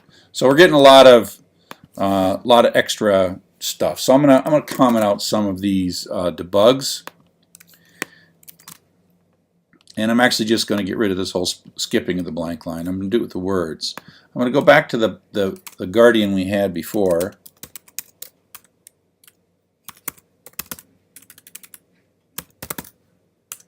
If the number of words that we got, len of words, is less than 1, continue. Okay, so now this is going to be a working program. Oops, I gotta take another print statement out. Gotta take another print statement out. We sort of know what we're doing here. Okay, so this looks like a pretty safe thing. This guardian is protecting this dangerous. I'll get rid of that one too. This is the words that are traced back, and nothing else in this thing changed from when we started except we've added this little guardian. Now the interesting thing is if it comes through here and prints word sub 2, what happens if somehow we find a line that has from as its first word and there's only one word on, this is going to blow up. So we can make our guardian a little stronger. And we can say, you know what, we're gonna skip this line if it doesn't have 3 words in it. So it has to have at least 3 words. And if we see less than 3 words, we're going to skip it. And that just makes the guardian a bit stronger. And so the program works safely, and you see these things where sometimes you want to check to see that your assumptions about the data are reasonable, and skip things where the data is not reasonable. Now so that's one guardian pattern. Let me show you a slightly different way to do this, and this is with an OR statement. So I'm going to take this code, copy that, and put it here with OR. Get rid of all this stuff. Well, this is the guardian in a compound statement. So what we're saying is if there are less than 3 words on the line, or if the first word is not from, continue. Now, we're doing this in order because the way it works is OR is true if either that's true or this is true, but if it knows that this is true, then it doesn't bother checking this. And the checking of this is what blows up, what causes the traceback. So if we flip this order, it would fail. If we do it in this order, it will work. So let's do this one right. It works. But if I get this backwards,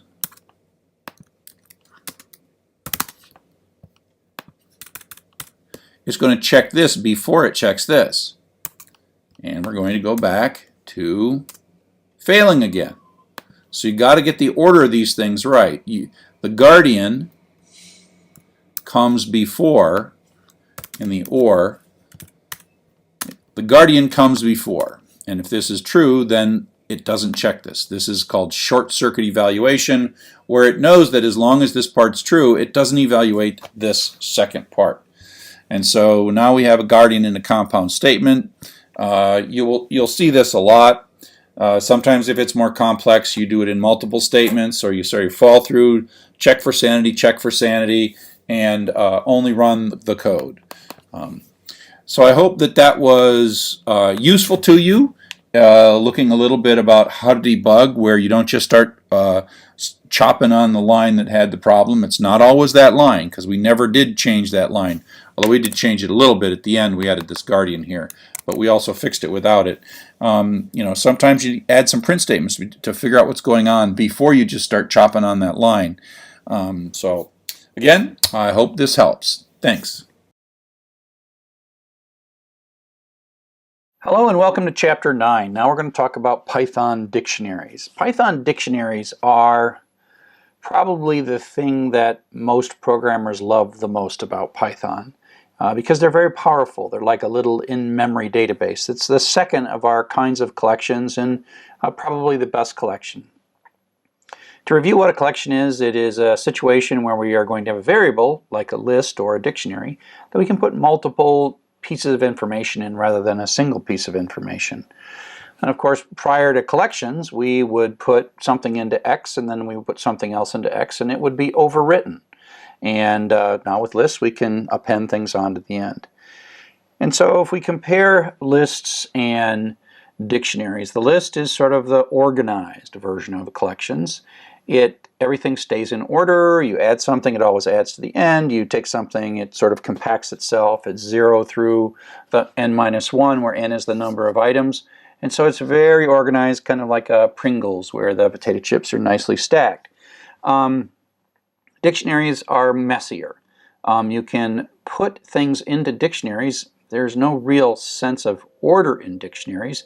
Everything has a key, so you sort of throw things in and they kind of mix around in there somehow, and you pull things out based on the key. It's like you sort of stick a label on it, where you say, okay, I'm going to take this thing and I'm going to put Chuck on it, and I'm going to take these sunglasses with the Chuck label, and I'm going to throw it into the dictionary, and I'm like, hey, give me back Chuck. I'm like, oh, here's your sunglasses, because you mark everything. This is like the key. This is the value. I took a pair of sunglasses and I threw it in. So it's kind of like a purse, or it's a sort of like a mess. And so the idea is you have these labels that you put on everything that you're going to throw in. Like I'm going to put, hope it won't stick to my keys. I don't know, what else do I got here? I'm going to stick a label on my pen, a Chuck label, and I'm going to store a pen in my dictionary with the Chuck label. And so it's like having a purse or a bag or a backpack where you have things labeled, and you can throw things in and label them, and you can shout into your bag and say, give me the calculator, or give me the candy, or whatever it is that you have labeled them. You have to come up with the labels, and then you can use the labels to get things back out. And like I said, they're probably the most powerful thing, and they're basically this concept that's generally referred to as associative arrays, which means they're like lists, but they have these keys. And so the associative means the association between a key and a value. Whereas in a list, there's a position in a value, and the position is less powerful and less flexible. Most modern programming languages have this notion of associative arrays. If they don't, they're sort of unpopular, because once you get using them, you're like, whoa, they're so powerful. If you ever find yourself in a language that doesn't have them, you'll freak out. They have different names, like property maps or hash maps or property bags, depending on the language you're using, but they all are the same thing. They're key value pairs. So the idea of a dictionary is that, or the idea of any collection is putting more than one thing in, and then the difference is that you have ways of indexing it. So this basically line says let's make ourselves a dictionary just like we constructed an empty list, and I want to store 12 into this dictionary and I want to label it money. And so on the left hand side, when we use this money, that's the label that we're going to give it. And so 12 is being placed in the dictionary. That's like taking the 12, throwing it in the dictionary with a label of money. 3 is going in with a label of candy, and 75 is going in with tissues. And we say, what's in there? And there's no order to it. And sometimes the order can even change inside of a dictionary. Although there are more advanced versions of dictionaries that maintain some kind of order, but for now let's just not worry about the ordering of them. If we say what's in there, you say, oh, there's 3 things in there. There is 12, 75, and 3, and stored under the keys money, tissues, and candy, respectively. We can ask, using the index operator, what is per sub candy? That's like saying, hey, give me back candy, and out comes the number 3, which is that. We can update stuff. So we can say, go grab the candy version, add 2 to it, make 5, and then store that back into candy. And so now we see that candy has been set up to be 5. And and so if you look at the difference between lists and dictionaries, they both can have new items added to them. We haven't talked a lot about deleting, but items can be deleted from them. The difference is the indexing mechanism, how we look things up, how we store things, and how we look things up. So we make an empty list, we make an empty dictionary. We add 21 to the end, and we add 183 to the end, and we ask it and says, oh, position 0 is 21 and position 1 is 183. We don't see the positions when we print it out because it's sort of implicit. Here we're going to mark 21 with age and stick it in, and mark 182 with course and stick it in, and then we're going to print it out, and there we got course and age mapped. And we can add a 23 and stick it back in age, and that overwrites. So the 21 becomes the 23. We can do the same thing in a list, except we say lists of 0, because in lists the indexing is position, and so this 21 becomes 23. And again, you just look at them and you can think of each of these as pretty much doing roughly the same thing except the indexing mechanism. The values are the same, but the keys are different. So in lists the keys are always the position, and you don't get to assign those other than the fact that the order in which you put them in implicitly assigns a position. And in dictionaries the key is a string. You can actually use other things. I use strings a lot in this lecture, but that's just to kind of keep things simple until you get good at it. You can actually use numbers as the dictionary index, the dictionary keys if you want. But the values are things you put in and manage in those dictionaries. So we can, just like lists, we have dictionary literals. And what's nice about dictionary literals is that they use the exact same syntax as the printout. And so it starts with a curly brace, ends with a curly brace, and then has a series of key colon value, key colon value, key colon value. And this is sort of the associative array bit. We are associating 1 with the key Chuck. We are associating 42 with the key Fred. We're associating Jan and 100. Then we print it out, it kind of looks exactly the same. And so the print statements in Python are nice in that you ask what's in a thing, you show the stuff, and it shows you in the syntax that if you type that into Python, that would be how you do a constant. And if you just say empty array, you see me also do DICT. This is constructor where you say make a new empty dictionary. This is an empty dictionary constant. These two things are pretty much the exact same thing. This is a shortcut to doing this. The empty curly braces is a shortcut to do the construction. So up next we're going to talk about sort of one of the really common applications of dictionaries, and that is counting. So now we're going to talk to you about one of the common applications of dictionaries, and that is making histograms. It's counting the frequency of things. And so if you think of a histogram as, it's a little graph, and there is, how many A's, how many B's, and how many C's, and there's a histogram that says, oh, there's this many of that, and this many of that, and these are like buckets. These are frequencies, and this is how many times it happens. So a histogram. But we're going to do this thing where we're going to count people's names, and we're going to kind of count how many that we see. But the interesting thing that we're going to solve, just like many of the things in the computer, is we can't just sort of look at the data. We got to look at the data iteratively, one piece of data at a time.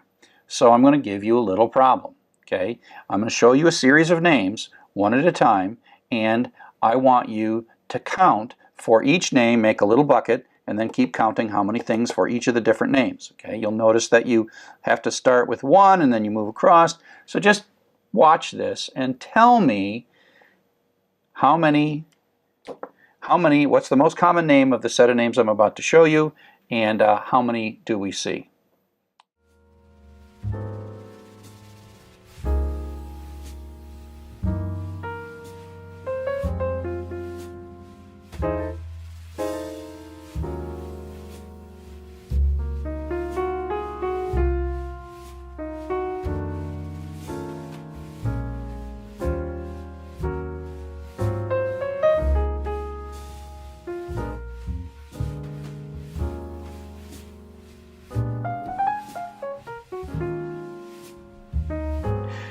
So what was the most common name and how many times did you see it? That's the question. Now, here comes the reveal. So for humans, it's so much easier for you to just look at this and you think, how did my brain look at that? And you're like, okay, what is pretty common? Oh, maybe Chen is common. Oh, Chen, no. Maybe Zhen is common. 1, 2, 3, 4. Yeah, anybody else have? Marquard's got 3, C7. And so you'll notice how our minds, without computers, we just sort of like bounce, branch and bound. We have hypotheses, and then we decide, yep, it's Zhen. That's it, and there's 4 of them. Now, how did your brain think about this as we were going through them one at a time? Well, my guess is if you really had to do this a lot, you would make a little picture like this. And then what you would do is if you saw a new name, XYZ, you'd add it to the list and give it a tick mark of 1. And then if you saw like C7 again, you'd give that a tick mark. And if you saw XYZ again, you'd make a tick mark. And then you'd keep adding to these tick marks, right? And that's how you would do it.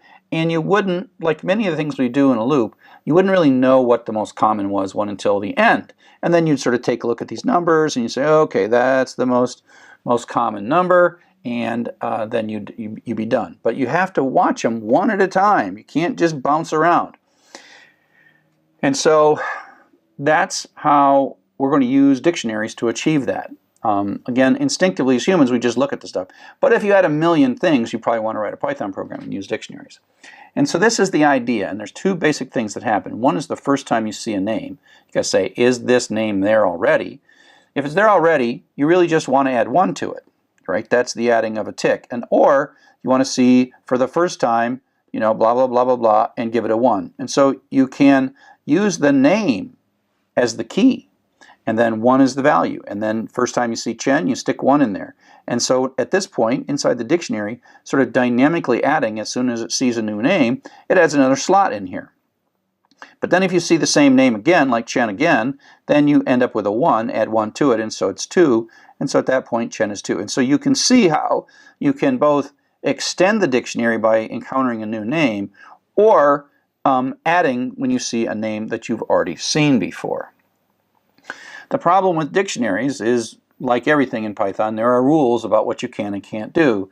And one of the, I think, kind of frustrating things about dictionaries is that you can't just look for a key that doesn't exist. So this is a fresh, brand new dictionary. We do a constructor there, and we print out sub C7, and boom, it blows up, and that's bad. But we can solve this by the in operator. The in operator we've used in the for loops, we've used it in lists, we've used it in strings. So that is a question. It's saying, is C7 in CCC? Well, this is this empty one, and so it is, no, it is not. C7 is not in CCC. And so using this in operator, we can avoid the traceback. We can say, if it's not there, put it in. If it is there, add 1 to it. And that leads us to this bit of code, okay? And that is the kind of code that we're going to build a histogram. This is going to histogram code, okay? And so this is going to have name as our iterator, names. Sorry, I made them singular and plural. That's nice, but so name is going to be C7, Chen, C7, Zhen. Now normally we'll be reading this from a file, but for now we'll keep it easy. We're going to go through this. And we're going to have counts as our dictionary. So that starts out empty. And we're going to do a simple if-then-else every time through the loop. if the name we're looking at is not in the dictionary already as the key, then set it to be 1. If it's not, go get the old value, count subname, and then add 1 to it and stick it back in. So this line right here is new, adding a new thing, and this line right here is adding some things to existing things.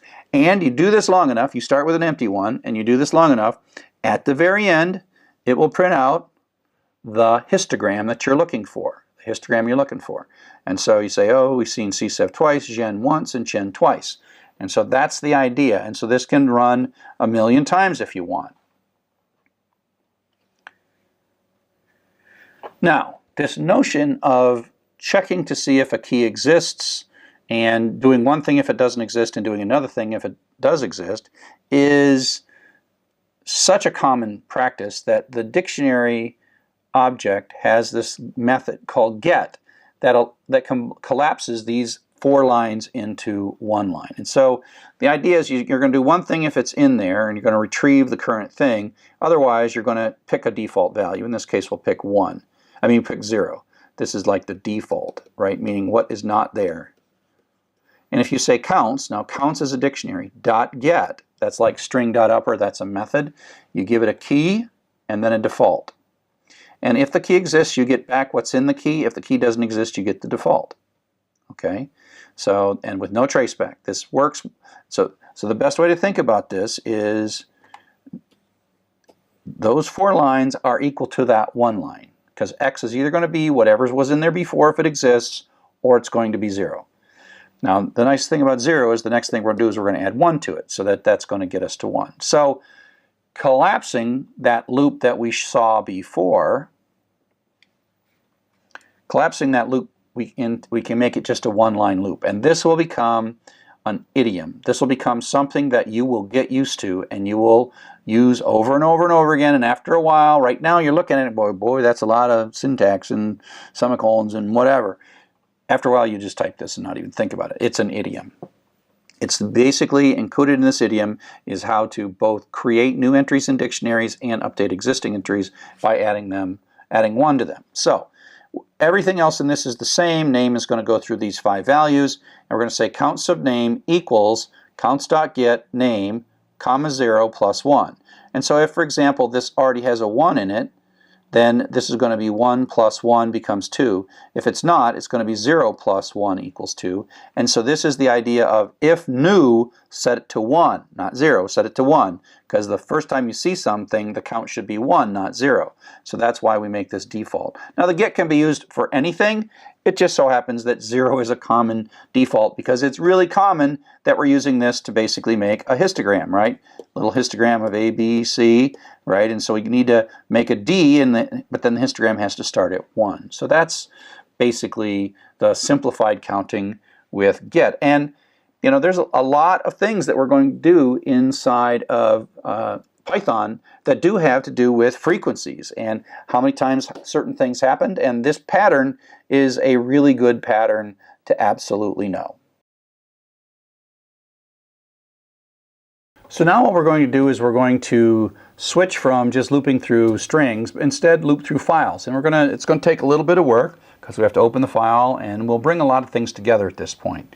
So here would be another task, and that is here's a bunch of text from the book, and you can just split this into words and count and find out what the most common word is and how many times it occurs. So go ahead and try to do this for a second. Feel free to pause. Actually, don't bother pausing. This is too hard. We should write a program for this. It's not easy. Humans don't like this. It makes you concentrate.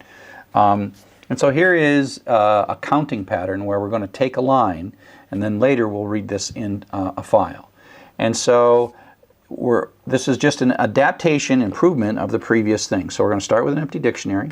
We're going to ask for a line of text and read it in. And then we're going to use split. So remember the list of words? Well, what we're going to get here is a list of words.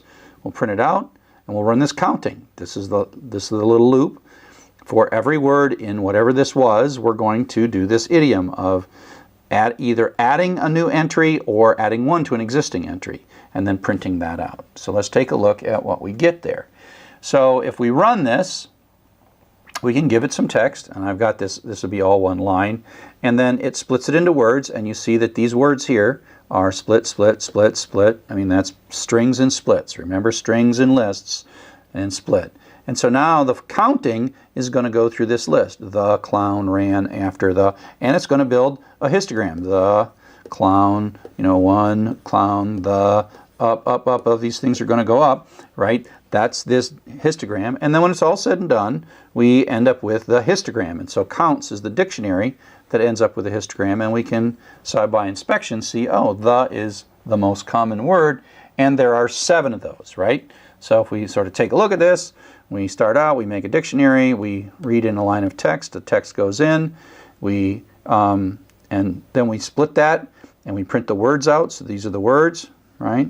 Then we have a for loop that's going to loop through all those things and then produce a dictionary. And when we print the dictionary out, that's what we're going to get.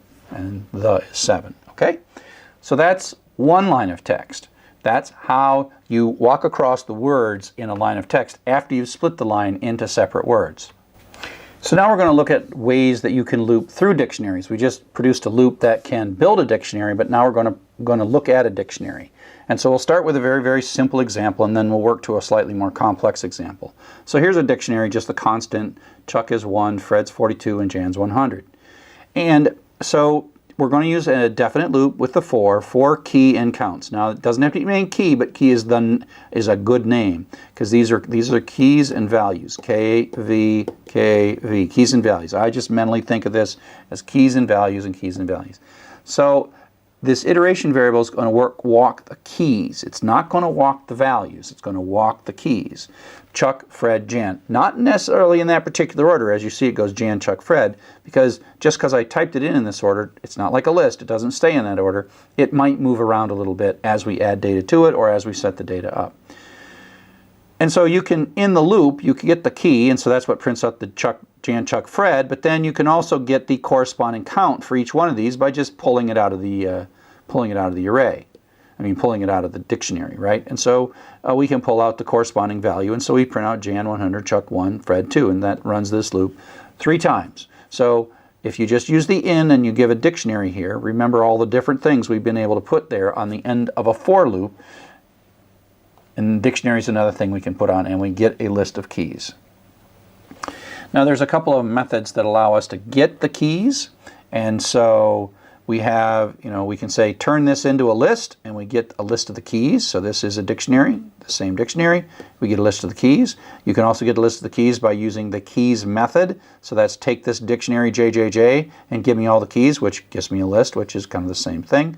And then we can ask for the values, and they give me just then the values extracted out of this dictionary. So that's nice.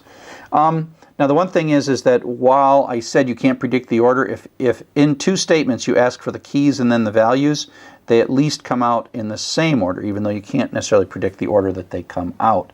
They come out in the same order. And then there is a third thing that we can do, and that is ask for the items. And we can say, give me the items. And that gives us a list. This is our first really kind of composite combined data structure where it is a list, a 3-item list, 0, 1, 2, and inside that there is what are called 2 tuples. Jan maps to 100, Chuck maps to 1, Fred maps to 42. Coming up next, we're going to have a whole chapter on that, and so just take a look at that for the moment, and we will come back to that in some detail later. This whole items idea that gives us back a list of key value pairs, because it's not just a list of keys or a list of values, it's actually a list of key value pairs, allows us to write in Python a very clever and elegant loop. What we can do is actually, this items gives us back, each item in the list has a key and a value, and we can actually take 2 iteration variables. For AA, comma BBB, this is 2 iteration variables, and if you're coming from another programming language, this is super cool, and it's a Python-only feature. I'd never have seen another language that's capable of doing something this simple and that elegantly. So what this basically does is says we're going to simultaneously advance these 2 iteration variables. So this is going to be the key and the value, the K and the V. Key and the value is going to be Chuck 1, then they're both going to advance. Fred 42, Jan 100. And so that means in this simple loop, if we just print them out, we're going to get the key value pairs, of course, in the order. And so it's sort of AAA and BBB simultaneously walk down these key value pairs. And so that's really pretty, and it makes for a very succinct loop. The syntax is a little sort of disquieting when you first see it, but it's a super elegant thing, and you just have to say items. If you don't say items, you just get the keys. If you say items, you get the key value pairs, and you have to have 2 iteration variables. If you don't have 2 iteration variables and use items, it'll complain and say, what are you doing? I'm giving you 2 things, and you don't have 2 variables to receive them. So 2 iteration variables and items are basically related. Now, we're going to take a look, and this is code that I showed you perhaps many weeks ago about, I said this is a little story about how to read a file and count all the words in the file. And now we're back to it. And at this point, you should understand every single character of this program, every single concept of the program. You should literally stare at this and look at it, code it, play with it until you absolutely understand it. So let's take a look. Again, I showed you this weeks ago. So we're going to ask for a file name. Then we're going to open the file name. Then we're going to make an empty dictionary. Again, this is all stuff you've done before. And then we're going to have an iteration variable that's going to go through the lines in the file. Right? So line is going to go line, line, line. Then we are going to split that line, each line into words. Chop, chop, chop, chop. So that's words is the list of the words in one line. We're inside of a loop that's going to go through all the lines. And then what we're going to do is we're going to have the word iteration iterate through each word in the line. And then what we're going to do is take each word in the line, and we're going to do this histogram. Right? So we're going to, this is going to run not only just for every line, but for every word in every line. So we have a nested loop for every line, then we split it, and then we go across the line. So it's almost like a typewriter where we go ding, ding, and that's what we're doing. Ding, ding, ding. So it's like the outer loop is going down, down, down the lines, and the inner loop is going across the words. And eventually we are going to see in this last line, every single word in the file. And we're going to do the counts get word plus 1, which is our magic histogram making line that if you don't remember what that is, go back a couple of slides. I just talked about it. At this point in the code, and it's important to be able to draw these lines, at this point in the code, you have the histogram, and it's in the variable counts. Now, we want to find the largest one. Now, we have written loops that can find the largest in a list, but now we want to find the largest value in the key value pairs of a dictionary. So we're going to start with we're going to know what the largest count is, and the largest word has that count, and we're going to set them both to none, because we're going to prime our loop. We have to prime our loop, and we're going to say to none. And so then we're going to write one of these cool things that says for word, comma, count. So word and count are going to go through the key value pairs, because we've got items here. So it's going to go through the key value pairs, loop through each key value, whatever it was. There could be 1,000,000 words in here. We're going to go through every one. And what we're going to do is we're going to make sure that big count is the current largest count we've seen so far. And if it's none, well, then we haven't seen anything. Or the count we just read is greater than the big count so far, we are going to jump in. And this is sort of like, oh, this is a new personal best count for this particular data set. And so we're going to remember the word in big word, and we're going to remember the count in big count. So this is just a max loop. It's a maximum loop with the extra thing that we're recording in addition to what count is the largest, what the word that was associated with that count, recording it. So again, this is a starting part of the loop. We're going to do some work, and then when we exit the bottom of this, big word is going to be the word that is the most common, and big count is the number of times. And so if we run a file, we say, oh, in that file, 2 is the most common word, and it's 16 times. If we run the clown file, well, the is the most common word in 7. And so this now and this could have a very large file and give you the most common word. And so that is sort of a really good application of dictionaries. So dictionaries are the most powerful, well, they're the most powerful collection we've seen so far. It is good to see both lists and dictionaries to understand what collections are. They are things inside of Python that can handle more than one item inside of it, and we'll learn about another collection about tuples in a second. Just understand the get method, because that leads to very compact code. Understanding there are various ways to iterate through dictionaries, and so we've learned a lot. But in the next section we will learn even more and put these together and do some sorting and do some other stuff and really start to see the real power of dictionaries. I'm going to do some coding. It's related to the dictionaries chapter, chapter 9, and we're going to do some word counting. That's basically right out of the slides but I'm going to just write the code in front of you rather than have you look at it in the book. So what we're going to do is I've got my text editor up here, and let me start by making a new folder. For my chapter 9 exercise, and then I'm going to go and make an untitled file. That was from the previous one, and I'll do what I always do, print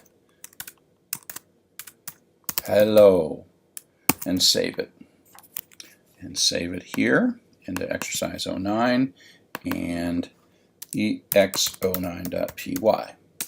So now I have a folder that's in my py4e folder, and that happens to be in my desktop. py4e is my folder on my desktop, and now I have all of these subfolders: cd ex08, ls is dir on Windows, ls, oops, I got to go up one, ex09 ls. So I've got that file right there.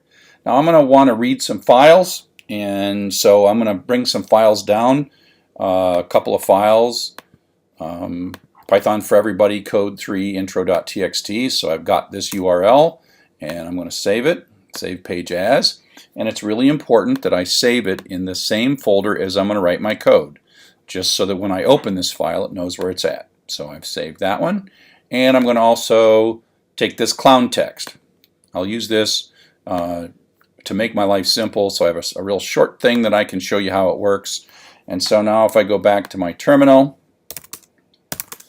I see I've got exercise 09 Python, intro.txt, and clown.txt. Okay? So let's go back to my text editor and get started. I will prompt for the file name, input, enter file, :space. Now I'm going to do something. If the length of the f name that I just read is less than 1, I'm going to say fname equals clown.txt.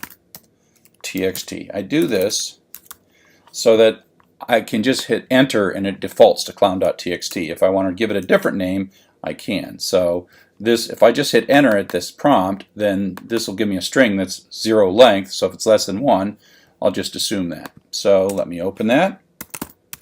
Handle equals open fname. And let's read through it. For line in handle, we'll strip it. Line equals line.rstrip to take the white space off the right hand side, and then we're going to say print line.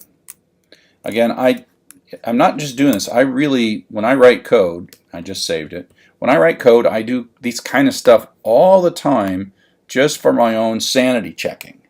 And so now I'm going to run Python 3 ex09.py just to test that. I'm going to hit enter now, and it's going to assume hopefully clown.txt if it all goes well, and yep, it read one line. Okay, so that part's working. I'll just leave that print statement in. The next thing I want to do is kind of a classic thing where we're going to go read a bunch of lines and then go horizontally across those lines in words. So I'm going to split that. WDS equals line dot split, and print WDS. So I'll print that, and I'm going to save it and test it. I really love to test things over and over. There's the actual line. This file, clown.txt, only has one line, and it breaks it into words, and so I have those words. Let's just run it again with intro.txt. So this will have a lot of lines, line, lots of lines. Every line prints out the line and then prints out the words that we split it into. Okay, so now one of the things that I do here is I want to believe, now I sort of can believe everything from here up. Like, oh, it's going to open the file, it's going to read through the lines and going to split them into words. And so then I'll just kind of behind it, I'll just say, okay, I'll just comment that out. Now I need another for loop for W in WDS. Now words is a Python list and has some number of words in it, 0 or 12 or whatever was on the line. And now I'm going to print out the word. Okay, and so now it will go through that horizontally. Now I'll just do clown.txt so that you see I'm not printing the line out. That's the words that have been split from the line. And now we got this loop. Now, one of the things that's interesting is just to make sure that you're going through all the words. And I like a print statement here to know that W is going to successively take on literally all the words of this file. So if I comment this print statement out and I run it again, clown.txt, that for loop starting from here is every word in that file, which happens to only be one line. But now if I do the same thing for intro.txt, it's just going to go through the words. And in a sense, by nesting these two loops, we're going to hit all the lines. And that's a lot of stuff, but it hit all of the lines, all the words, and away we go. Okay, so here's where a dictionary comes in. I'm going to make a variable called di for dictionary, and I'm going to say give me a dictionary.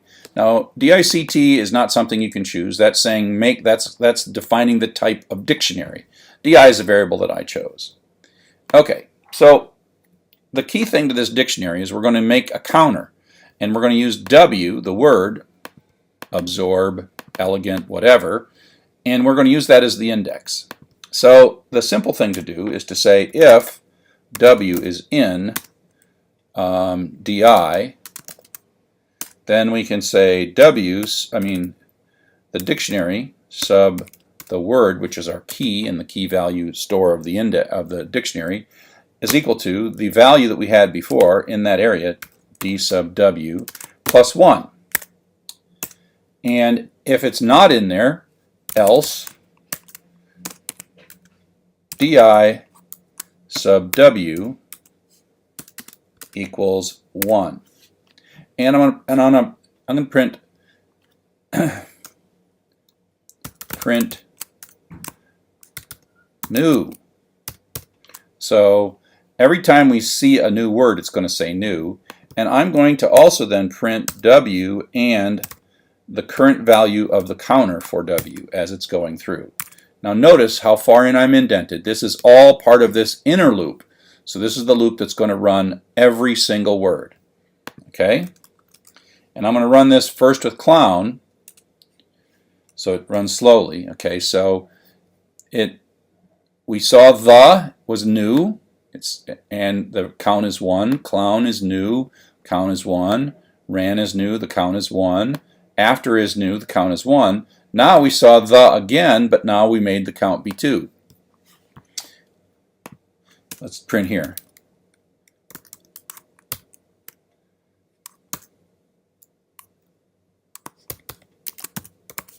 I'll say existing, so you can kind of see it. Now in the print, I'm printing this. Let's make it even a little more verbose. Print W, and then I will make it so it prints the word before and the count after, and then whether it's existing or new. So we're put a lot of print statements in. Print statements are cheap.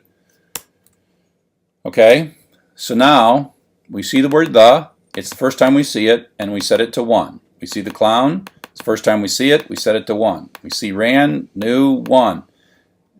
Later on, we see the. It's already in. So existing means it was already in the dictionary. W as a key was already in the dictionary. Okay, And so that's why we added 1 to it. So the old value was 1, and then we added di sub the equals di sub the equals di sub the plus 1. W is the string the, T-H-E. That's what that string is. Okay? And so we've made it all the way through, and you see the in this one line occurred ultimately 7 times. So now I want to print out the contents of this dictionary at the very end of both loops. So I got to de-indent twice, and so that will give us the counts. And so this is what we get when it's all said and done. You know, the happened 7 times, but it just worked through its way through. Okay? So you got that. Now, this is a pretty verbose way of doing this, but I did it sort of the slow way to show that there are 2 situations. If it's already there, you increment it, and if it's not there, you set it to 1, effectively inserting it, right? So you insert it and set it to 1 with this di sub the equals 1. Okay? But let's get a little less verbose here, get rid of some of these print statements because we kind of covered all that.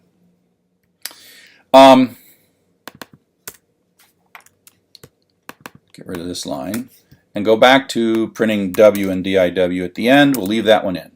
So what I want to do is I want to look at this bit of code right here, this if W in DI else.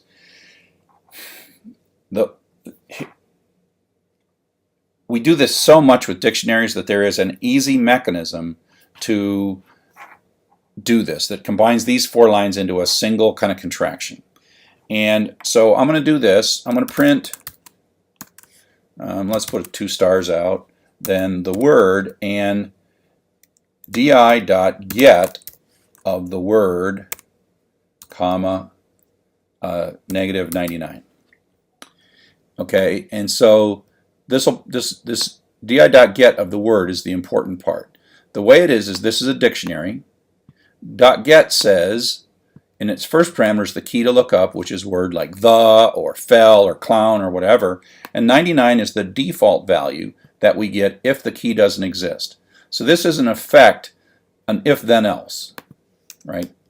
This little di.get w99 negative 99 is, you know, if it's in there, do one thing. If it's not in there, do something else. Okay, so let me show you how this works, and you'll see that the 99 will happen when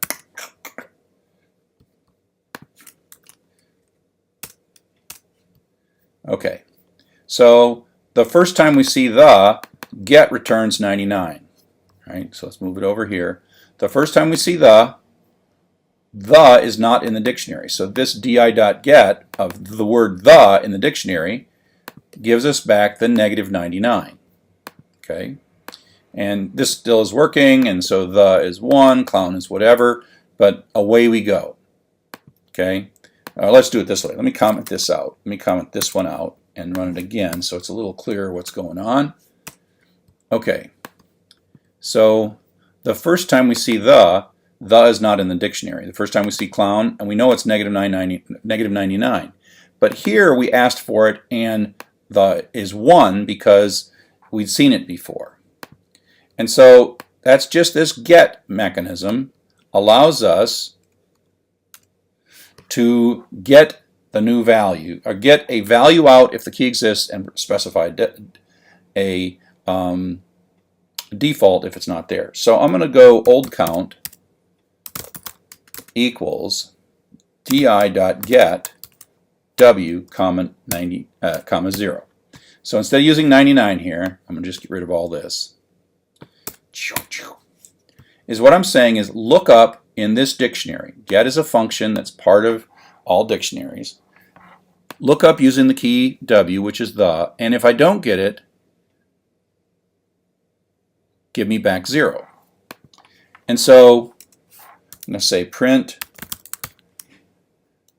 word, comma, old, comma, old count. And now what I can say, whatever the old count is, it's either the value that was in there or 0. And now I can say new count equals old count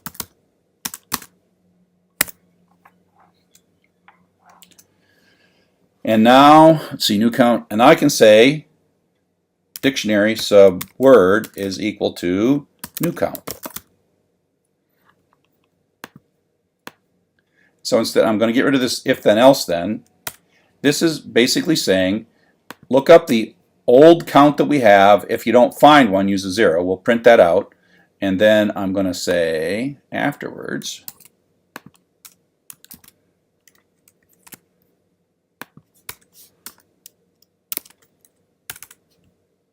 I'll print the new count. Now, and so we'll print the old count. Here are some of these blanks.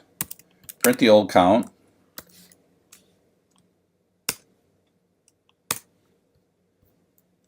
And you can see the old count with the, because the doesn't exist, was 0. The new one's 1. Clown's old is 0. New is 1. Clown's old ran, old 0. But now we get to the, its old count was 1, and now its new count is 2. Okay? So by using this get and saying if we don't find it, we'll assume the count is 0. That makes a lot of sense, right? You know, if not there, the count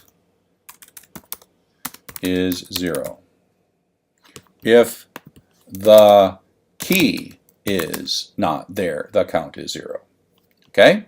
So that's what this line does. If get the value from under the key be associated with the key, or give me 0 back. And then I can take that old number and just add 1 to it and then stick it back in. Now this is ultimately not how we tend to do it. Okay? We tend to blend this all into one big long statement. di sub w equals this part plus 1. Okay, so that says get the old value from this key or 0 and then add 1 to it, because that really combines all of these lines into a single line. Okay, so I'm going to delete them now.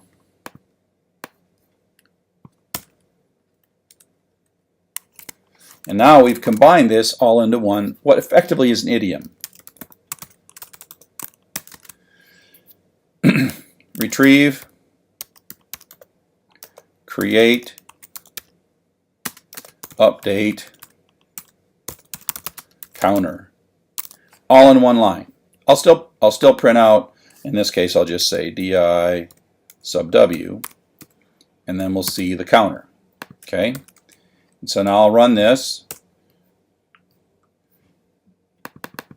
We have a new, but now we see it the second time it's 2, and so we see car the first time, we see that the second time, we see car, the third time, we see car the second time, and away we go. Okay, and so that's pretty straightforward, and so it really kind of a typo there. So let's just get rid of that and run it with the clown stuff, and we get the right data there. And let's run it with intro.txt. And there we go. Okay? And so it's tearing out a bunch of words and giving us a dictionary. So that was a lot of work to get to this line 16 that has the dictionary in it.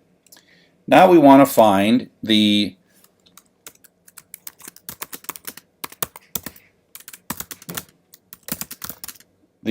most common word. And so we're going to loop through this dictionary, and part of it is like, once we've printed this dictionary out and we verified that it's right, don't worry too much about the code up here, right? Matter of fact, I can take out some of these print statements, and we can kind of trust all this. And so now we're going to work on this. Okay, now we want to find the most common word. Now this is like a maximum loop. So if you recall, we have a whole set of key value pairs. Communicate goes to 2, is to 2. Skills is 3. So we have these key value pairs, and we're going to loop through and look for the maximum. Now, in a dictionary, we can loop through the key value pairs with the following syntax. For, I would call these variables k and v for key and value, but in the dictionary's name dot items. And items is a method inside of all dictionaries that says give me the key value pairs, and we need 2 iteration variables. So this is like an assignment statement for K and V. K and V take on the successive values for the keys, the key and the value. Okay? So if I just now print K comma V, and I'll take this print statement out and then run the code on, oops, what I forgot to, oh, I fell back into my Python 2 days. Need parentheses for my print. So there's clown, and it just prints it out. And it's kind of the same thing, except it's pretty, where we're putting each one on a line. Okay, so the V is the value. So we're looking for the largest value. Oops.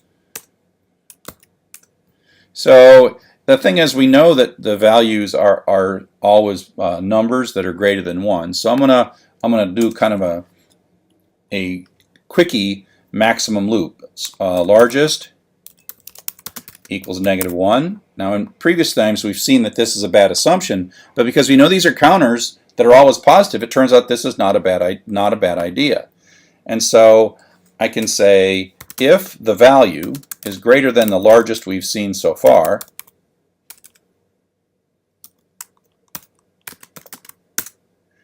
largest equals the value.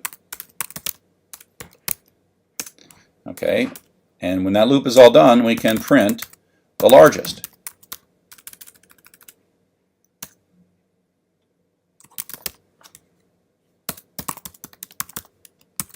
Okay, and so this is just a max loop, and we're using this value. That's the number. The value is the second thing. Oops.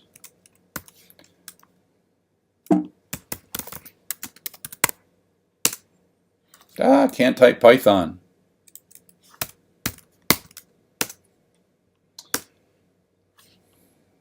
Oh, it's a typo. Yeah, I'm not using value, I'm using V. So largest equals V. Let's try it again. Okay, so we're all done with 7. So these were the things that we were looking for, and it was looking for the maximum, and it just dutifully found 7 was the largest. But we also want to know what the word is. And so what we can say here is we can say the word is none, meaning it's just like we don't know what the word is. And then whenever we catch this new largest number, we say the word equals W. So I like to think of this as capture, remember the word that was largest. Right? That's what I'm doing. Remem, E-M, remember. Right? That's tough. R-E-M-E-M-B-E-R. There we go. So we're gonna this trick here is not only knowing what the largest number was, but the word that was associated with the largest number. So now I can print out at the end the word and the largest, and that's the count.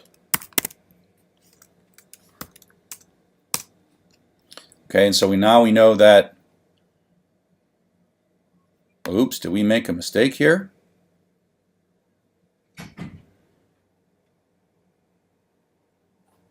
Okay, that does not look good because it says car and 7. If V is greater than the largest, oh, it's not W. I used a really bad variable. See, that's the old value there. There we go. It's K, which is the key. Key. I was going to say that was quite the bug. See what happened there? I had this as W, and it just happened to be it was the last word on the file. Car, the last word in the file, because I used a wrong variable. Right? No, little mistakes, little mistakes. The and 7. Okay, so let's get rid of this print statement because we kind of know what's going on here. And away we go, and this should now work if we run it.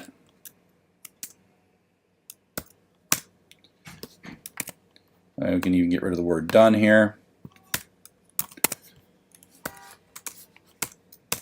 There we go, the 7. Now, the cool thing about this is this code runs just as easily with one line of code or the intro of the book, intro.txt, and not surprisingly, that's still the most common word in the introduction.txt. I seem to like that word, and it's 226 times. Okay, and so that is the basic pattern of reading some. This is just a word loop. Now, sometimes there would be some, checking to see if the line is the one you're interested in, maybe tearing apart the line, but it's at the end of the day, this idiom of starting a dictionary. Now, it's a common problem to know where to start the dictionary. You want to accumulate the numbers for the whole file, so you don't want to put it in between line 6 and line 7. Okay, so I hope that particular thing helps a little bit, helps you understand dictionaries. Hello and welcome to Chapter 10. Now we're going to talk about our third kind of collection called tuples. But tuples are really a lot like lists. There's not too much to them. They're really kind of reductionist version of lists. So they function very much like lists in that they have things, and the difference is there are no square braces. There is a parenthesis, round brace or whatever, and they have positions 0, 1, and 2, just like a list. And you can look things up, x sub 2. So x sub 2 is actually the third element here, and so that prints out Joseph. You can assign, make a tuple here. This is the constant syntax for a tuple, and print that out, and the print statement shows you that this is a tuple, not a list, by showing you round parentheses. And a whole bunch of functions that work with lists work the same way with tuples. You can put a tuple at the end of an in statement in a for, as you might expect, and then it iterates through the tuples. Tuples maintain order, so it prints out 1, 9, and 2. So literally this bit of code here could be identical whether it was a list or a tuple. It really would do the exact same thing. The difference between tuples are that they are immutable. Once you create the tuple, you can only sort of assign a tuple, but you can't modify it. You can modify a list. So if we take a look at a list here, we make a list that's 987, and we say x sub 2 equals 6, well, that just means this 7 becomes a 6, and that's just natural, meaning we can reassign slots. We can delete things, we can insert things, we can mutate them, we can change them, so they're changeable. Right? They're changeable. But if we try to do that same thing with a string, so we say y equals ABC, and we know that this is position 0, 1, and 2, but if we try to say, let's change the C to a D by saying y sub 2 equals D, that is not allowed. And it says it doesn't support item assignment, and this little bracket, x sub 2, is what they call item assignment inside of Python. And so if we do the same thing then with a 3-element tuple, put that in Z, and we try to change this slot to be a 0, it's going to blow up because it's the exact same thing. And that has to do with the fact that once this assignment is made, this is not modifiable. Now, it turns out that the reason it's not modifiable is for efficiency. They take up less storage, they are quicker to access, and they're really designed internally behind the scenes in ways we don't really need to understand. They're just more efficient than lists. If all you want to do is store a list and look at it and then throw it away, you probably should use a tuple instead. So there's a lot of things that you can do with lists that you also can't do with tuples, but they're really just a corollary of this notion of non-mutability. And so, like, you can sort a list, but you can't sort tuples. You can add a 5 to the end of 3, 2, 1. Can't do that in a tuple, but you can in a list. And flip the order. ... So anything that you can do to a list that modifies the list, not allowed for tuples. And so you can take a look at the kinds of things that are inside, the methods that are part of each list: append, count, extend, index, insert, pop. Many of these are modifying, and then count and index are the only ones that work for tuples. And so tuples are limited lists. Now, at some point, there's going to be a but here to say, why do we like them? And the reason that we like them is that they're just more efficient. They don't have to build Python in its own internal organization of these objects. It knows that they'll never be modified, because when you make a tuple, you as the programmer are saying, I'm never going to modify this, and Python won't let you do it. So it's higher performance, better memory use, and to a beginning programmer that doesn't really matter, but that's the reason. And so we tend to use tuples when in situations where we're going to make a temporary variable and then temporarily use it just a little bit and then throw it away without really messing with it. And we tend to use lists to build things up, etc., etc., etc. So the other thing that's interesting about tuples, and we've actually sort of seen this, is that you can put a tuple that includes variables on the left side of the assignment. And this takes a little getting used to, but it's really cool, and no other language that I know of does this. So if we say x comma y, that's a two-tuple. Both have to be variables. You can't put constants on this side. It's like saying x equals 4, y equals Fred, right? So what happens is you can put a tuple on the far side of an assignment statement, and the 4 goes to x, and the Fred goes to y. And you say, what's in y? Well, y is indeed Fred. And so this is like two assignment statements. Now, the way I've got this syntax, I would probably do, two separate statements, just not to show off that I know how to do tuples. And so here's another one, and they just move correspondingly. If you don't have 2 here, and you do have 2 here, well, if you have 3 here, or 2 here and 3 here, and you don't match the number there, you get in some trouble. Now, if you just say x equals tuple, then that is the tuple in the list. But this is just a simple straight 99 value going into A. So you can put tuples as the left-hand side, and you can even do things like return a tuple from functions. That's a real nice Python feature that I like a lot. Tuples are also related to dictionaries, as we've seen in the previous chapter. So here we make a little dictionary. We make an empty dictionary by constructing an empty dictionary, stick it in D. So D is sort of like this place that can hold key value pairs. And we put CSEV, and there's a 2 in there, and Chen-Wen, and there's a 4 in there. So we have this, associative mapping between CSEV and 2 and Chen-Wen and 4, all stuff we know. And now we say, hey, we're going to loop through the key value pairs here, and we've seen this syntax before, k comma v. So this is a tuple. So you can think of this as each one of these things is going to get assigned into this tuple, which means the key ends up in, and the first one's the key and the second one's the value. I use the variable key kv all the time in code that I write, just for my own sanity. So kv are going to iterate successively through the successive keys and values in that. So this is going to run twice, and k is going to be CSEV 2 and Chen-Wen 4. The order just happened to stay the same. And so if you say what is in one of these things, you can actually take d items, the items method within that dictionary, and say, hey, give that to me back, and then print tups. And it's a special kind of a class, but really ultimately it is a list of tuples. This is 2. This is the 0, and this is the 2, the 1, the first and the second. And then within each thing you get, you have a 2-tuple. And so, in a sense, this k and v are iterating through those things when we're putting d items here and d items there. One nice thing about tuples is that they're comparable. They're comparable in the same way that strings are comparable, meaning that they're compared from left to right, with the leftmost or 0 tuple being the most significant. And it doesn't compare any further than it has to if it's asking less than. So if it's looking at, say, this first tuple, it starts at the left and says, okay, ask the question, tell me true or false. Is 0 less than 5? The answer is true. And so the answer to this overall expression is true, and it doesn't even compare those two numbers, those second and third number. They don't compare them. If, on the other hand, we're asking, is this less than that, it only looks at the first one and asks if it can answer the question. And the answer is, well, they're both 0. And so I can't answer the question, so I have to go to the second one, second pair, and 1 is less than 3, and so that means this is true. And it does not check this. Even though 20 million is bigger than 4, it doesn't matter, because these are the numbers that cause the true to happen. And the same is true if you do this with strings. Again, we start the first one. So Jones, Sally, well, that's the same, so we don't know the answer yet. And so Sally, Sam, well, okay, S, oh, they're the same. A, they're the same. O, L, and M. L is less than M, so the actual letter that makes the difference here is the L and the M, and leads to us being true.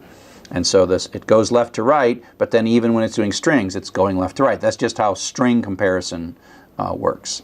And if we say is Jones Sally greater than Adam Sam, well, we check the first one and we check the J and the A. Well, J is greater than A, and so we don't have to look at anything else. We don't have to look at any more of these characters. We don't have to look at the second thing in the tuple. We have to look at that is enough to be true. So it only scans until it has a definitive answer. It doesn't scan any further. So now what we're going to do is use this comparable capability to sort these lists of tuples and then bring this all back and connect it more to dictionaries. So now we can take advantage of the notion of comparing tuples and use sorting. And so what we're going to produce is a list of tuples, and then we're going to sort them, right? And so we can get a list of tuples from a dictionary, and then we can sort that list of tuples, and then we can end up sorting dictionary items by taking this two-step process. Convert dictionary to a list, sort the list, and then we can have assorted dictionary values. Okay? And so we'll do this a couple of different times. So if we take a look at this code right here, we have our happy little dictionary, A, B, C, A maps to 10, B maps to 1, C maps to 20. Like, what are we going to get here? Well, it comes out, the mapping is the right way, but the order is whatever. And now we say this function called sorted, which takes inside a sequence and then returns us a sorted version of that, a list that's sorted. And so it says sort D items. So it's basically going to take this list and compare the A's and the C's and the B's, and because it's a dictionary and all the keys are unique, there's never going to be equality, so it really is going to just sort this by keys and never get to looking at the values. You could construct a list that had duplicate, you could make a list of tuples that had duplicates in the first, like we did before, but given that this coming from a dictionary, the first thing is going to always be unique and distinct. And so if we say sorted D of items, that we're passing this stuff into sorted. Sorted is going to go around, move stuff around, and then give us back a sorted version, sorted in ascending order based on key, without looking at the value. And so that's a way to see dictionaries sorted by key, is just say sorted of D sub items. And sorted is a function, and so it just picks stuff. And so this is the kind of loop that you're going to write to do that. You know, we did this before. We took sorted and we got these sorted by keys. And so you can just make this nice and simple for key value. By the way, you can eliminate the parentheses here, and I think it's prettier if you eliminate the parentheses, but you could put parentheses. This is still a tuple without the parentheses for key and value in sorted. So that says go through D items, but before I go through them, please sort them. So that means K is going to go through A, B, and C deterministically every single time it's going to go. And of course, value is going to go through the corresponding values. So now we can print this out nicely, sorted by key. And that's a real nice, succinct little way to say that. I mean, again, these are one of the kind of things that people really like about Python, is that you can do pretty powerful things with easy to understand. I mean, you might have seen this for the first time, but ultimately you look at that eventually and you're like, oh yeah, I see exactly what that's doing. Easy, not hard at all. So, but let's say we're looking for the most common word, which we have been for weeks and weeks and weeks now. And so we want to sort by values, not key. So this is an example of where we're going to construct a data structure. We're going to imagine a data structure, and then we're going to write code to construct the data structure, and then that's going to make our problem easy. So this is an example of using cleverly constructed data structures to do this. And the data structure that we're going to create is a list of tuples where the value is first and the key is second. So you can just with items get key value. I want value key. So let's take a look at this code. Take your time and get it right. So KV goes in C items. Well, that is unsorted and going to go through whatever A, B, and C in whatever order. And we're going to make a new list. So this is a data structure that we're creating temporarily. And what we're going to do is, this is a list, and we are going to append to that list a tuple. So this is going to be a list of tuples.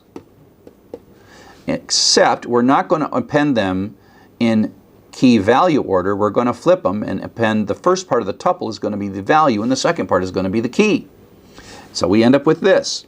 This is sort of our temporary data structure that we have constructed to make our job really easy. So this ends up being 10A 22C, 1B. Now we just kind of flipped them. We took this order and then we flipped them around. And so now we have this nice little list sitting in memory in a variable. And that's really simple. We can say, oh, look, we can use sorted. And we can sort by now the values because they're the first thing. I mean, the sorted doesn't know that they're how we produce this list. It just looks at that and says, oh, that's a list of tuples. I'm going to always sort by looking at the first item in any tuple. And I'm going to add reverse equals true so I get a descending sort. So I see that the value that is highest ends up being first. And so that changes this, and I'm just sort it and then reassign it back into temp. And I'll print this out, and so now you see it sorted in descending order of key. So it's value, key, value, key, value, key, but it's sorted in descending order. Okay? And so that's an example sort of just like, you know, if I just made a data structure and I flipped those things around, I could use sorted to sort these things. There's many other ways you could do it, but there's sort of like the more elegant way of doing it. And the clever bit here is like make a new list and make it be a little bit different. Okay? So here we're going to print out the top 10 most common words in a file. And most of this code is review. So if we take a look at it, we're going to open a file. We're going to start a dictionary for our counting. We're going to, you know, there's going to be words and lines, right? And so we're going to have a for loop. This for loop is going to go through each line. And then, of course, we're going to split them, which is busting them into pieces. And then we have a for loop within that, and this for loop is going to go through each word.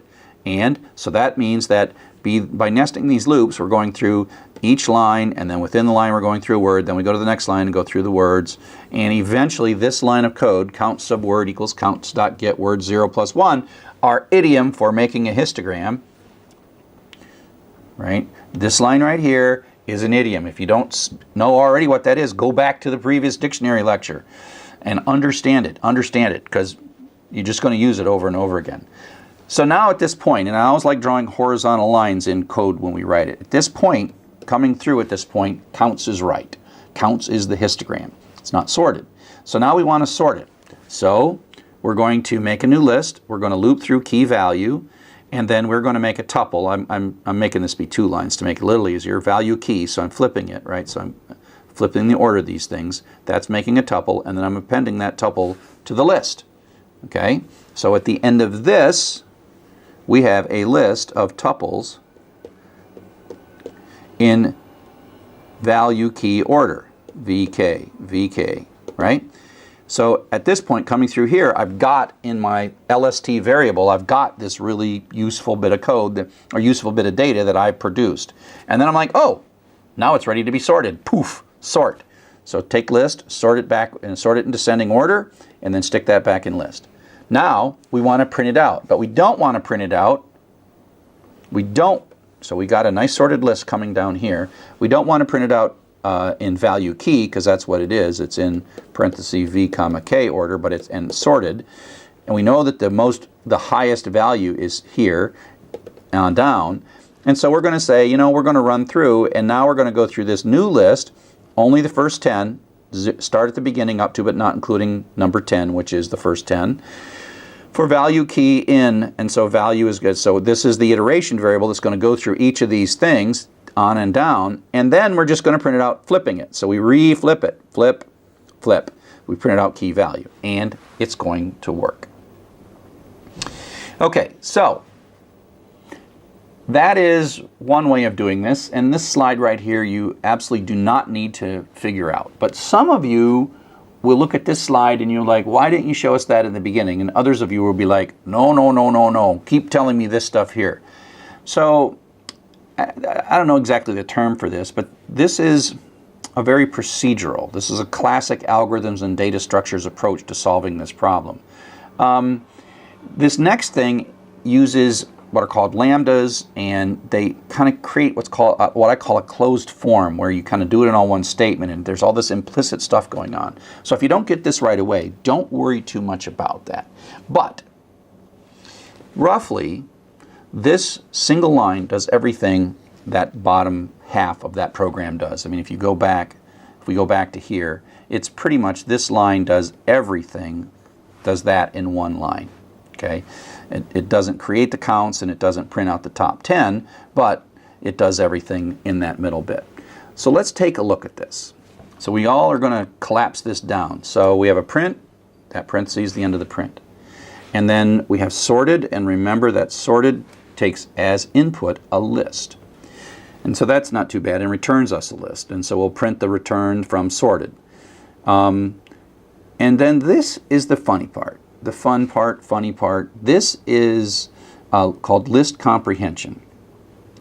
And we have square brackets and we say to Python, this is a list. But instead of listing the things or having a constant of 1, 2, 3 or append, append, append, we are going to create an expression that will act as a generator for all the elements. And so this basically says, this is a list of two tuples, v and k, and then this is sort of implied. For all kv in c.items. And so this is like a for loop that is sort of driving this. Think of this as like stamp, stamp, stamp, stamp, stamp. However many times it has to make a stamp. And so that's producing a list, right? It just manufactures this list. And then that list is sort of manufactured in the moment. There's no stock, it's not put in a variable. Python makes that list according to the stamping pattern that you've told it to stamp out this list, and then it passes that stamped out list without even storing it in a variable into sorted. Sorted moves the list around because it is just a list of tuples, and then gives us back the sorted list. And so I didn't put reverse equals true on here, but you see that this is sorted in ascending order now by key. And I did that all in one little statement. So look at this. This is also one of the beautiful things about Python, that you can build these things and you can build more complex versions of this, and there's a lot of real elegant things that you can do in Python that are really succinct. You should be careful because in the beginning I think this is easier to understand, even though after a while you're like, wait a sec, why am I putting all these extra lines in? Because this is not so hard to understand, but at some point, you will want to master this more powerful and more succinct version of Python that expresses it in terms of what the data you want to see rather than the steps you want to take. So this sort of finishes up tuples. We've done a bunch of stuff. I mean, really, they're simple and elegant. Tuples, lists, and dictionaries are all related. They're really three different, three foundational data structures, three foundational collections of Python. And we combine those in a lot of different ways. And now in this little bit of lesson, we're going to talk about some tuples, and we're going to create a list of the most common words and find out how to sort a dictionary by the values instead of by the key. We're going to use the clown.txt file and the intro.txt file. And I'm going to start with the code from exercise 9 that I just did from chapter 9. It's not exactly one of the exercises, but it's very similar to them. And I'm going to make a copy, and I'm going to keep it in the same folder. I'm going to keep it in the EX09 folder and just call it EX10, because this code is going to do much of the same stuff, and it's going to read these same files. And so I've got myself exercise 10. Exercise 9 is still here. Exercise 10 is now what I'm editing, exercise 10. But I'm in the exercise 9 folder.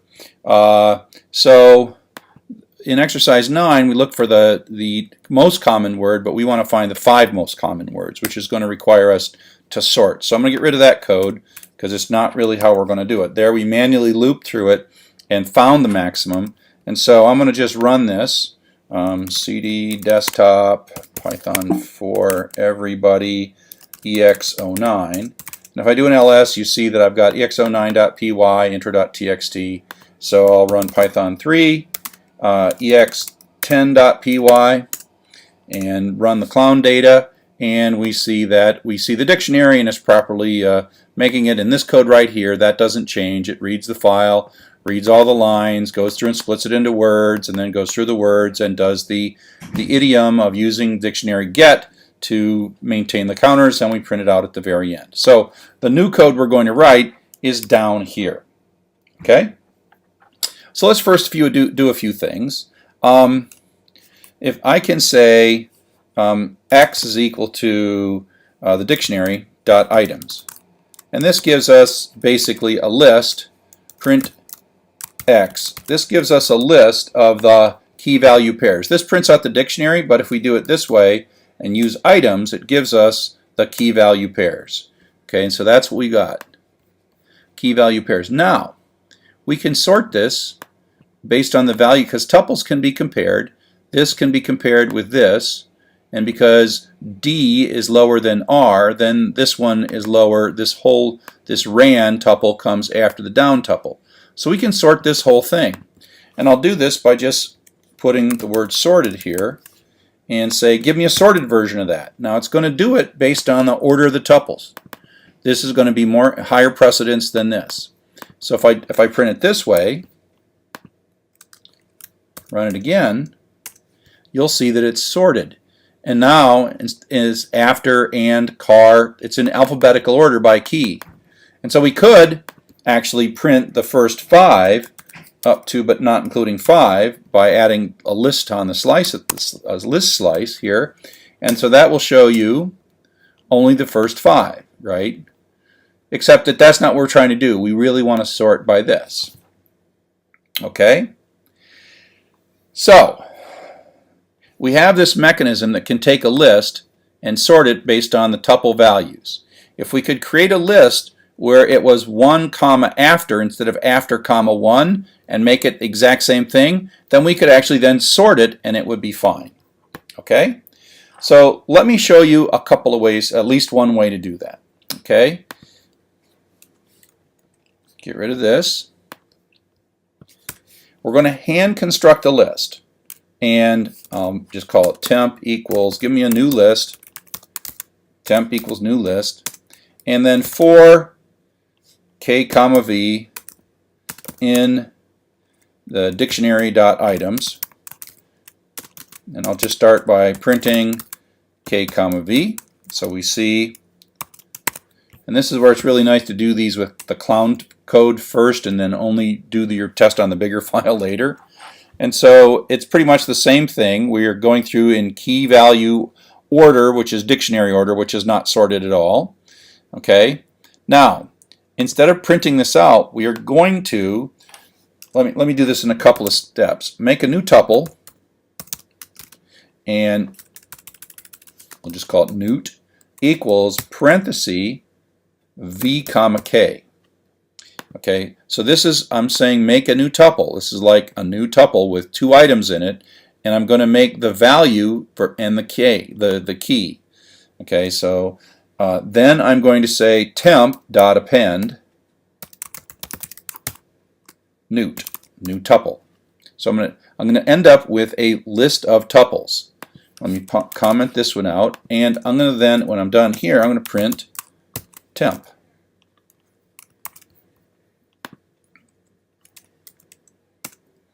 So if I run clown.txt, you see what happens in temp.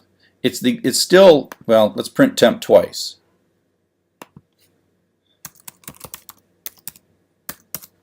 I mean, it's not sorted, it's flipped.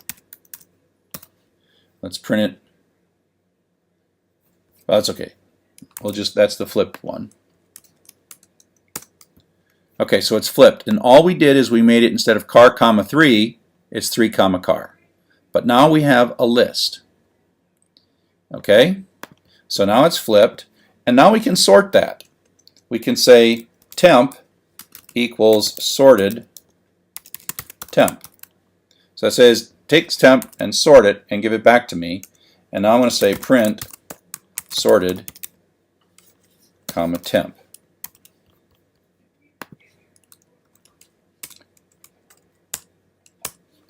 Okay, so here's the first print. When we flipped it, we've got 2 tent, but it's not sorted at all. But after we sorted it, it's sorted by tuple, and the lowest is 1 after, so you'll notice that 1 is the same as 1, so it checked the second item in the tuple, so down comes before after. Fell becomes after down. Intro, on, alphabetical order, but now we get the 2s, so that all the 1s sort there, and then the 2s come here, but then within the 2s it's sorted in alphabetical order, because like a string, if the first character matches, then it looks to the second character, and then we see, oh, here we go, the 3s, and then the one we actually wanted, the highest one, is the 7. And so one of the things we can do is we can say, you'll notice that we want the highest one, not the lowest one. So we can just tell this with this parameter, reverse equals true. And we just say, hey, sorted, do this backwards. Do it from highest to lowest rather than lowest to highest. And now our sorted one says 7, the, etc. Okay? And so if we want the first 5, we can say up to but not including 5. So this is now the top 5. So the sorted one is, that's the top 5. If it's a tie, we're going to go in reverse alphabetical order, but let's not worry about that too much for now. So it makes a flipped list, then it sorts the flipped list. Now, if I just wanted to print it out nicer, I could loop through this new list. I could say for v comma k. Remember, this is a flipped list, so the sensible thing is what's coming out of this list, each tuple is value comma key in temp, and I'm only going to go up through but not including 5, so the first 5. And so I'm pulling them back out as value key because that's what they are. They're value key, see value key, value key, value key. So V is going to go through these and K is going to go through these, and then I'm just going to print K comma V. So this is kind of my flipping backwards because I want to see them this way. And the is the most common one, car 3. And so it's just going through this up through the 5th one and then printing them out. Okay? So let me comment this out. Let me comment that out. Let me just delete this. So we have a dictionary. Let me comment out the dictionary. We have a dictionary. We make a list and we make these reversed tuples where we have the value first and the key second. We're setting it up so the sort's going to work. And then once it's sorted, we have to flip them back. So we flip them for sorting from key value to value key for sorting. We do the sort, then we flip them back with key value and print them out.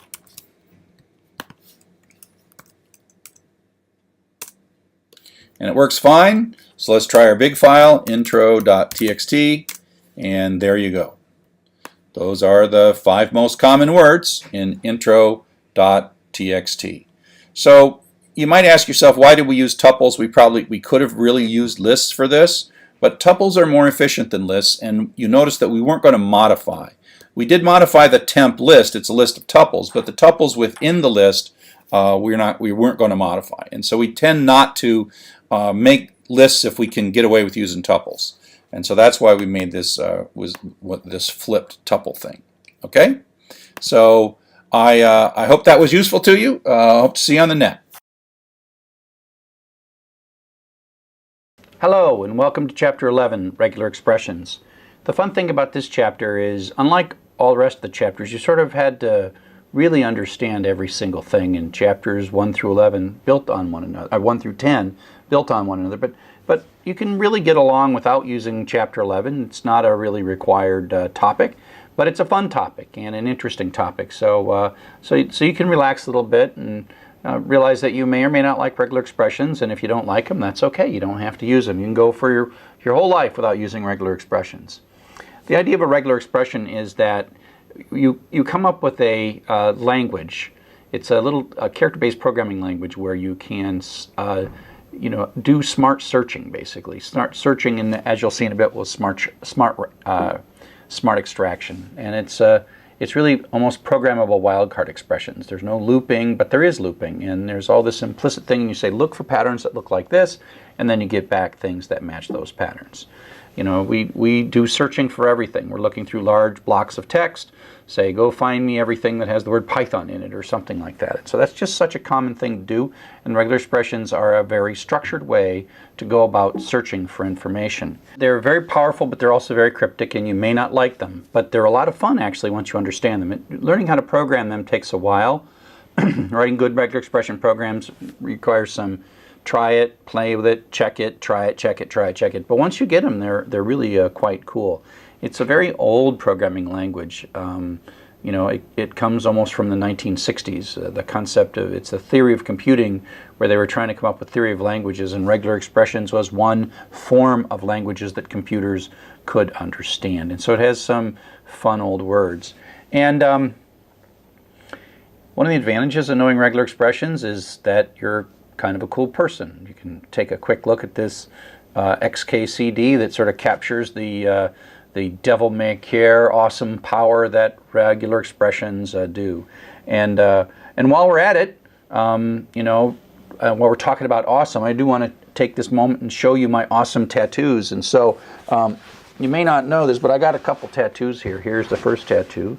This is where I went to got my PhD, and this is my University of Michigan faculty member position. I got PhD in engineering, and I teach in a school of information and library science. And then I have this other tattoo, and this tattoo is what I call the Ring of Compliance. I work on learning management systems and educational technology and standards, and there's this standard called Learning Tools Interoperability, which if you're using this course and doing the AutoGrader, it uses Learning Tools Interoperability to integrate into whatever learning management system you happen to be using. And one of those learning management systems is the open source learning management system that I helped write called Sakai, and these are the rest of the major vendors. And the idea of that tattoo was that I would put the tattoo of every vendor that would comply with Learning Tools Interoperability. And so you'll notice Coursera. I helped Coursera put Learning Tools Interoperability in, and so the AutoGraders integrate into Coursera or Blackboard or Canvas or Sakai or Moodle or half a dozen other things. So it's just like a cool techno thing, just like regular expressions. So I've got a URL here for Regular Expression Quick Guide. You might want to print this out so that you can look at it even while you're watching this lecture, because it's a little programming language, except that it's character-based, not line-based, and not keyword-based. It has certain active characters that the character means something versus the character represents the character itself. And so the regular expressions is not part of the base Python, but it's distributed with Python. So you have to put an import RE at the top to say that's really saying pull in the regular expression library. And there is a couple of functions inside that, re.search, which is kind of like a really smart version of the find method inside of strings, and re.findAll, which is kind of like taking and stamping your way through a loop, through a string, and finding all of the things that match a particular pattern and then extracting those. And we'll talk about both of these in this lecture. So here's a really simple piece of code where I'm just going to sort of show you sort of before and after. So here's a thing where we're looking for lines that begin with from : and so we open a file, we loop through the whole file, we strip off the lines text, and then we say if line.find from is greater than or equal to 0, then we print it. It gives you -1 if it's not found, and so reads all the lines, and once in a while it'll print it out, reads all the lines, once in a while print it out. So that's kind of like a needle in a haystack. To use regular expressions to do that, we have to import the regular expression library. These lines are the same. We're going to loop through. We're going to strip. And now we're going to say if re.search. The way to say this is within the library regular expressions, go find the search function and search for the string from in the string line. Okay, so this is the line to search, whereas here it was more object-oriented where we say line.find. Here we say re.search and we pass in line as parameter. These two things are equivalent, which means most of the time it's going to run, and once in a while it'll hit a line and it'll print that out, and then it'll finish the whole thing. So that is taking and doing what we would do with the find operation with regular expressions. Now, searching with regular expressions has these special characters, and so here we have the same basic code, except now we're saying if line starts with from. So we're not using find anymore. And that way we're only going to get that thing in the first position, not like blah, blah, blah, blah from : We don't want that to match. We only want it to match here at the beginning of the line. And so that's what we use line starts with. So it's going to do the same thing and find lines that have the prefix and print those out and then be done. Now in regular expression search, we don't, in a sense, change the method. We have a certain number of things we can do with strings based on what they've built in. But in regular expression, we actually can turn this first parameter into code. And so what's happening here is the caret, if you go back to the little cheat sheet, caret means this is the beginning of line. It's a virtual character that matches the beginning of line. It's like from that starts at the beginning. So from at the beginning does match and from in the middle does not match by putting that little caret there.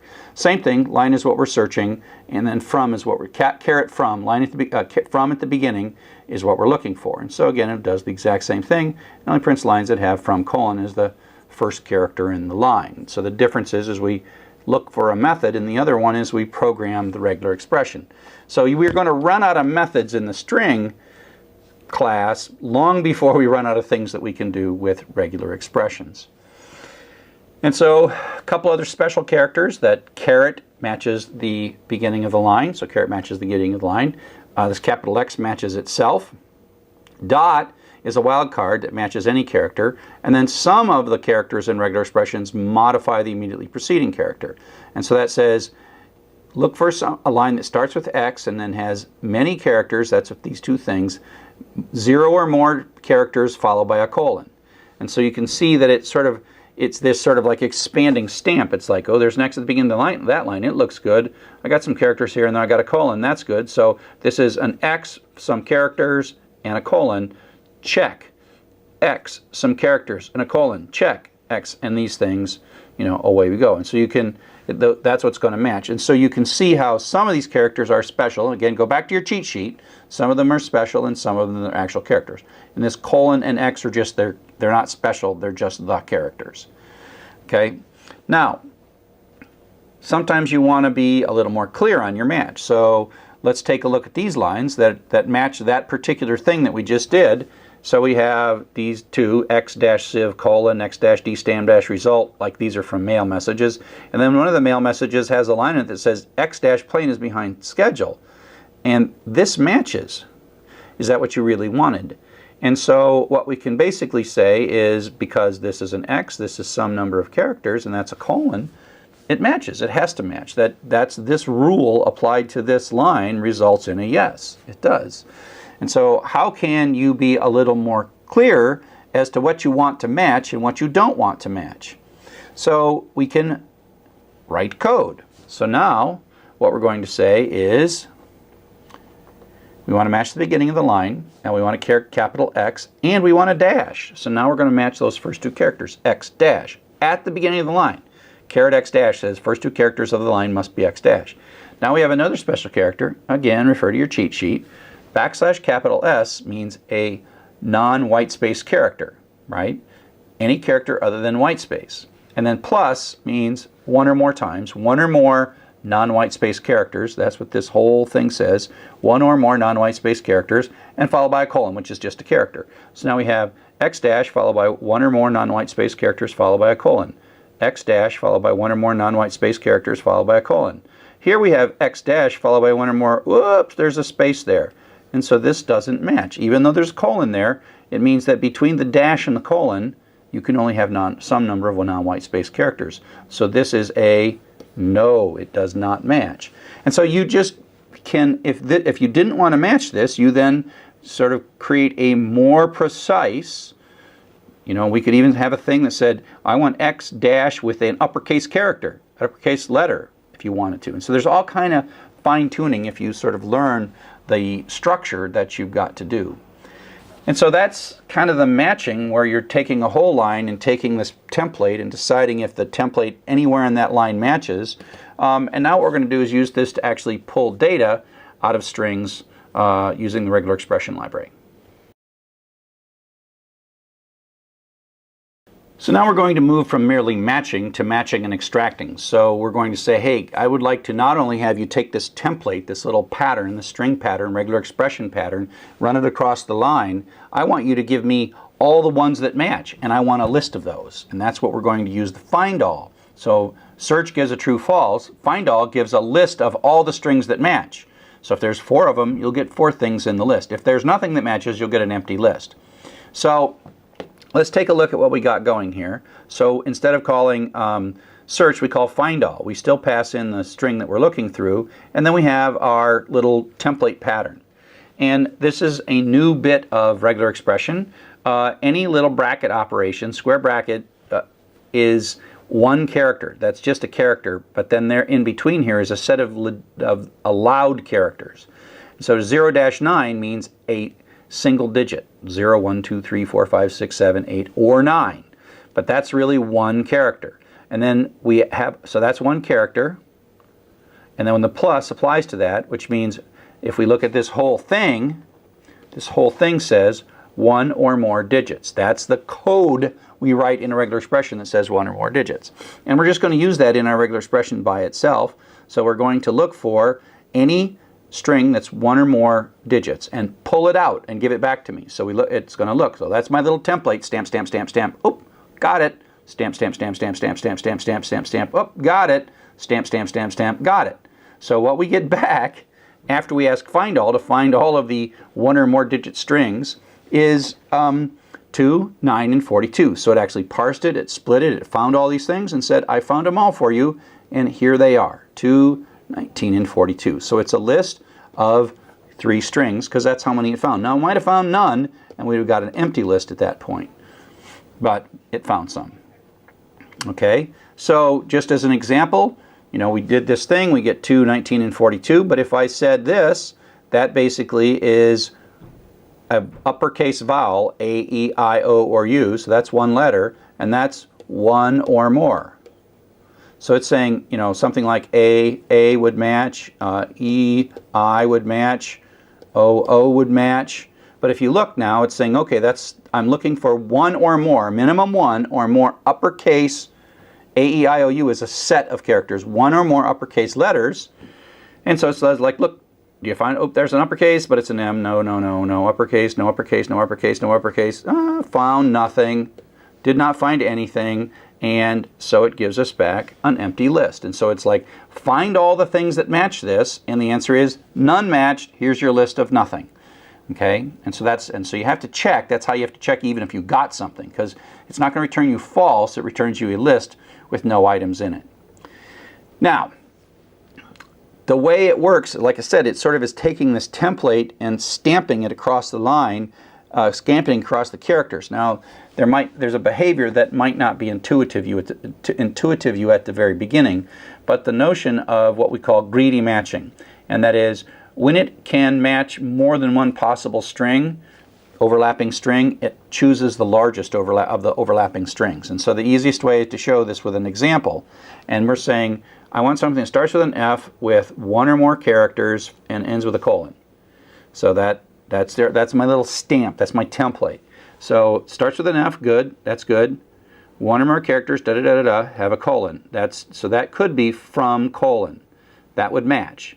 But look, I've got another colon here, and this is just continuing on with one or more characters and this. So the question is, do we get this or do we get this part, right? And the answer is, with greedy matching, is we get the larger of the two. Okay? And so what you get back is somewhat counterintuitive. You get the whole thing as the match, from colon using the. We could have got from colon, but the reason it picks this is this one's longer. So anytime it has a choice, it picks the longer one. And that's what greedy is, meaning it'd probably be better described as larger or tending toward the longest string or something like that. So you can, of course, suppress this behavior. Like everything in programming regular expressions, you simply add another character. And so now it's going to say, I would like to start with letter F, any character, one or more times, and then this question mark, this is still one little thing, non-greedy. Okay? And so that just says do it not greedy, which just means that it prefers the shorter of the strings. And so now it could still match this string or this string, but because it's been told to not be greedy, it chooses this string instead, and that's the string that we get. And so that's the not greedy, and you just add the question mark after the asterisk. So it's usually an asterisk question mark or a plus question mark, though that's a two thing. That's 0 more characters non-greedy, and that's 1 or more characters non-greedy.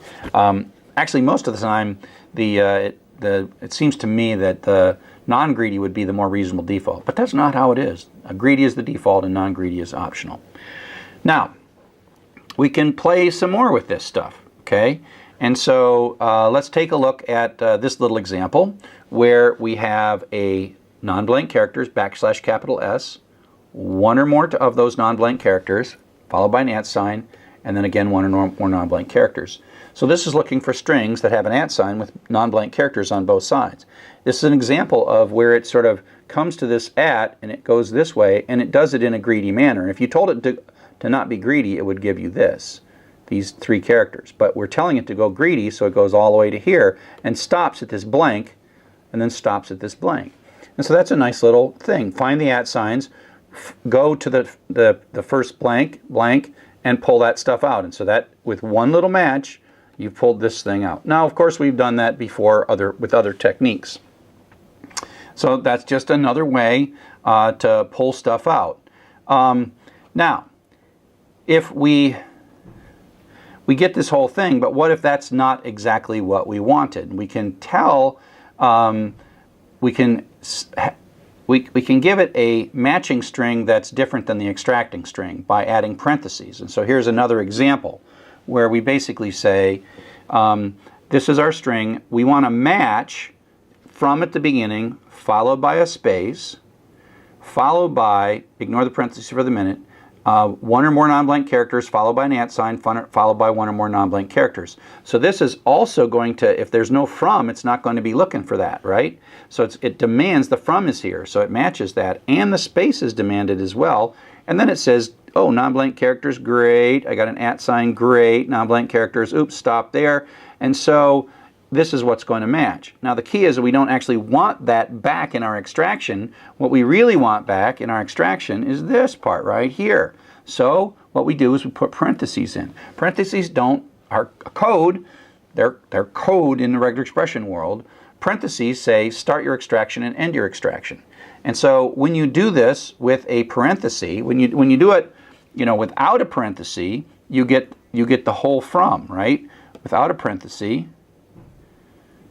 Oh wait, no, okay, that doesn't have the from in it. So, but if you do that with the parenthesis, you match the from, but you only get this bit to come out as well. So you can add this to make the matching part more precise, but without changing what you get returned, and you specify what you want to get returned with the parentheses.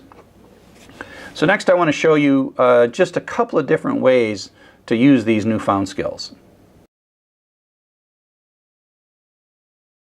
So now what we want to do is use some of these newfound skills in some more practical applications of regular expressions.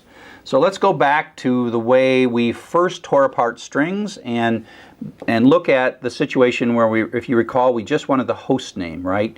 This is an email address and we're interested in the host name. So we have this string and we go find the @, right? The find looks up and tells us the @ is at position 21. And then what we do is we say, okay, let's look beyond there to the space, and that tells us the space is in position 31. And then we're saying we can extract starting at beyond the @ sign up to but not including the space by saying @pos +1 : space position. And when we get that, now we have to have a thing that decides to only look at this on from lines, but then it can print out the host that is extracting of this information. So that was one way that we did that, right? One way we did it. The next way we did this was the double split pattern, right? So we said, okay, let's take this line, let's break it into words based on spaces. That's what words is. So that's 0, 1, 2, 3, 4, 5, 6. And then we know that the email address on lines that start with from, space, is the second one. So we pull out email address, which pulls this bit out into email. And then we're going to split that again based on the @ sign. So we're going to split this part again based on the @ sign. So it splits right there, and then this becomes the 0 and 1 in pieces. And then pieces sub 1 is that host. And if we print that out, we get the host. So that's the double split pattern. Nice thing about that is you don't have to keep track. The little +1 is kind of annoying to use the space position. That previous one, that's just hard to remember. It's just, I've written this code way too many times in my career, and I've made mistakes, and I have to debug it every single time, and I print all these numbers out. I'm like, did I get it right? Oh, I did it in Python, I did it in Java, I did it in C. Wait a sec, I did it differently. And so this is a lot cleaner. I mean, I can write this every time, and I know it's going to work every time. I barely even need to test this code because it's so obvious. So double split is another way of extracting stuff. But if we look at this thing with the regular expression, we can say, oh, okay, let's let's use a regular expression to do this. So we'll start looking through the string. We'll start by saying, hey, let's look until we find an @ sign. Then let's start extracting with the parentheses. And then once we have found the @ sign, let's look for non-blank characters. This is a set of characters. This caret as the first one means not a blank. So that's another way to do non-blank. Not a set of characters which are everything but blank. That's what this little bit is saying. Star means 0 more times, which means it's going to run until it finds a blank, which is going to stop it. The greediness is what keeps pushing it, right? This is a greedy match. That asterisk is greedy because there's no question mark after it. And so that does go and starts at the @ sign with the parenthesis, goes to the space, and that's the end parenthesis, and that's what prints out. Now, Y is going to be a list that's a one-item list that has the string in it that we're looking for, but you can just go sub-0 to get that guy right out of there. Okay, so that's sort of the regular expression version of it, but we can make this a more fine-tuned thing. So we can say, look, we also want to pick the line, and we want to know if we don't get that line, we want to skip it. If we do get the line, we want to extract the data, and we can do this all in a single regular expression. So again, we say start from the beginning of the line, and it's got to be a from, followed by a space, and then followed by any number of characters, dot star, followed by an @ sign. So this has to match. We see a space, then we're going to have any number of characters, and then we're going to see an @ sign, and then we're going to start extracting, and then we're going to go non-blank, non-blank, non-blank, non-blank, non-blank, up, blank, and extracting, and out that comes. And this has the advantage of the previous one in that makes it much more precise. If we look at the previous one, while it works on good lines, it might actually trigger on lines that we actually don't want to see. So this allows us to refine it so it only actually does this to lines that we care about. So it's sort of both an if statement and a splitting, extracting going on all at the same time by having a bigger string that we're matching than we're extracting. It's a way to kind of clean up your data. So here is a simple program that we're going to just put all this together and actually accomplish something.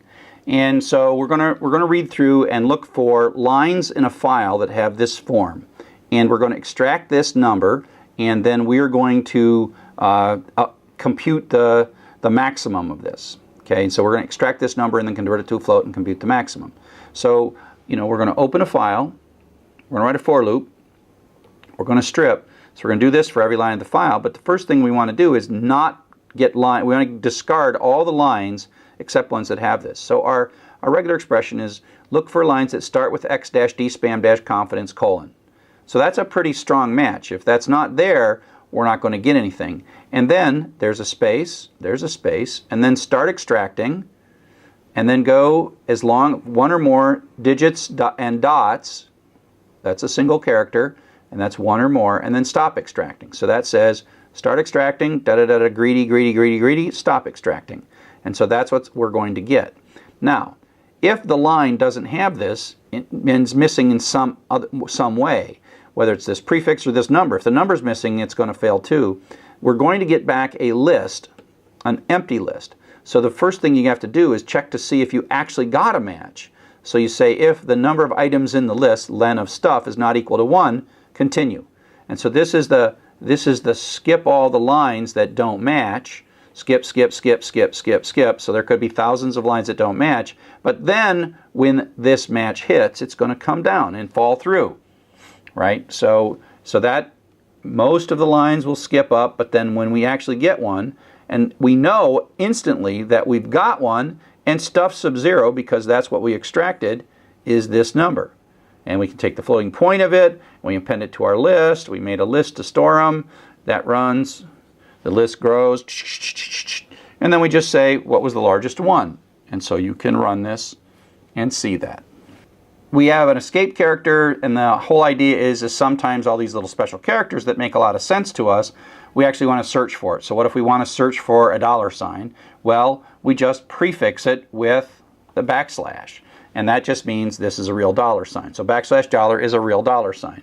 So this says, I would like a $sign followed by one or more digits or dots, And so that's going to match a $sign followed by one or more digits. Dots are okay. This is a set, remember. 0-9 or dot, that's a set of the list of legit characters. This is a range of characters that's a shortcut to how to make the set. You could make it be 0, 1, 2, 3, 4, 5, 7, 8, 9 dot, or 0-9, and it assumes that. And that's one or more. So then it stops because this is a space. It's greedy matching. Then it pulls this out. So that's kind of why greedy has to be the default, because otherwise, if it wasn't doing greedy matching, oops, come back.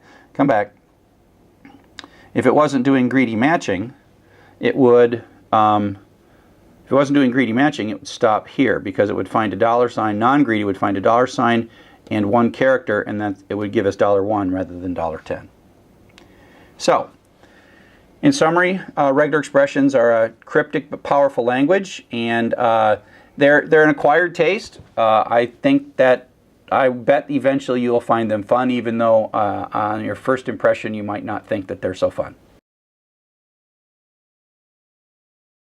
Welcome to Networked Programs. This is Chapter 12. Now we're going to learn a little bit about how we talk to resources on the network using Python. Now, this is a really quick introduction to how the network really works. I have a whole book that I wrote. It's also translated into Spanish on how the network works, starting at the very lowest layer, packets and everything, right on up. And it's actually really easy to read. I wrote it for a high school audience. It's a short book and pretty easy to read. So if you read that book, you will understand that there is this layered architecture, the TCP architecture that sort of runs our network. At the lowest layer, that on one side here, this is your computer and this is a server computer.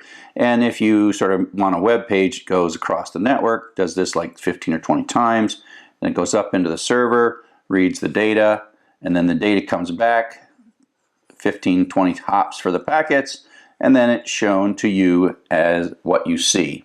And so that's how it works, and there's these layers that we're not going to talk about in this section, but I talk about in that book. The layers of the link layer, which talk about how to get over one hop, the internet layer, which talks about how to construct, say, 15 or so hops to get packets back and forth. That's the sort of lower level bits. We're going to start at what we call the transport layer, and that's the layer where your computer sort of assumes that it can make a phone call to another computer, another process running on a program on this computer, talks to a program on this computer, and then it kind of comes back. Okay, and so we're gonna leave this alone. We're going to ignore it. We're going to assume that there's this nice reliable pipe that's going from point A to point B, and what are we going to do with the pipe? But if you're interested, take a look at the book. So we're going to start with a pipe, some kind of a connection. We have two processes, process, and we have some kind of a connection between them. And it is a connection that we can both use to talk and to listen. In nerd terms, we call these things sockets, and that is one process running on one computer, another process running on one computer, another second computer connected through the internet somehow, and one computer speaks into that socket and it comes out, and the other computer returns something and it comes. And so this is a bidirectional protocol of data, which is a series of, in effect, data phone calls between applications. So the application might be on your side, this might be your browser, Chrome, Firefox, Internet Explorer. On the other side, this is a web server. Might be Internet IIS, Internet something something from Microsoft, or Apache, or Java Tomcat. There's another program, and you are making phone calls between these programs. Now, in general, these servers here stay up all the time, and you sort of just can make a request when you feel like it in your program. But that's what we're going to do, and this is what we call a socket. So that little connection, that phone call, that data phone call, is what we call a socket. Now, you have to decide which of the systems you're going to talk to, and then which of the services on those systems, or which process. And so we have this concept called port numbers, and they're best thought of like extensions on phones. So one organization has one phone number, and it says, please enter the extension of the party you'd like to talk to. Well, that's kind of what ports are. They're like, here is, I'm a server, and I'm connected to the internet. Please enter the extension of the process that you would like to talk to. And so, for example, there might be processes running on various computers, And so the email is known to hang out on port 25 or extension 25. Login, insecure login lives on port 23. Insecure web lives on 80, and secure web lives on 443. And there's a couple of different protocols. Say if you have your mail stored on Gmail and you have a local mail client, say like Thunderbird or Apple Mail, that talks a protocol to pull that mail across, and those live on various ports. So these ports are those extensions, and by convention, we have standards that tell us what to roughly expect at those ports. So when you're talking to port 80, you expect to talk to a web server or an HTTP server. If you're talking on port 23, you expect to talk to a telnet server, and on and on and on and on. And so these are the extensions, the typical, commonly used default extensions for various network application processes that are serving us data. Now sometimes you'll go to a URL and you'll see in that URL there's a colon and a number. That means it's a web server that's running on a port other than the official 80 or 443 port. Now in Python we can talk to these sockets, right? We can just talk to them, and it's really easy, surprisingly easy. We have to import socket because that's a library. It comes with Python, but until you can use it, you can't use it in your program until you say it. And then you basically in the socket library you call socket function. That's what that syntax is saying. You're making a socket. Now the key to a socket, it's sort of like an unopened file handle. It's half of a file handle. It's an outward looking thing that's not yet connected. These parameters, you're just going to type them in. This says we're going to make a socket that goes across the internet, and it's a stream socket, which means that it's a series of characters that come one after another rather than a series of blocks of text. There's another kind that's harder to deal with, but we're going to do this. So this, don't worry about this line. Just know that this creates a socket but does not associate it. The very next line, we get back a socket object in this variable that I'm storing in the variable mysock. And then when you want to make a connection across the internet to the far end, you say, oh, hey, dear socket, extend yourself across the internet. Make the phone call to this host, data.pr4e.org, and on that port 80. So that's making the phone call. This is like the phone number, and this is like the phone extension. So we haven't sent any data yet. We have simply rung the phone of a process, hopefully living on port 80. If it's there, great. This might blow up. This one here won't blow up, but this line here could blow up. If there's nothing sitting on that process, it would come back and say, oh, you tried to call, you got no answer. That's a legitimate thing to happen. Maybe you don't have a network connection, or maybe that service is down on that server, or the whole server's down. But so it's kind of amazing that we're sitting here in Python, and in 3 lines we have probably 500,000 engineers who built this thing called the internet, all these protocols and all this software, and we just made use of it in 3 lines of Python. And I guess this is one of the reasons that people absolutely love Python. Absolutely love Python. So now that we have a socket, we have to ask ourselves, what kind of data are we going to send, and then what kind of data are we going to expect to receive across that socket? So now we have a socket, we are going to talk about what we're going to do with it, right? So the socket basically functions at this level. Your application is saying, make me a socket, which is sort of this endpoint, and then the connect actually connects to an application on the far side. And there's a port involved, so that might be port 80. And this is the far host, and that could be www.py4e.org or data.py4e.org. Okay, and so the socket is solving this, and the question then is, what are we going to send and what are we going to expect to get back? And that's what we call the application protocol. So we know that these two have made a phone call. And it's no different than making the phone call and saying, you know, hello, right? And everyone knows that when the phone rings and you pick it up, you're supposed to say hello. And that's part of our protocol. So who talks first, right? So the dominant protocol that we use in this section is the HTTP protocol. The key is hypertext transfer protocol. It's dominant. It's really easy to use. That's why I use it as an example. But realize that there are many others like mail and file transfer and remote login and all kinds of other protocols. Each is a different application protocol. They all use sort of sockets at their lower level. But then on top of that, they layer the rules of the road for retrieving hypertext web pages. And we have used these for all kinds of other things. So the protocol, like I said, is like who answers the phone first, what do they say, what happens if the person doesn't answer right, can you hear me now, those kinds of things. And it's a real simple thing, and all you really need to do is, so that both sides can agree, you have to write a thing that's like the rules in the middle and say, okay, everybody, as long as we all do this, we'll be fine. It's as simple as picking on which side of the road the cars can drive on. It works fine no matter which side, but if each car randomly picked, it would be really kind of a mess. So if you look at the typical URL, and this is one of the things that the web innovators in 1980 really invented that was wonderful, and it seems second nature today, but in 1990 it was rather revolutionary, in that these uniform resource locators included in themselves a protocol, the host to connect to, and the document to retrieve. So this is one of the clever ideas that the web came up with, because we used to have to pick a program like FTP or Telnet or whatever, SMTP, then we had to go to the right host, and then we had to talk to that host a certain way. So in HTTP, it's a really simple protocol invented in 1989 and 1990 by Tim Berners-Lee and Robert Cailliau at CERN. And they created a protocol that we have grown to know and love and use for way more than retrieving documents, as we'll see in the upcoming chapters. So we're going to talk a little bit about what happens when you click on a page that has a link. Now, there's all kind of fancy stuff that can go on, but this is the basics.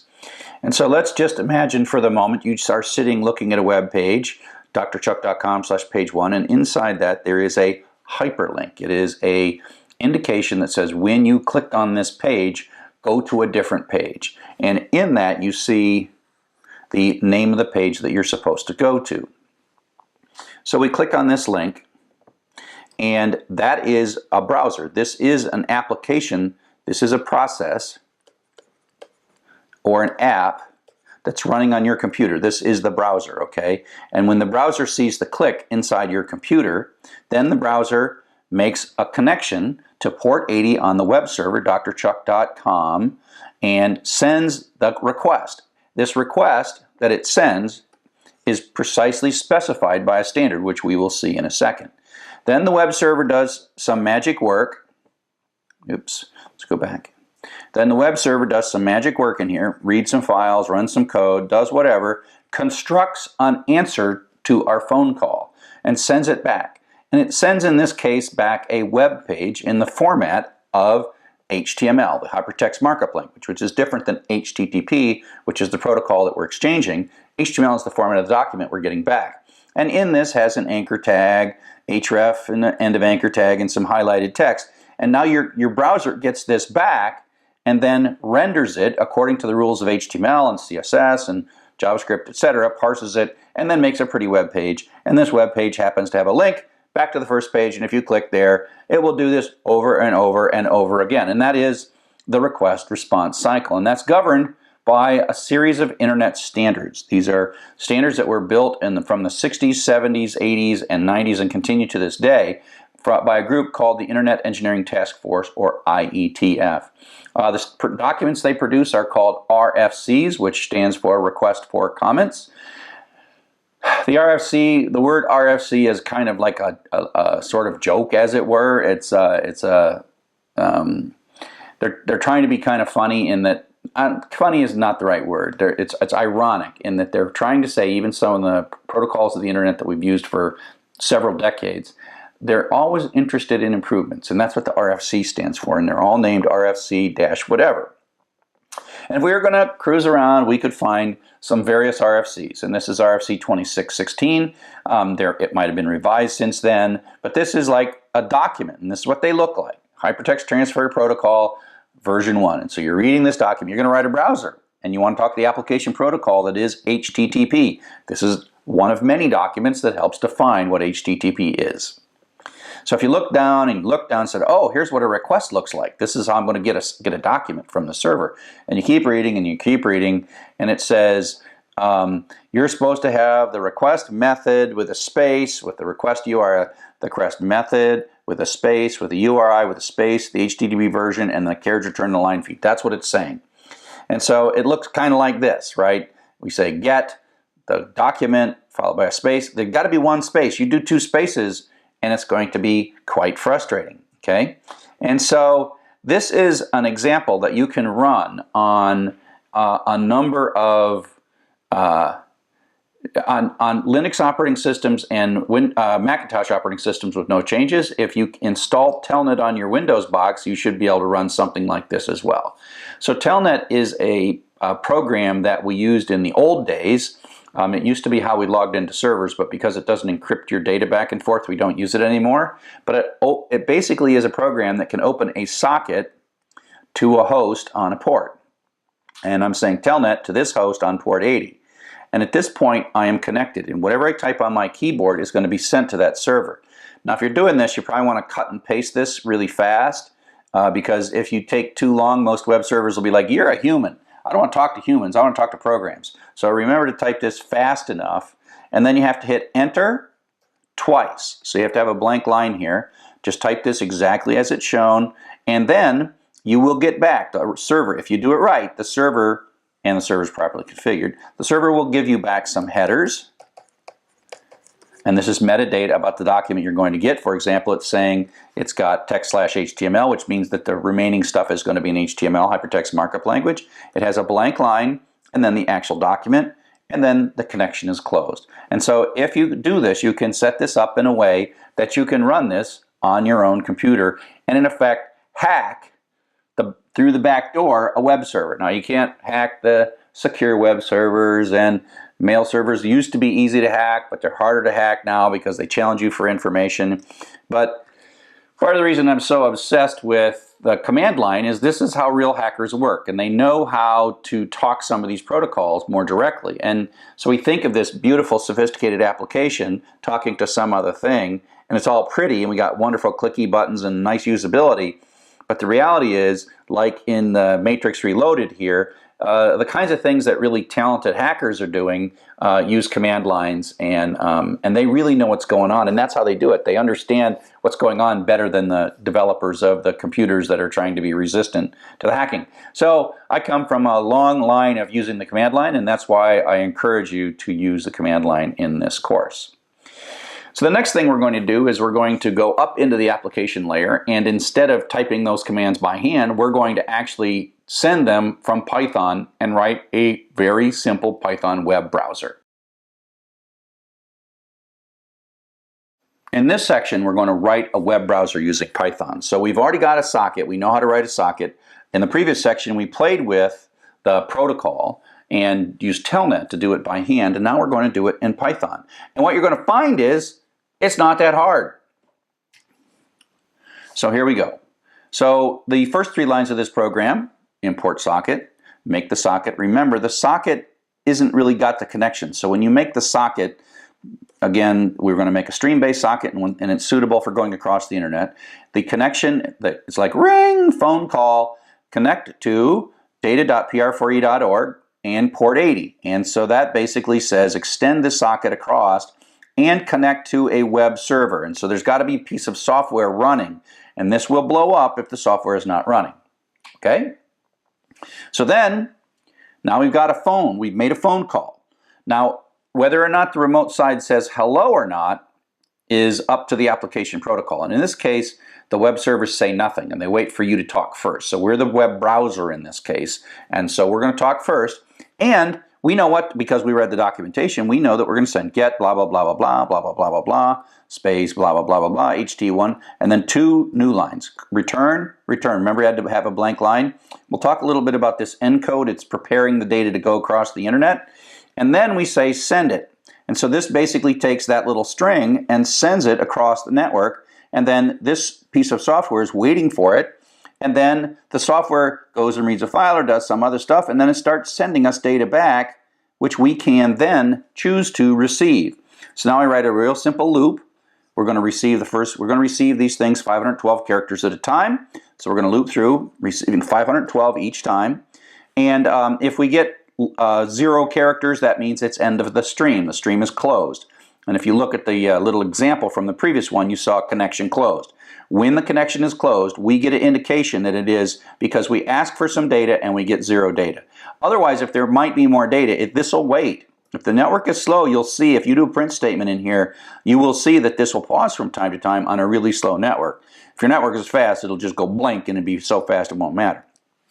But this is how we go. So this is basically until the entire socket, until the socket is closed, we're going to read this data. And because this data is coming from the outside world, we have to decode it before we print it. And then when we're all done, we break out of here and we close the socket.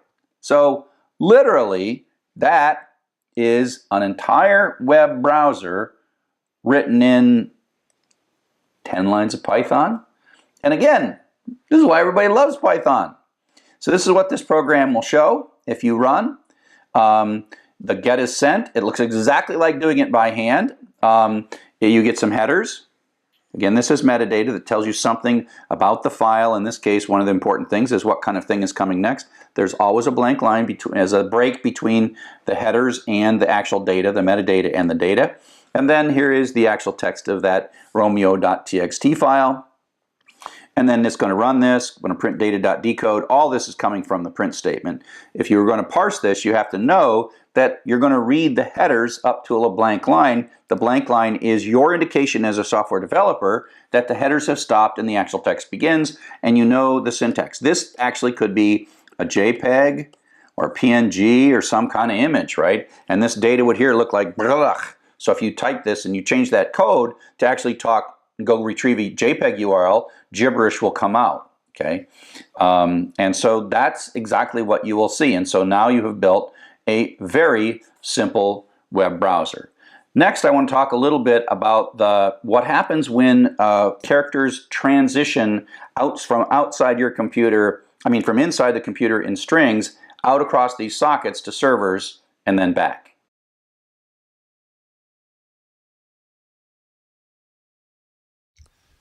Hello everybody and welcome to some worked sample code. If you are interested in the source code, you go to materials and download this sample code.zip. I have this downloaded. It'll be in a folder called code 3 on my computer. This is where I'm at. I'm in the code 3 folder, and this has a ton of bits of code here.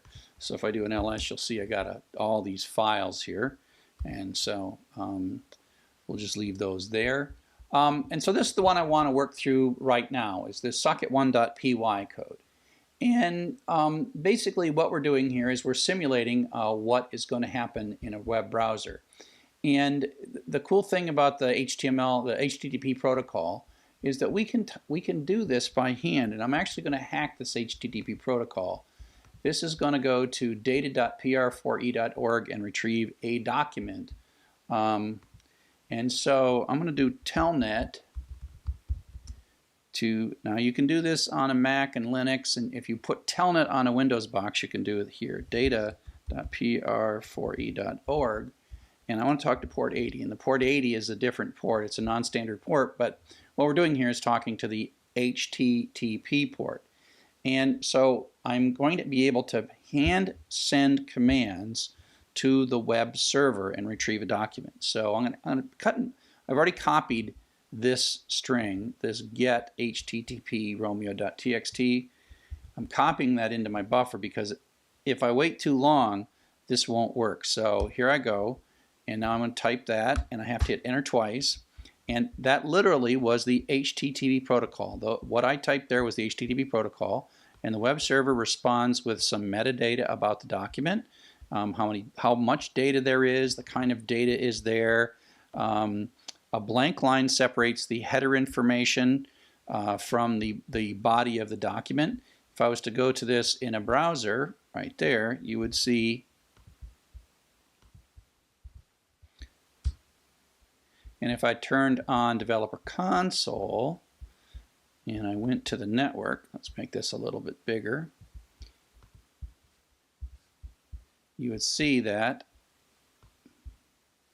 it retrieves this file romeo.txt, and it gets back that it shows us the headers, and it shows us the response. And so this is all the same way of doing the same thing, and that is how to do the HTTP protocol. Okay? But now we're going to do this in Python, and so here's the code we're going to write.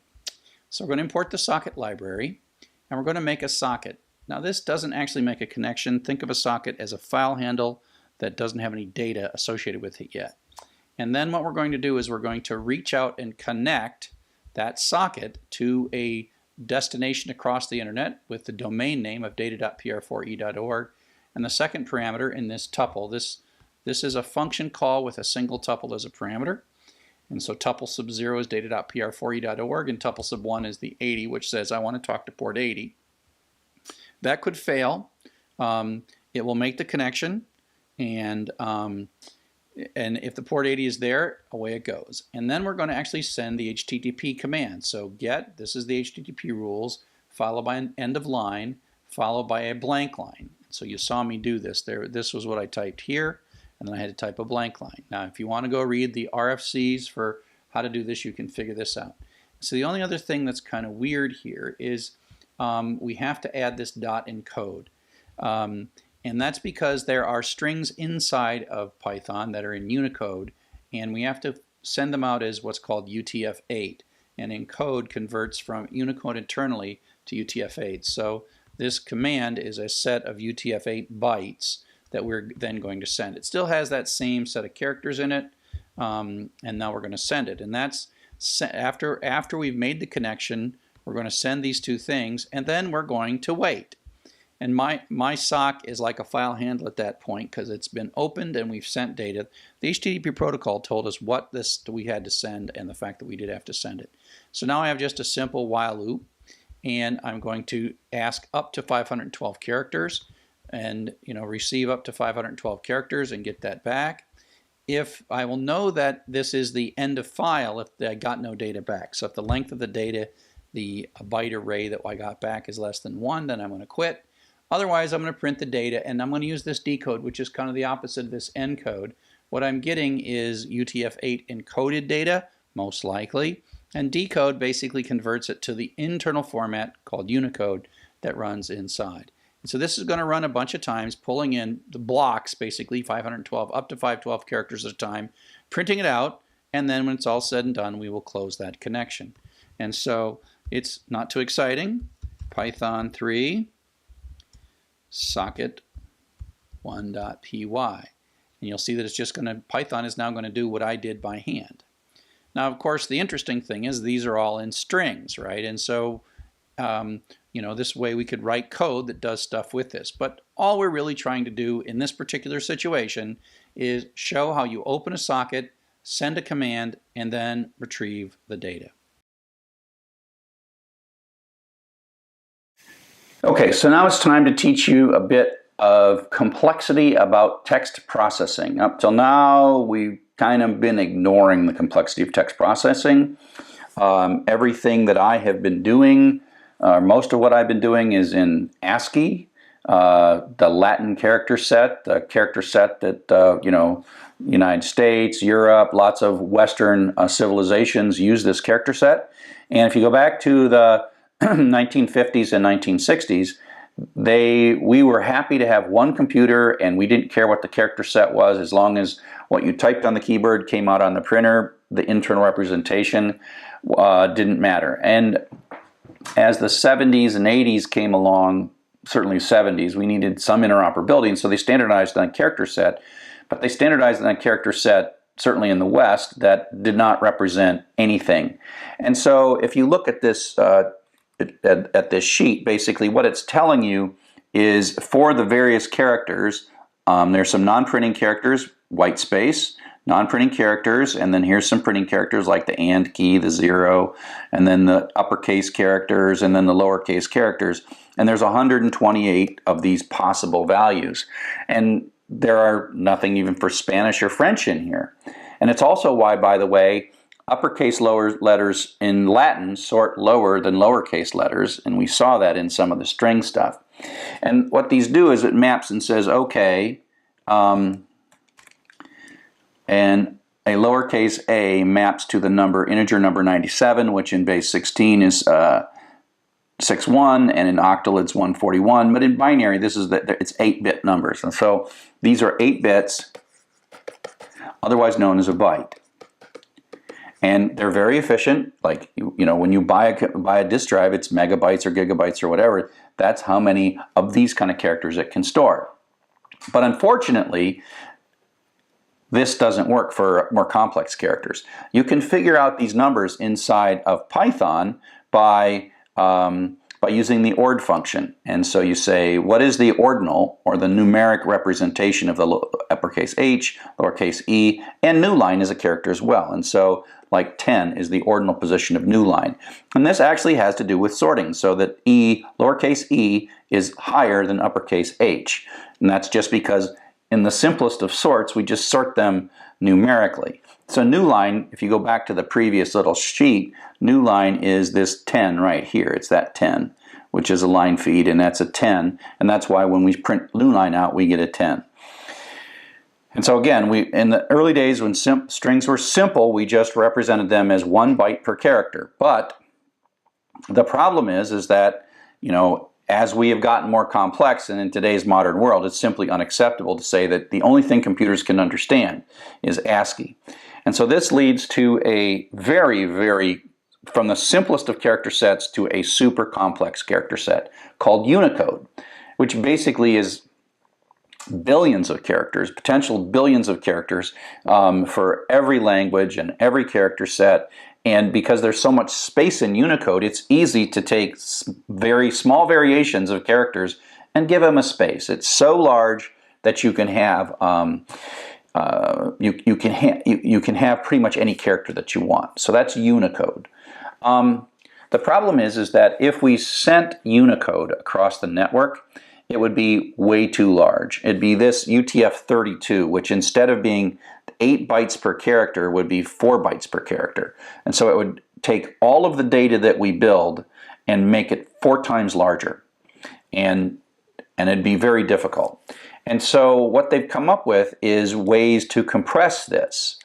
And UTF-16 is this weird thing. UTF-32 is really sort of the full Unicode, pretty much. UTF-16 is a subset of Unicode.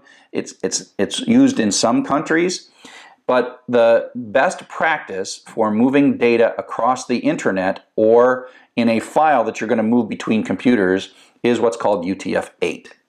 And so what happens is that UTF-32 is fixed length. ASCII is one byte. UTF-16 is 2 bytes, UTF-32 is 4 bytes, and UTF-8 has dynamic length, meaning that it is 1 to 4 bytes, and if it's only 1 byte long, it's perfectly compatible with ASCII, meaning that an ASCII file is also a UTF-8. And so here's this little sheet, and it's not critical that you understand this graph too much, but basically as time passed, 2000 internet's coming, now 2014, pretty much overwhelmingly the documents on the internet that you might retrieve are UTF-8. Now, so UTF-8 is the recommended practice, and it's sort of a compression of UTF-8 can represent all the things UTF-32 can represent. It's just a compression of it, so that, and with an overlap of ASCII, which is awesome. It's what you want. I don't need to talk anymore. So in Python, we have always had sort of 2 ways of representing strings. In Python 2, the normal string was a byte string, was an ASCII string, was a Latin string. And if you wanted to represent Unicode, there was a separate kind of object that we had. And so you would do that. And in Python 3.0 or later, one of the main features of Python 3 was to make Unicode and string the same. So that means inside of Python, when you have a string variable, it's a Unicode. Whereas inside of Python 2, it was a byte variable. And so now we have this notion separately in Python 2 and on Python 3 where we have byte variables. And so byte variables are, in effect, an array of bytes. So if there's ABC, that means it's 3 bytes. It's 3 bytes long. Whereas a string might be a 3-character string might be anywhere from 3 to 12 bytes long. So Python 2 had bytes and strings that were the same. Bytes and strings are the same, and Unicode is weird. And in Python 3, strings and Unicode are the same, and bytes are weird. Okay, and so that's what we've got to deal with. And there'll be times when we get bytes from APIs. When we call things, we have to then figure out what kind of thing those bytes contain, because the bytes might contain ASCII, they might contain UTF-8, they might contain various things. And so internally, all the strings in Python 3 are Unicode. Most of the time, if you're inside the program or reading and writing files, we just work. And that's why we haven't mentioned it. But now that we're talking over sockets, we're talking to the sort of random world out there, we have to be a little more aware of the data we're dealing with. Now, the good news is 98% of the time, or 95% of the time, it's UTF-8, which might also include ASCII, and so it's quite nice. But we have to be aware of this. And so if we are going to take data that comes off of the network in the bytes, then we have to make sure that we interpret it or decode it and in the right way, so that internally the strings, which are Unicode, are properly represented. And so that's why when we read data in from a network connection like a socket, we have to say, hey, decode it. Now there's a couple things going on at that moment of decode. And so this is where we're doing it. We see this, we have to manage this in this code where before we send this stuff, we're going to encode it, which takes a Unicode string and turns it into UTF-8 bytes. There's actually a parameter here that you could do it different than UTF-8, but no one ever does. You might have to for certain situations, but so that says that we're going to encode this into UTF-8 before we send it, and then when we get something back, before we print it, we're going to decode it. And that's how this ends up working out. And if you look at the documentation, you will see that sometimes it says it's a string or it's bytes. And so you take a byte array and you decode it to get a string, and you take a string and encode it to get a byte array. And so that's what we're doing. So you can think of the process as this way, and that is the network has these UTF-8, mostly UTF-8 resources, not ASCII. If it's ASCII, it's okay. So you read with the receive. So this receive here pulls data, or well, we have a Unicode string. Let's start with the send.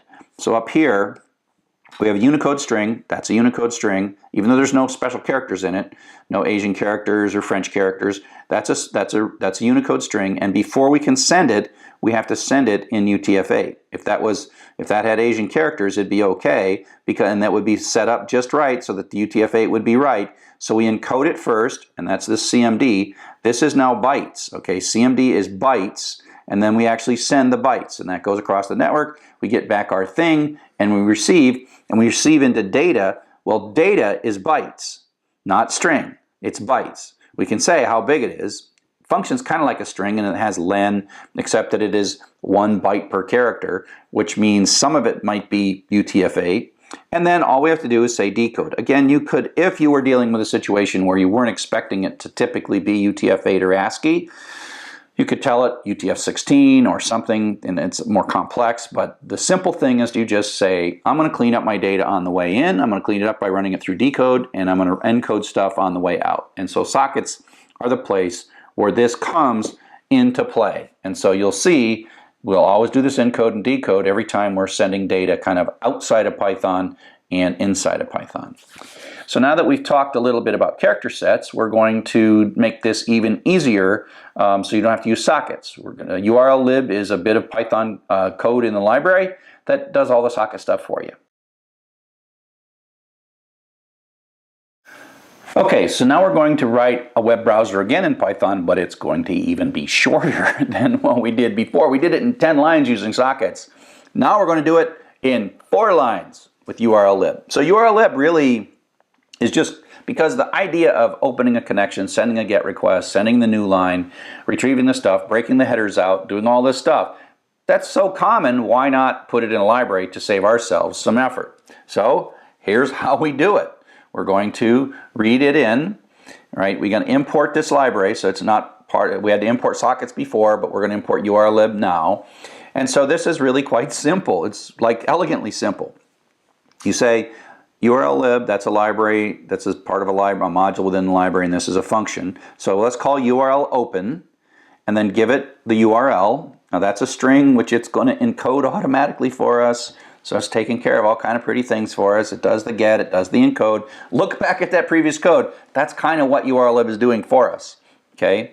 Now what URLlib also does is it makes the connection, encodes the GET request, and then it actually retrieves, at this moment, it retrieves all the headers and keeps them for you for later. You can get the headers, but we're not going to see the headers. And it returns to you an object that looks pretty much like a file handle, because you can put this in the for clause after the in.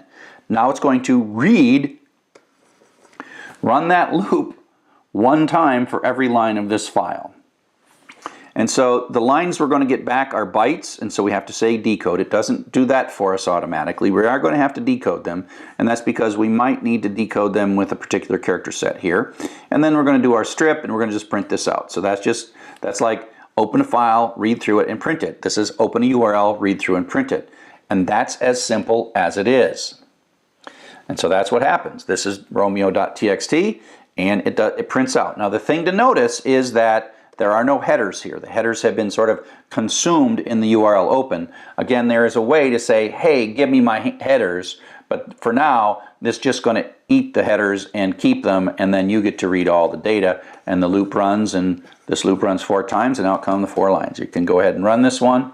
It's super easy. I mean, literally super easy. And if you can do anything you want. I mean, treat it like a file. You just have to remember to do the decode bit when you treat it like a file. And so that code import it. We're going to open it. We're going to make a dictionary. We're going to loop through. We're going to split it. We have to add the decode just to make sure, because that line is bytes, not string.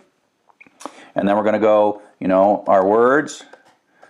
We're going to go through the line, and then each line we're going to bounce through the words. The inner for loop is bouncing through the words, and then we're going to go to the next line, and then we make ourselves a dictionary, and we print that dictionary out. Now this in effect, other than importing this, opening it differently, and doing the decode, this is exactly how we would process a file. And so by using URLlib, you really sort of reduce the complexity of retrieving and reading network resources to the same complexity of reading and dealing with a file locally on your hard drive, which is kind of pretty. So one of the things then we can do is read web pages. That was a text file, but you can get HTML. And so here's how you read a web page. And it's the same kind of code. We open a URL. This one happens to have HTML in it, and we read through it, and out comes the HTML. Remember that the headers are there, but they've been eaten by URL open for us. And now we could write a browser that would parse these less thans and greater thans and make links, etc., etc., etc. So if you can come up with ways to find these links, you could actually write a bit of code that would then have a loop that would go up and open a new one. Pull out the links, open a new one. Pull out the links, open a new one. And so you could make a thing that would retrieve you could write a program that would retrieve a page, find the links in the page, and then retrieve those links. And we'll actually do that before the end of the class.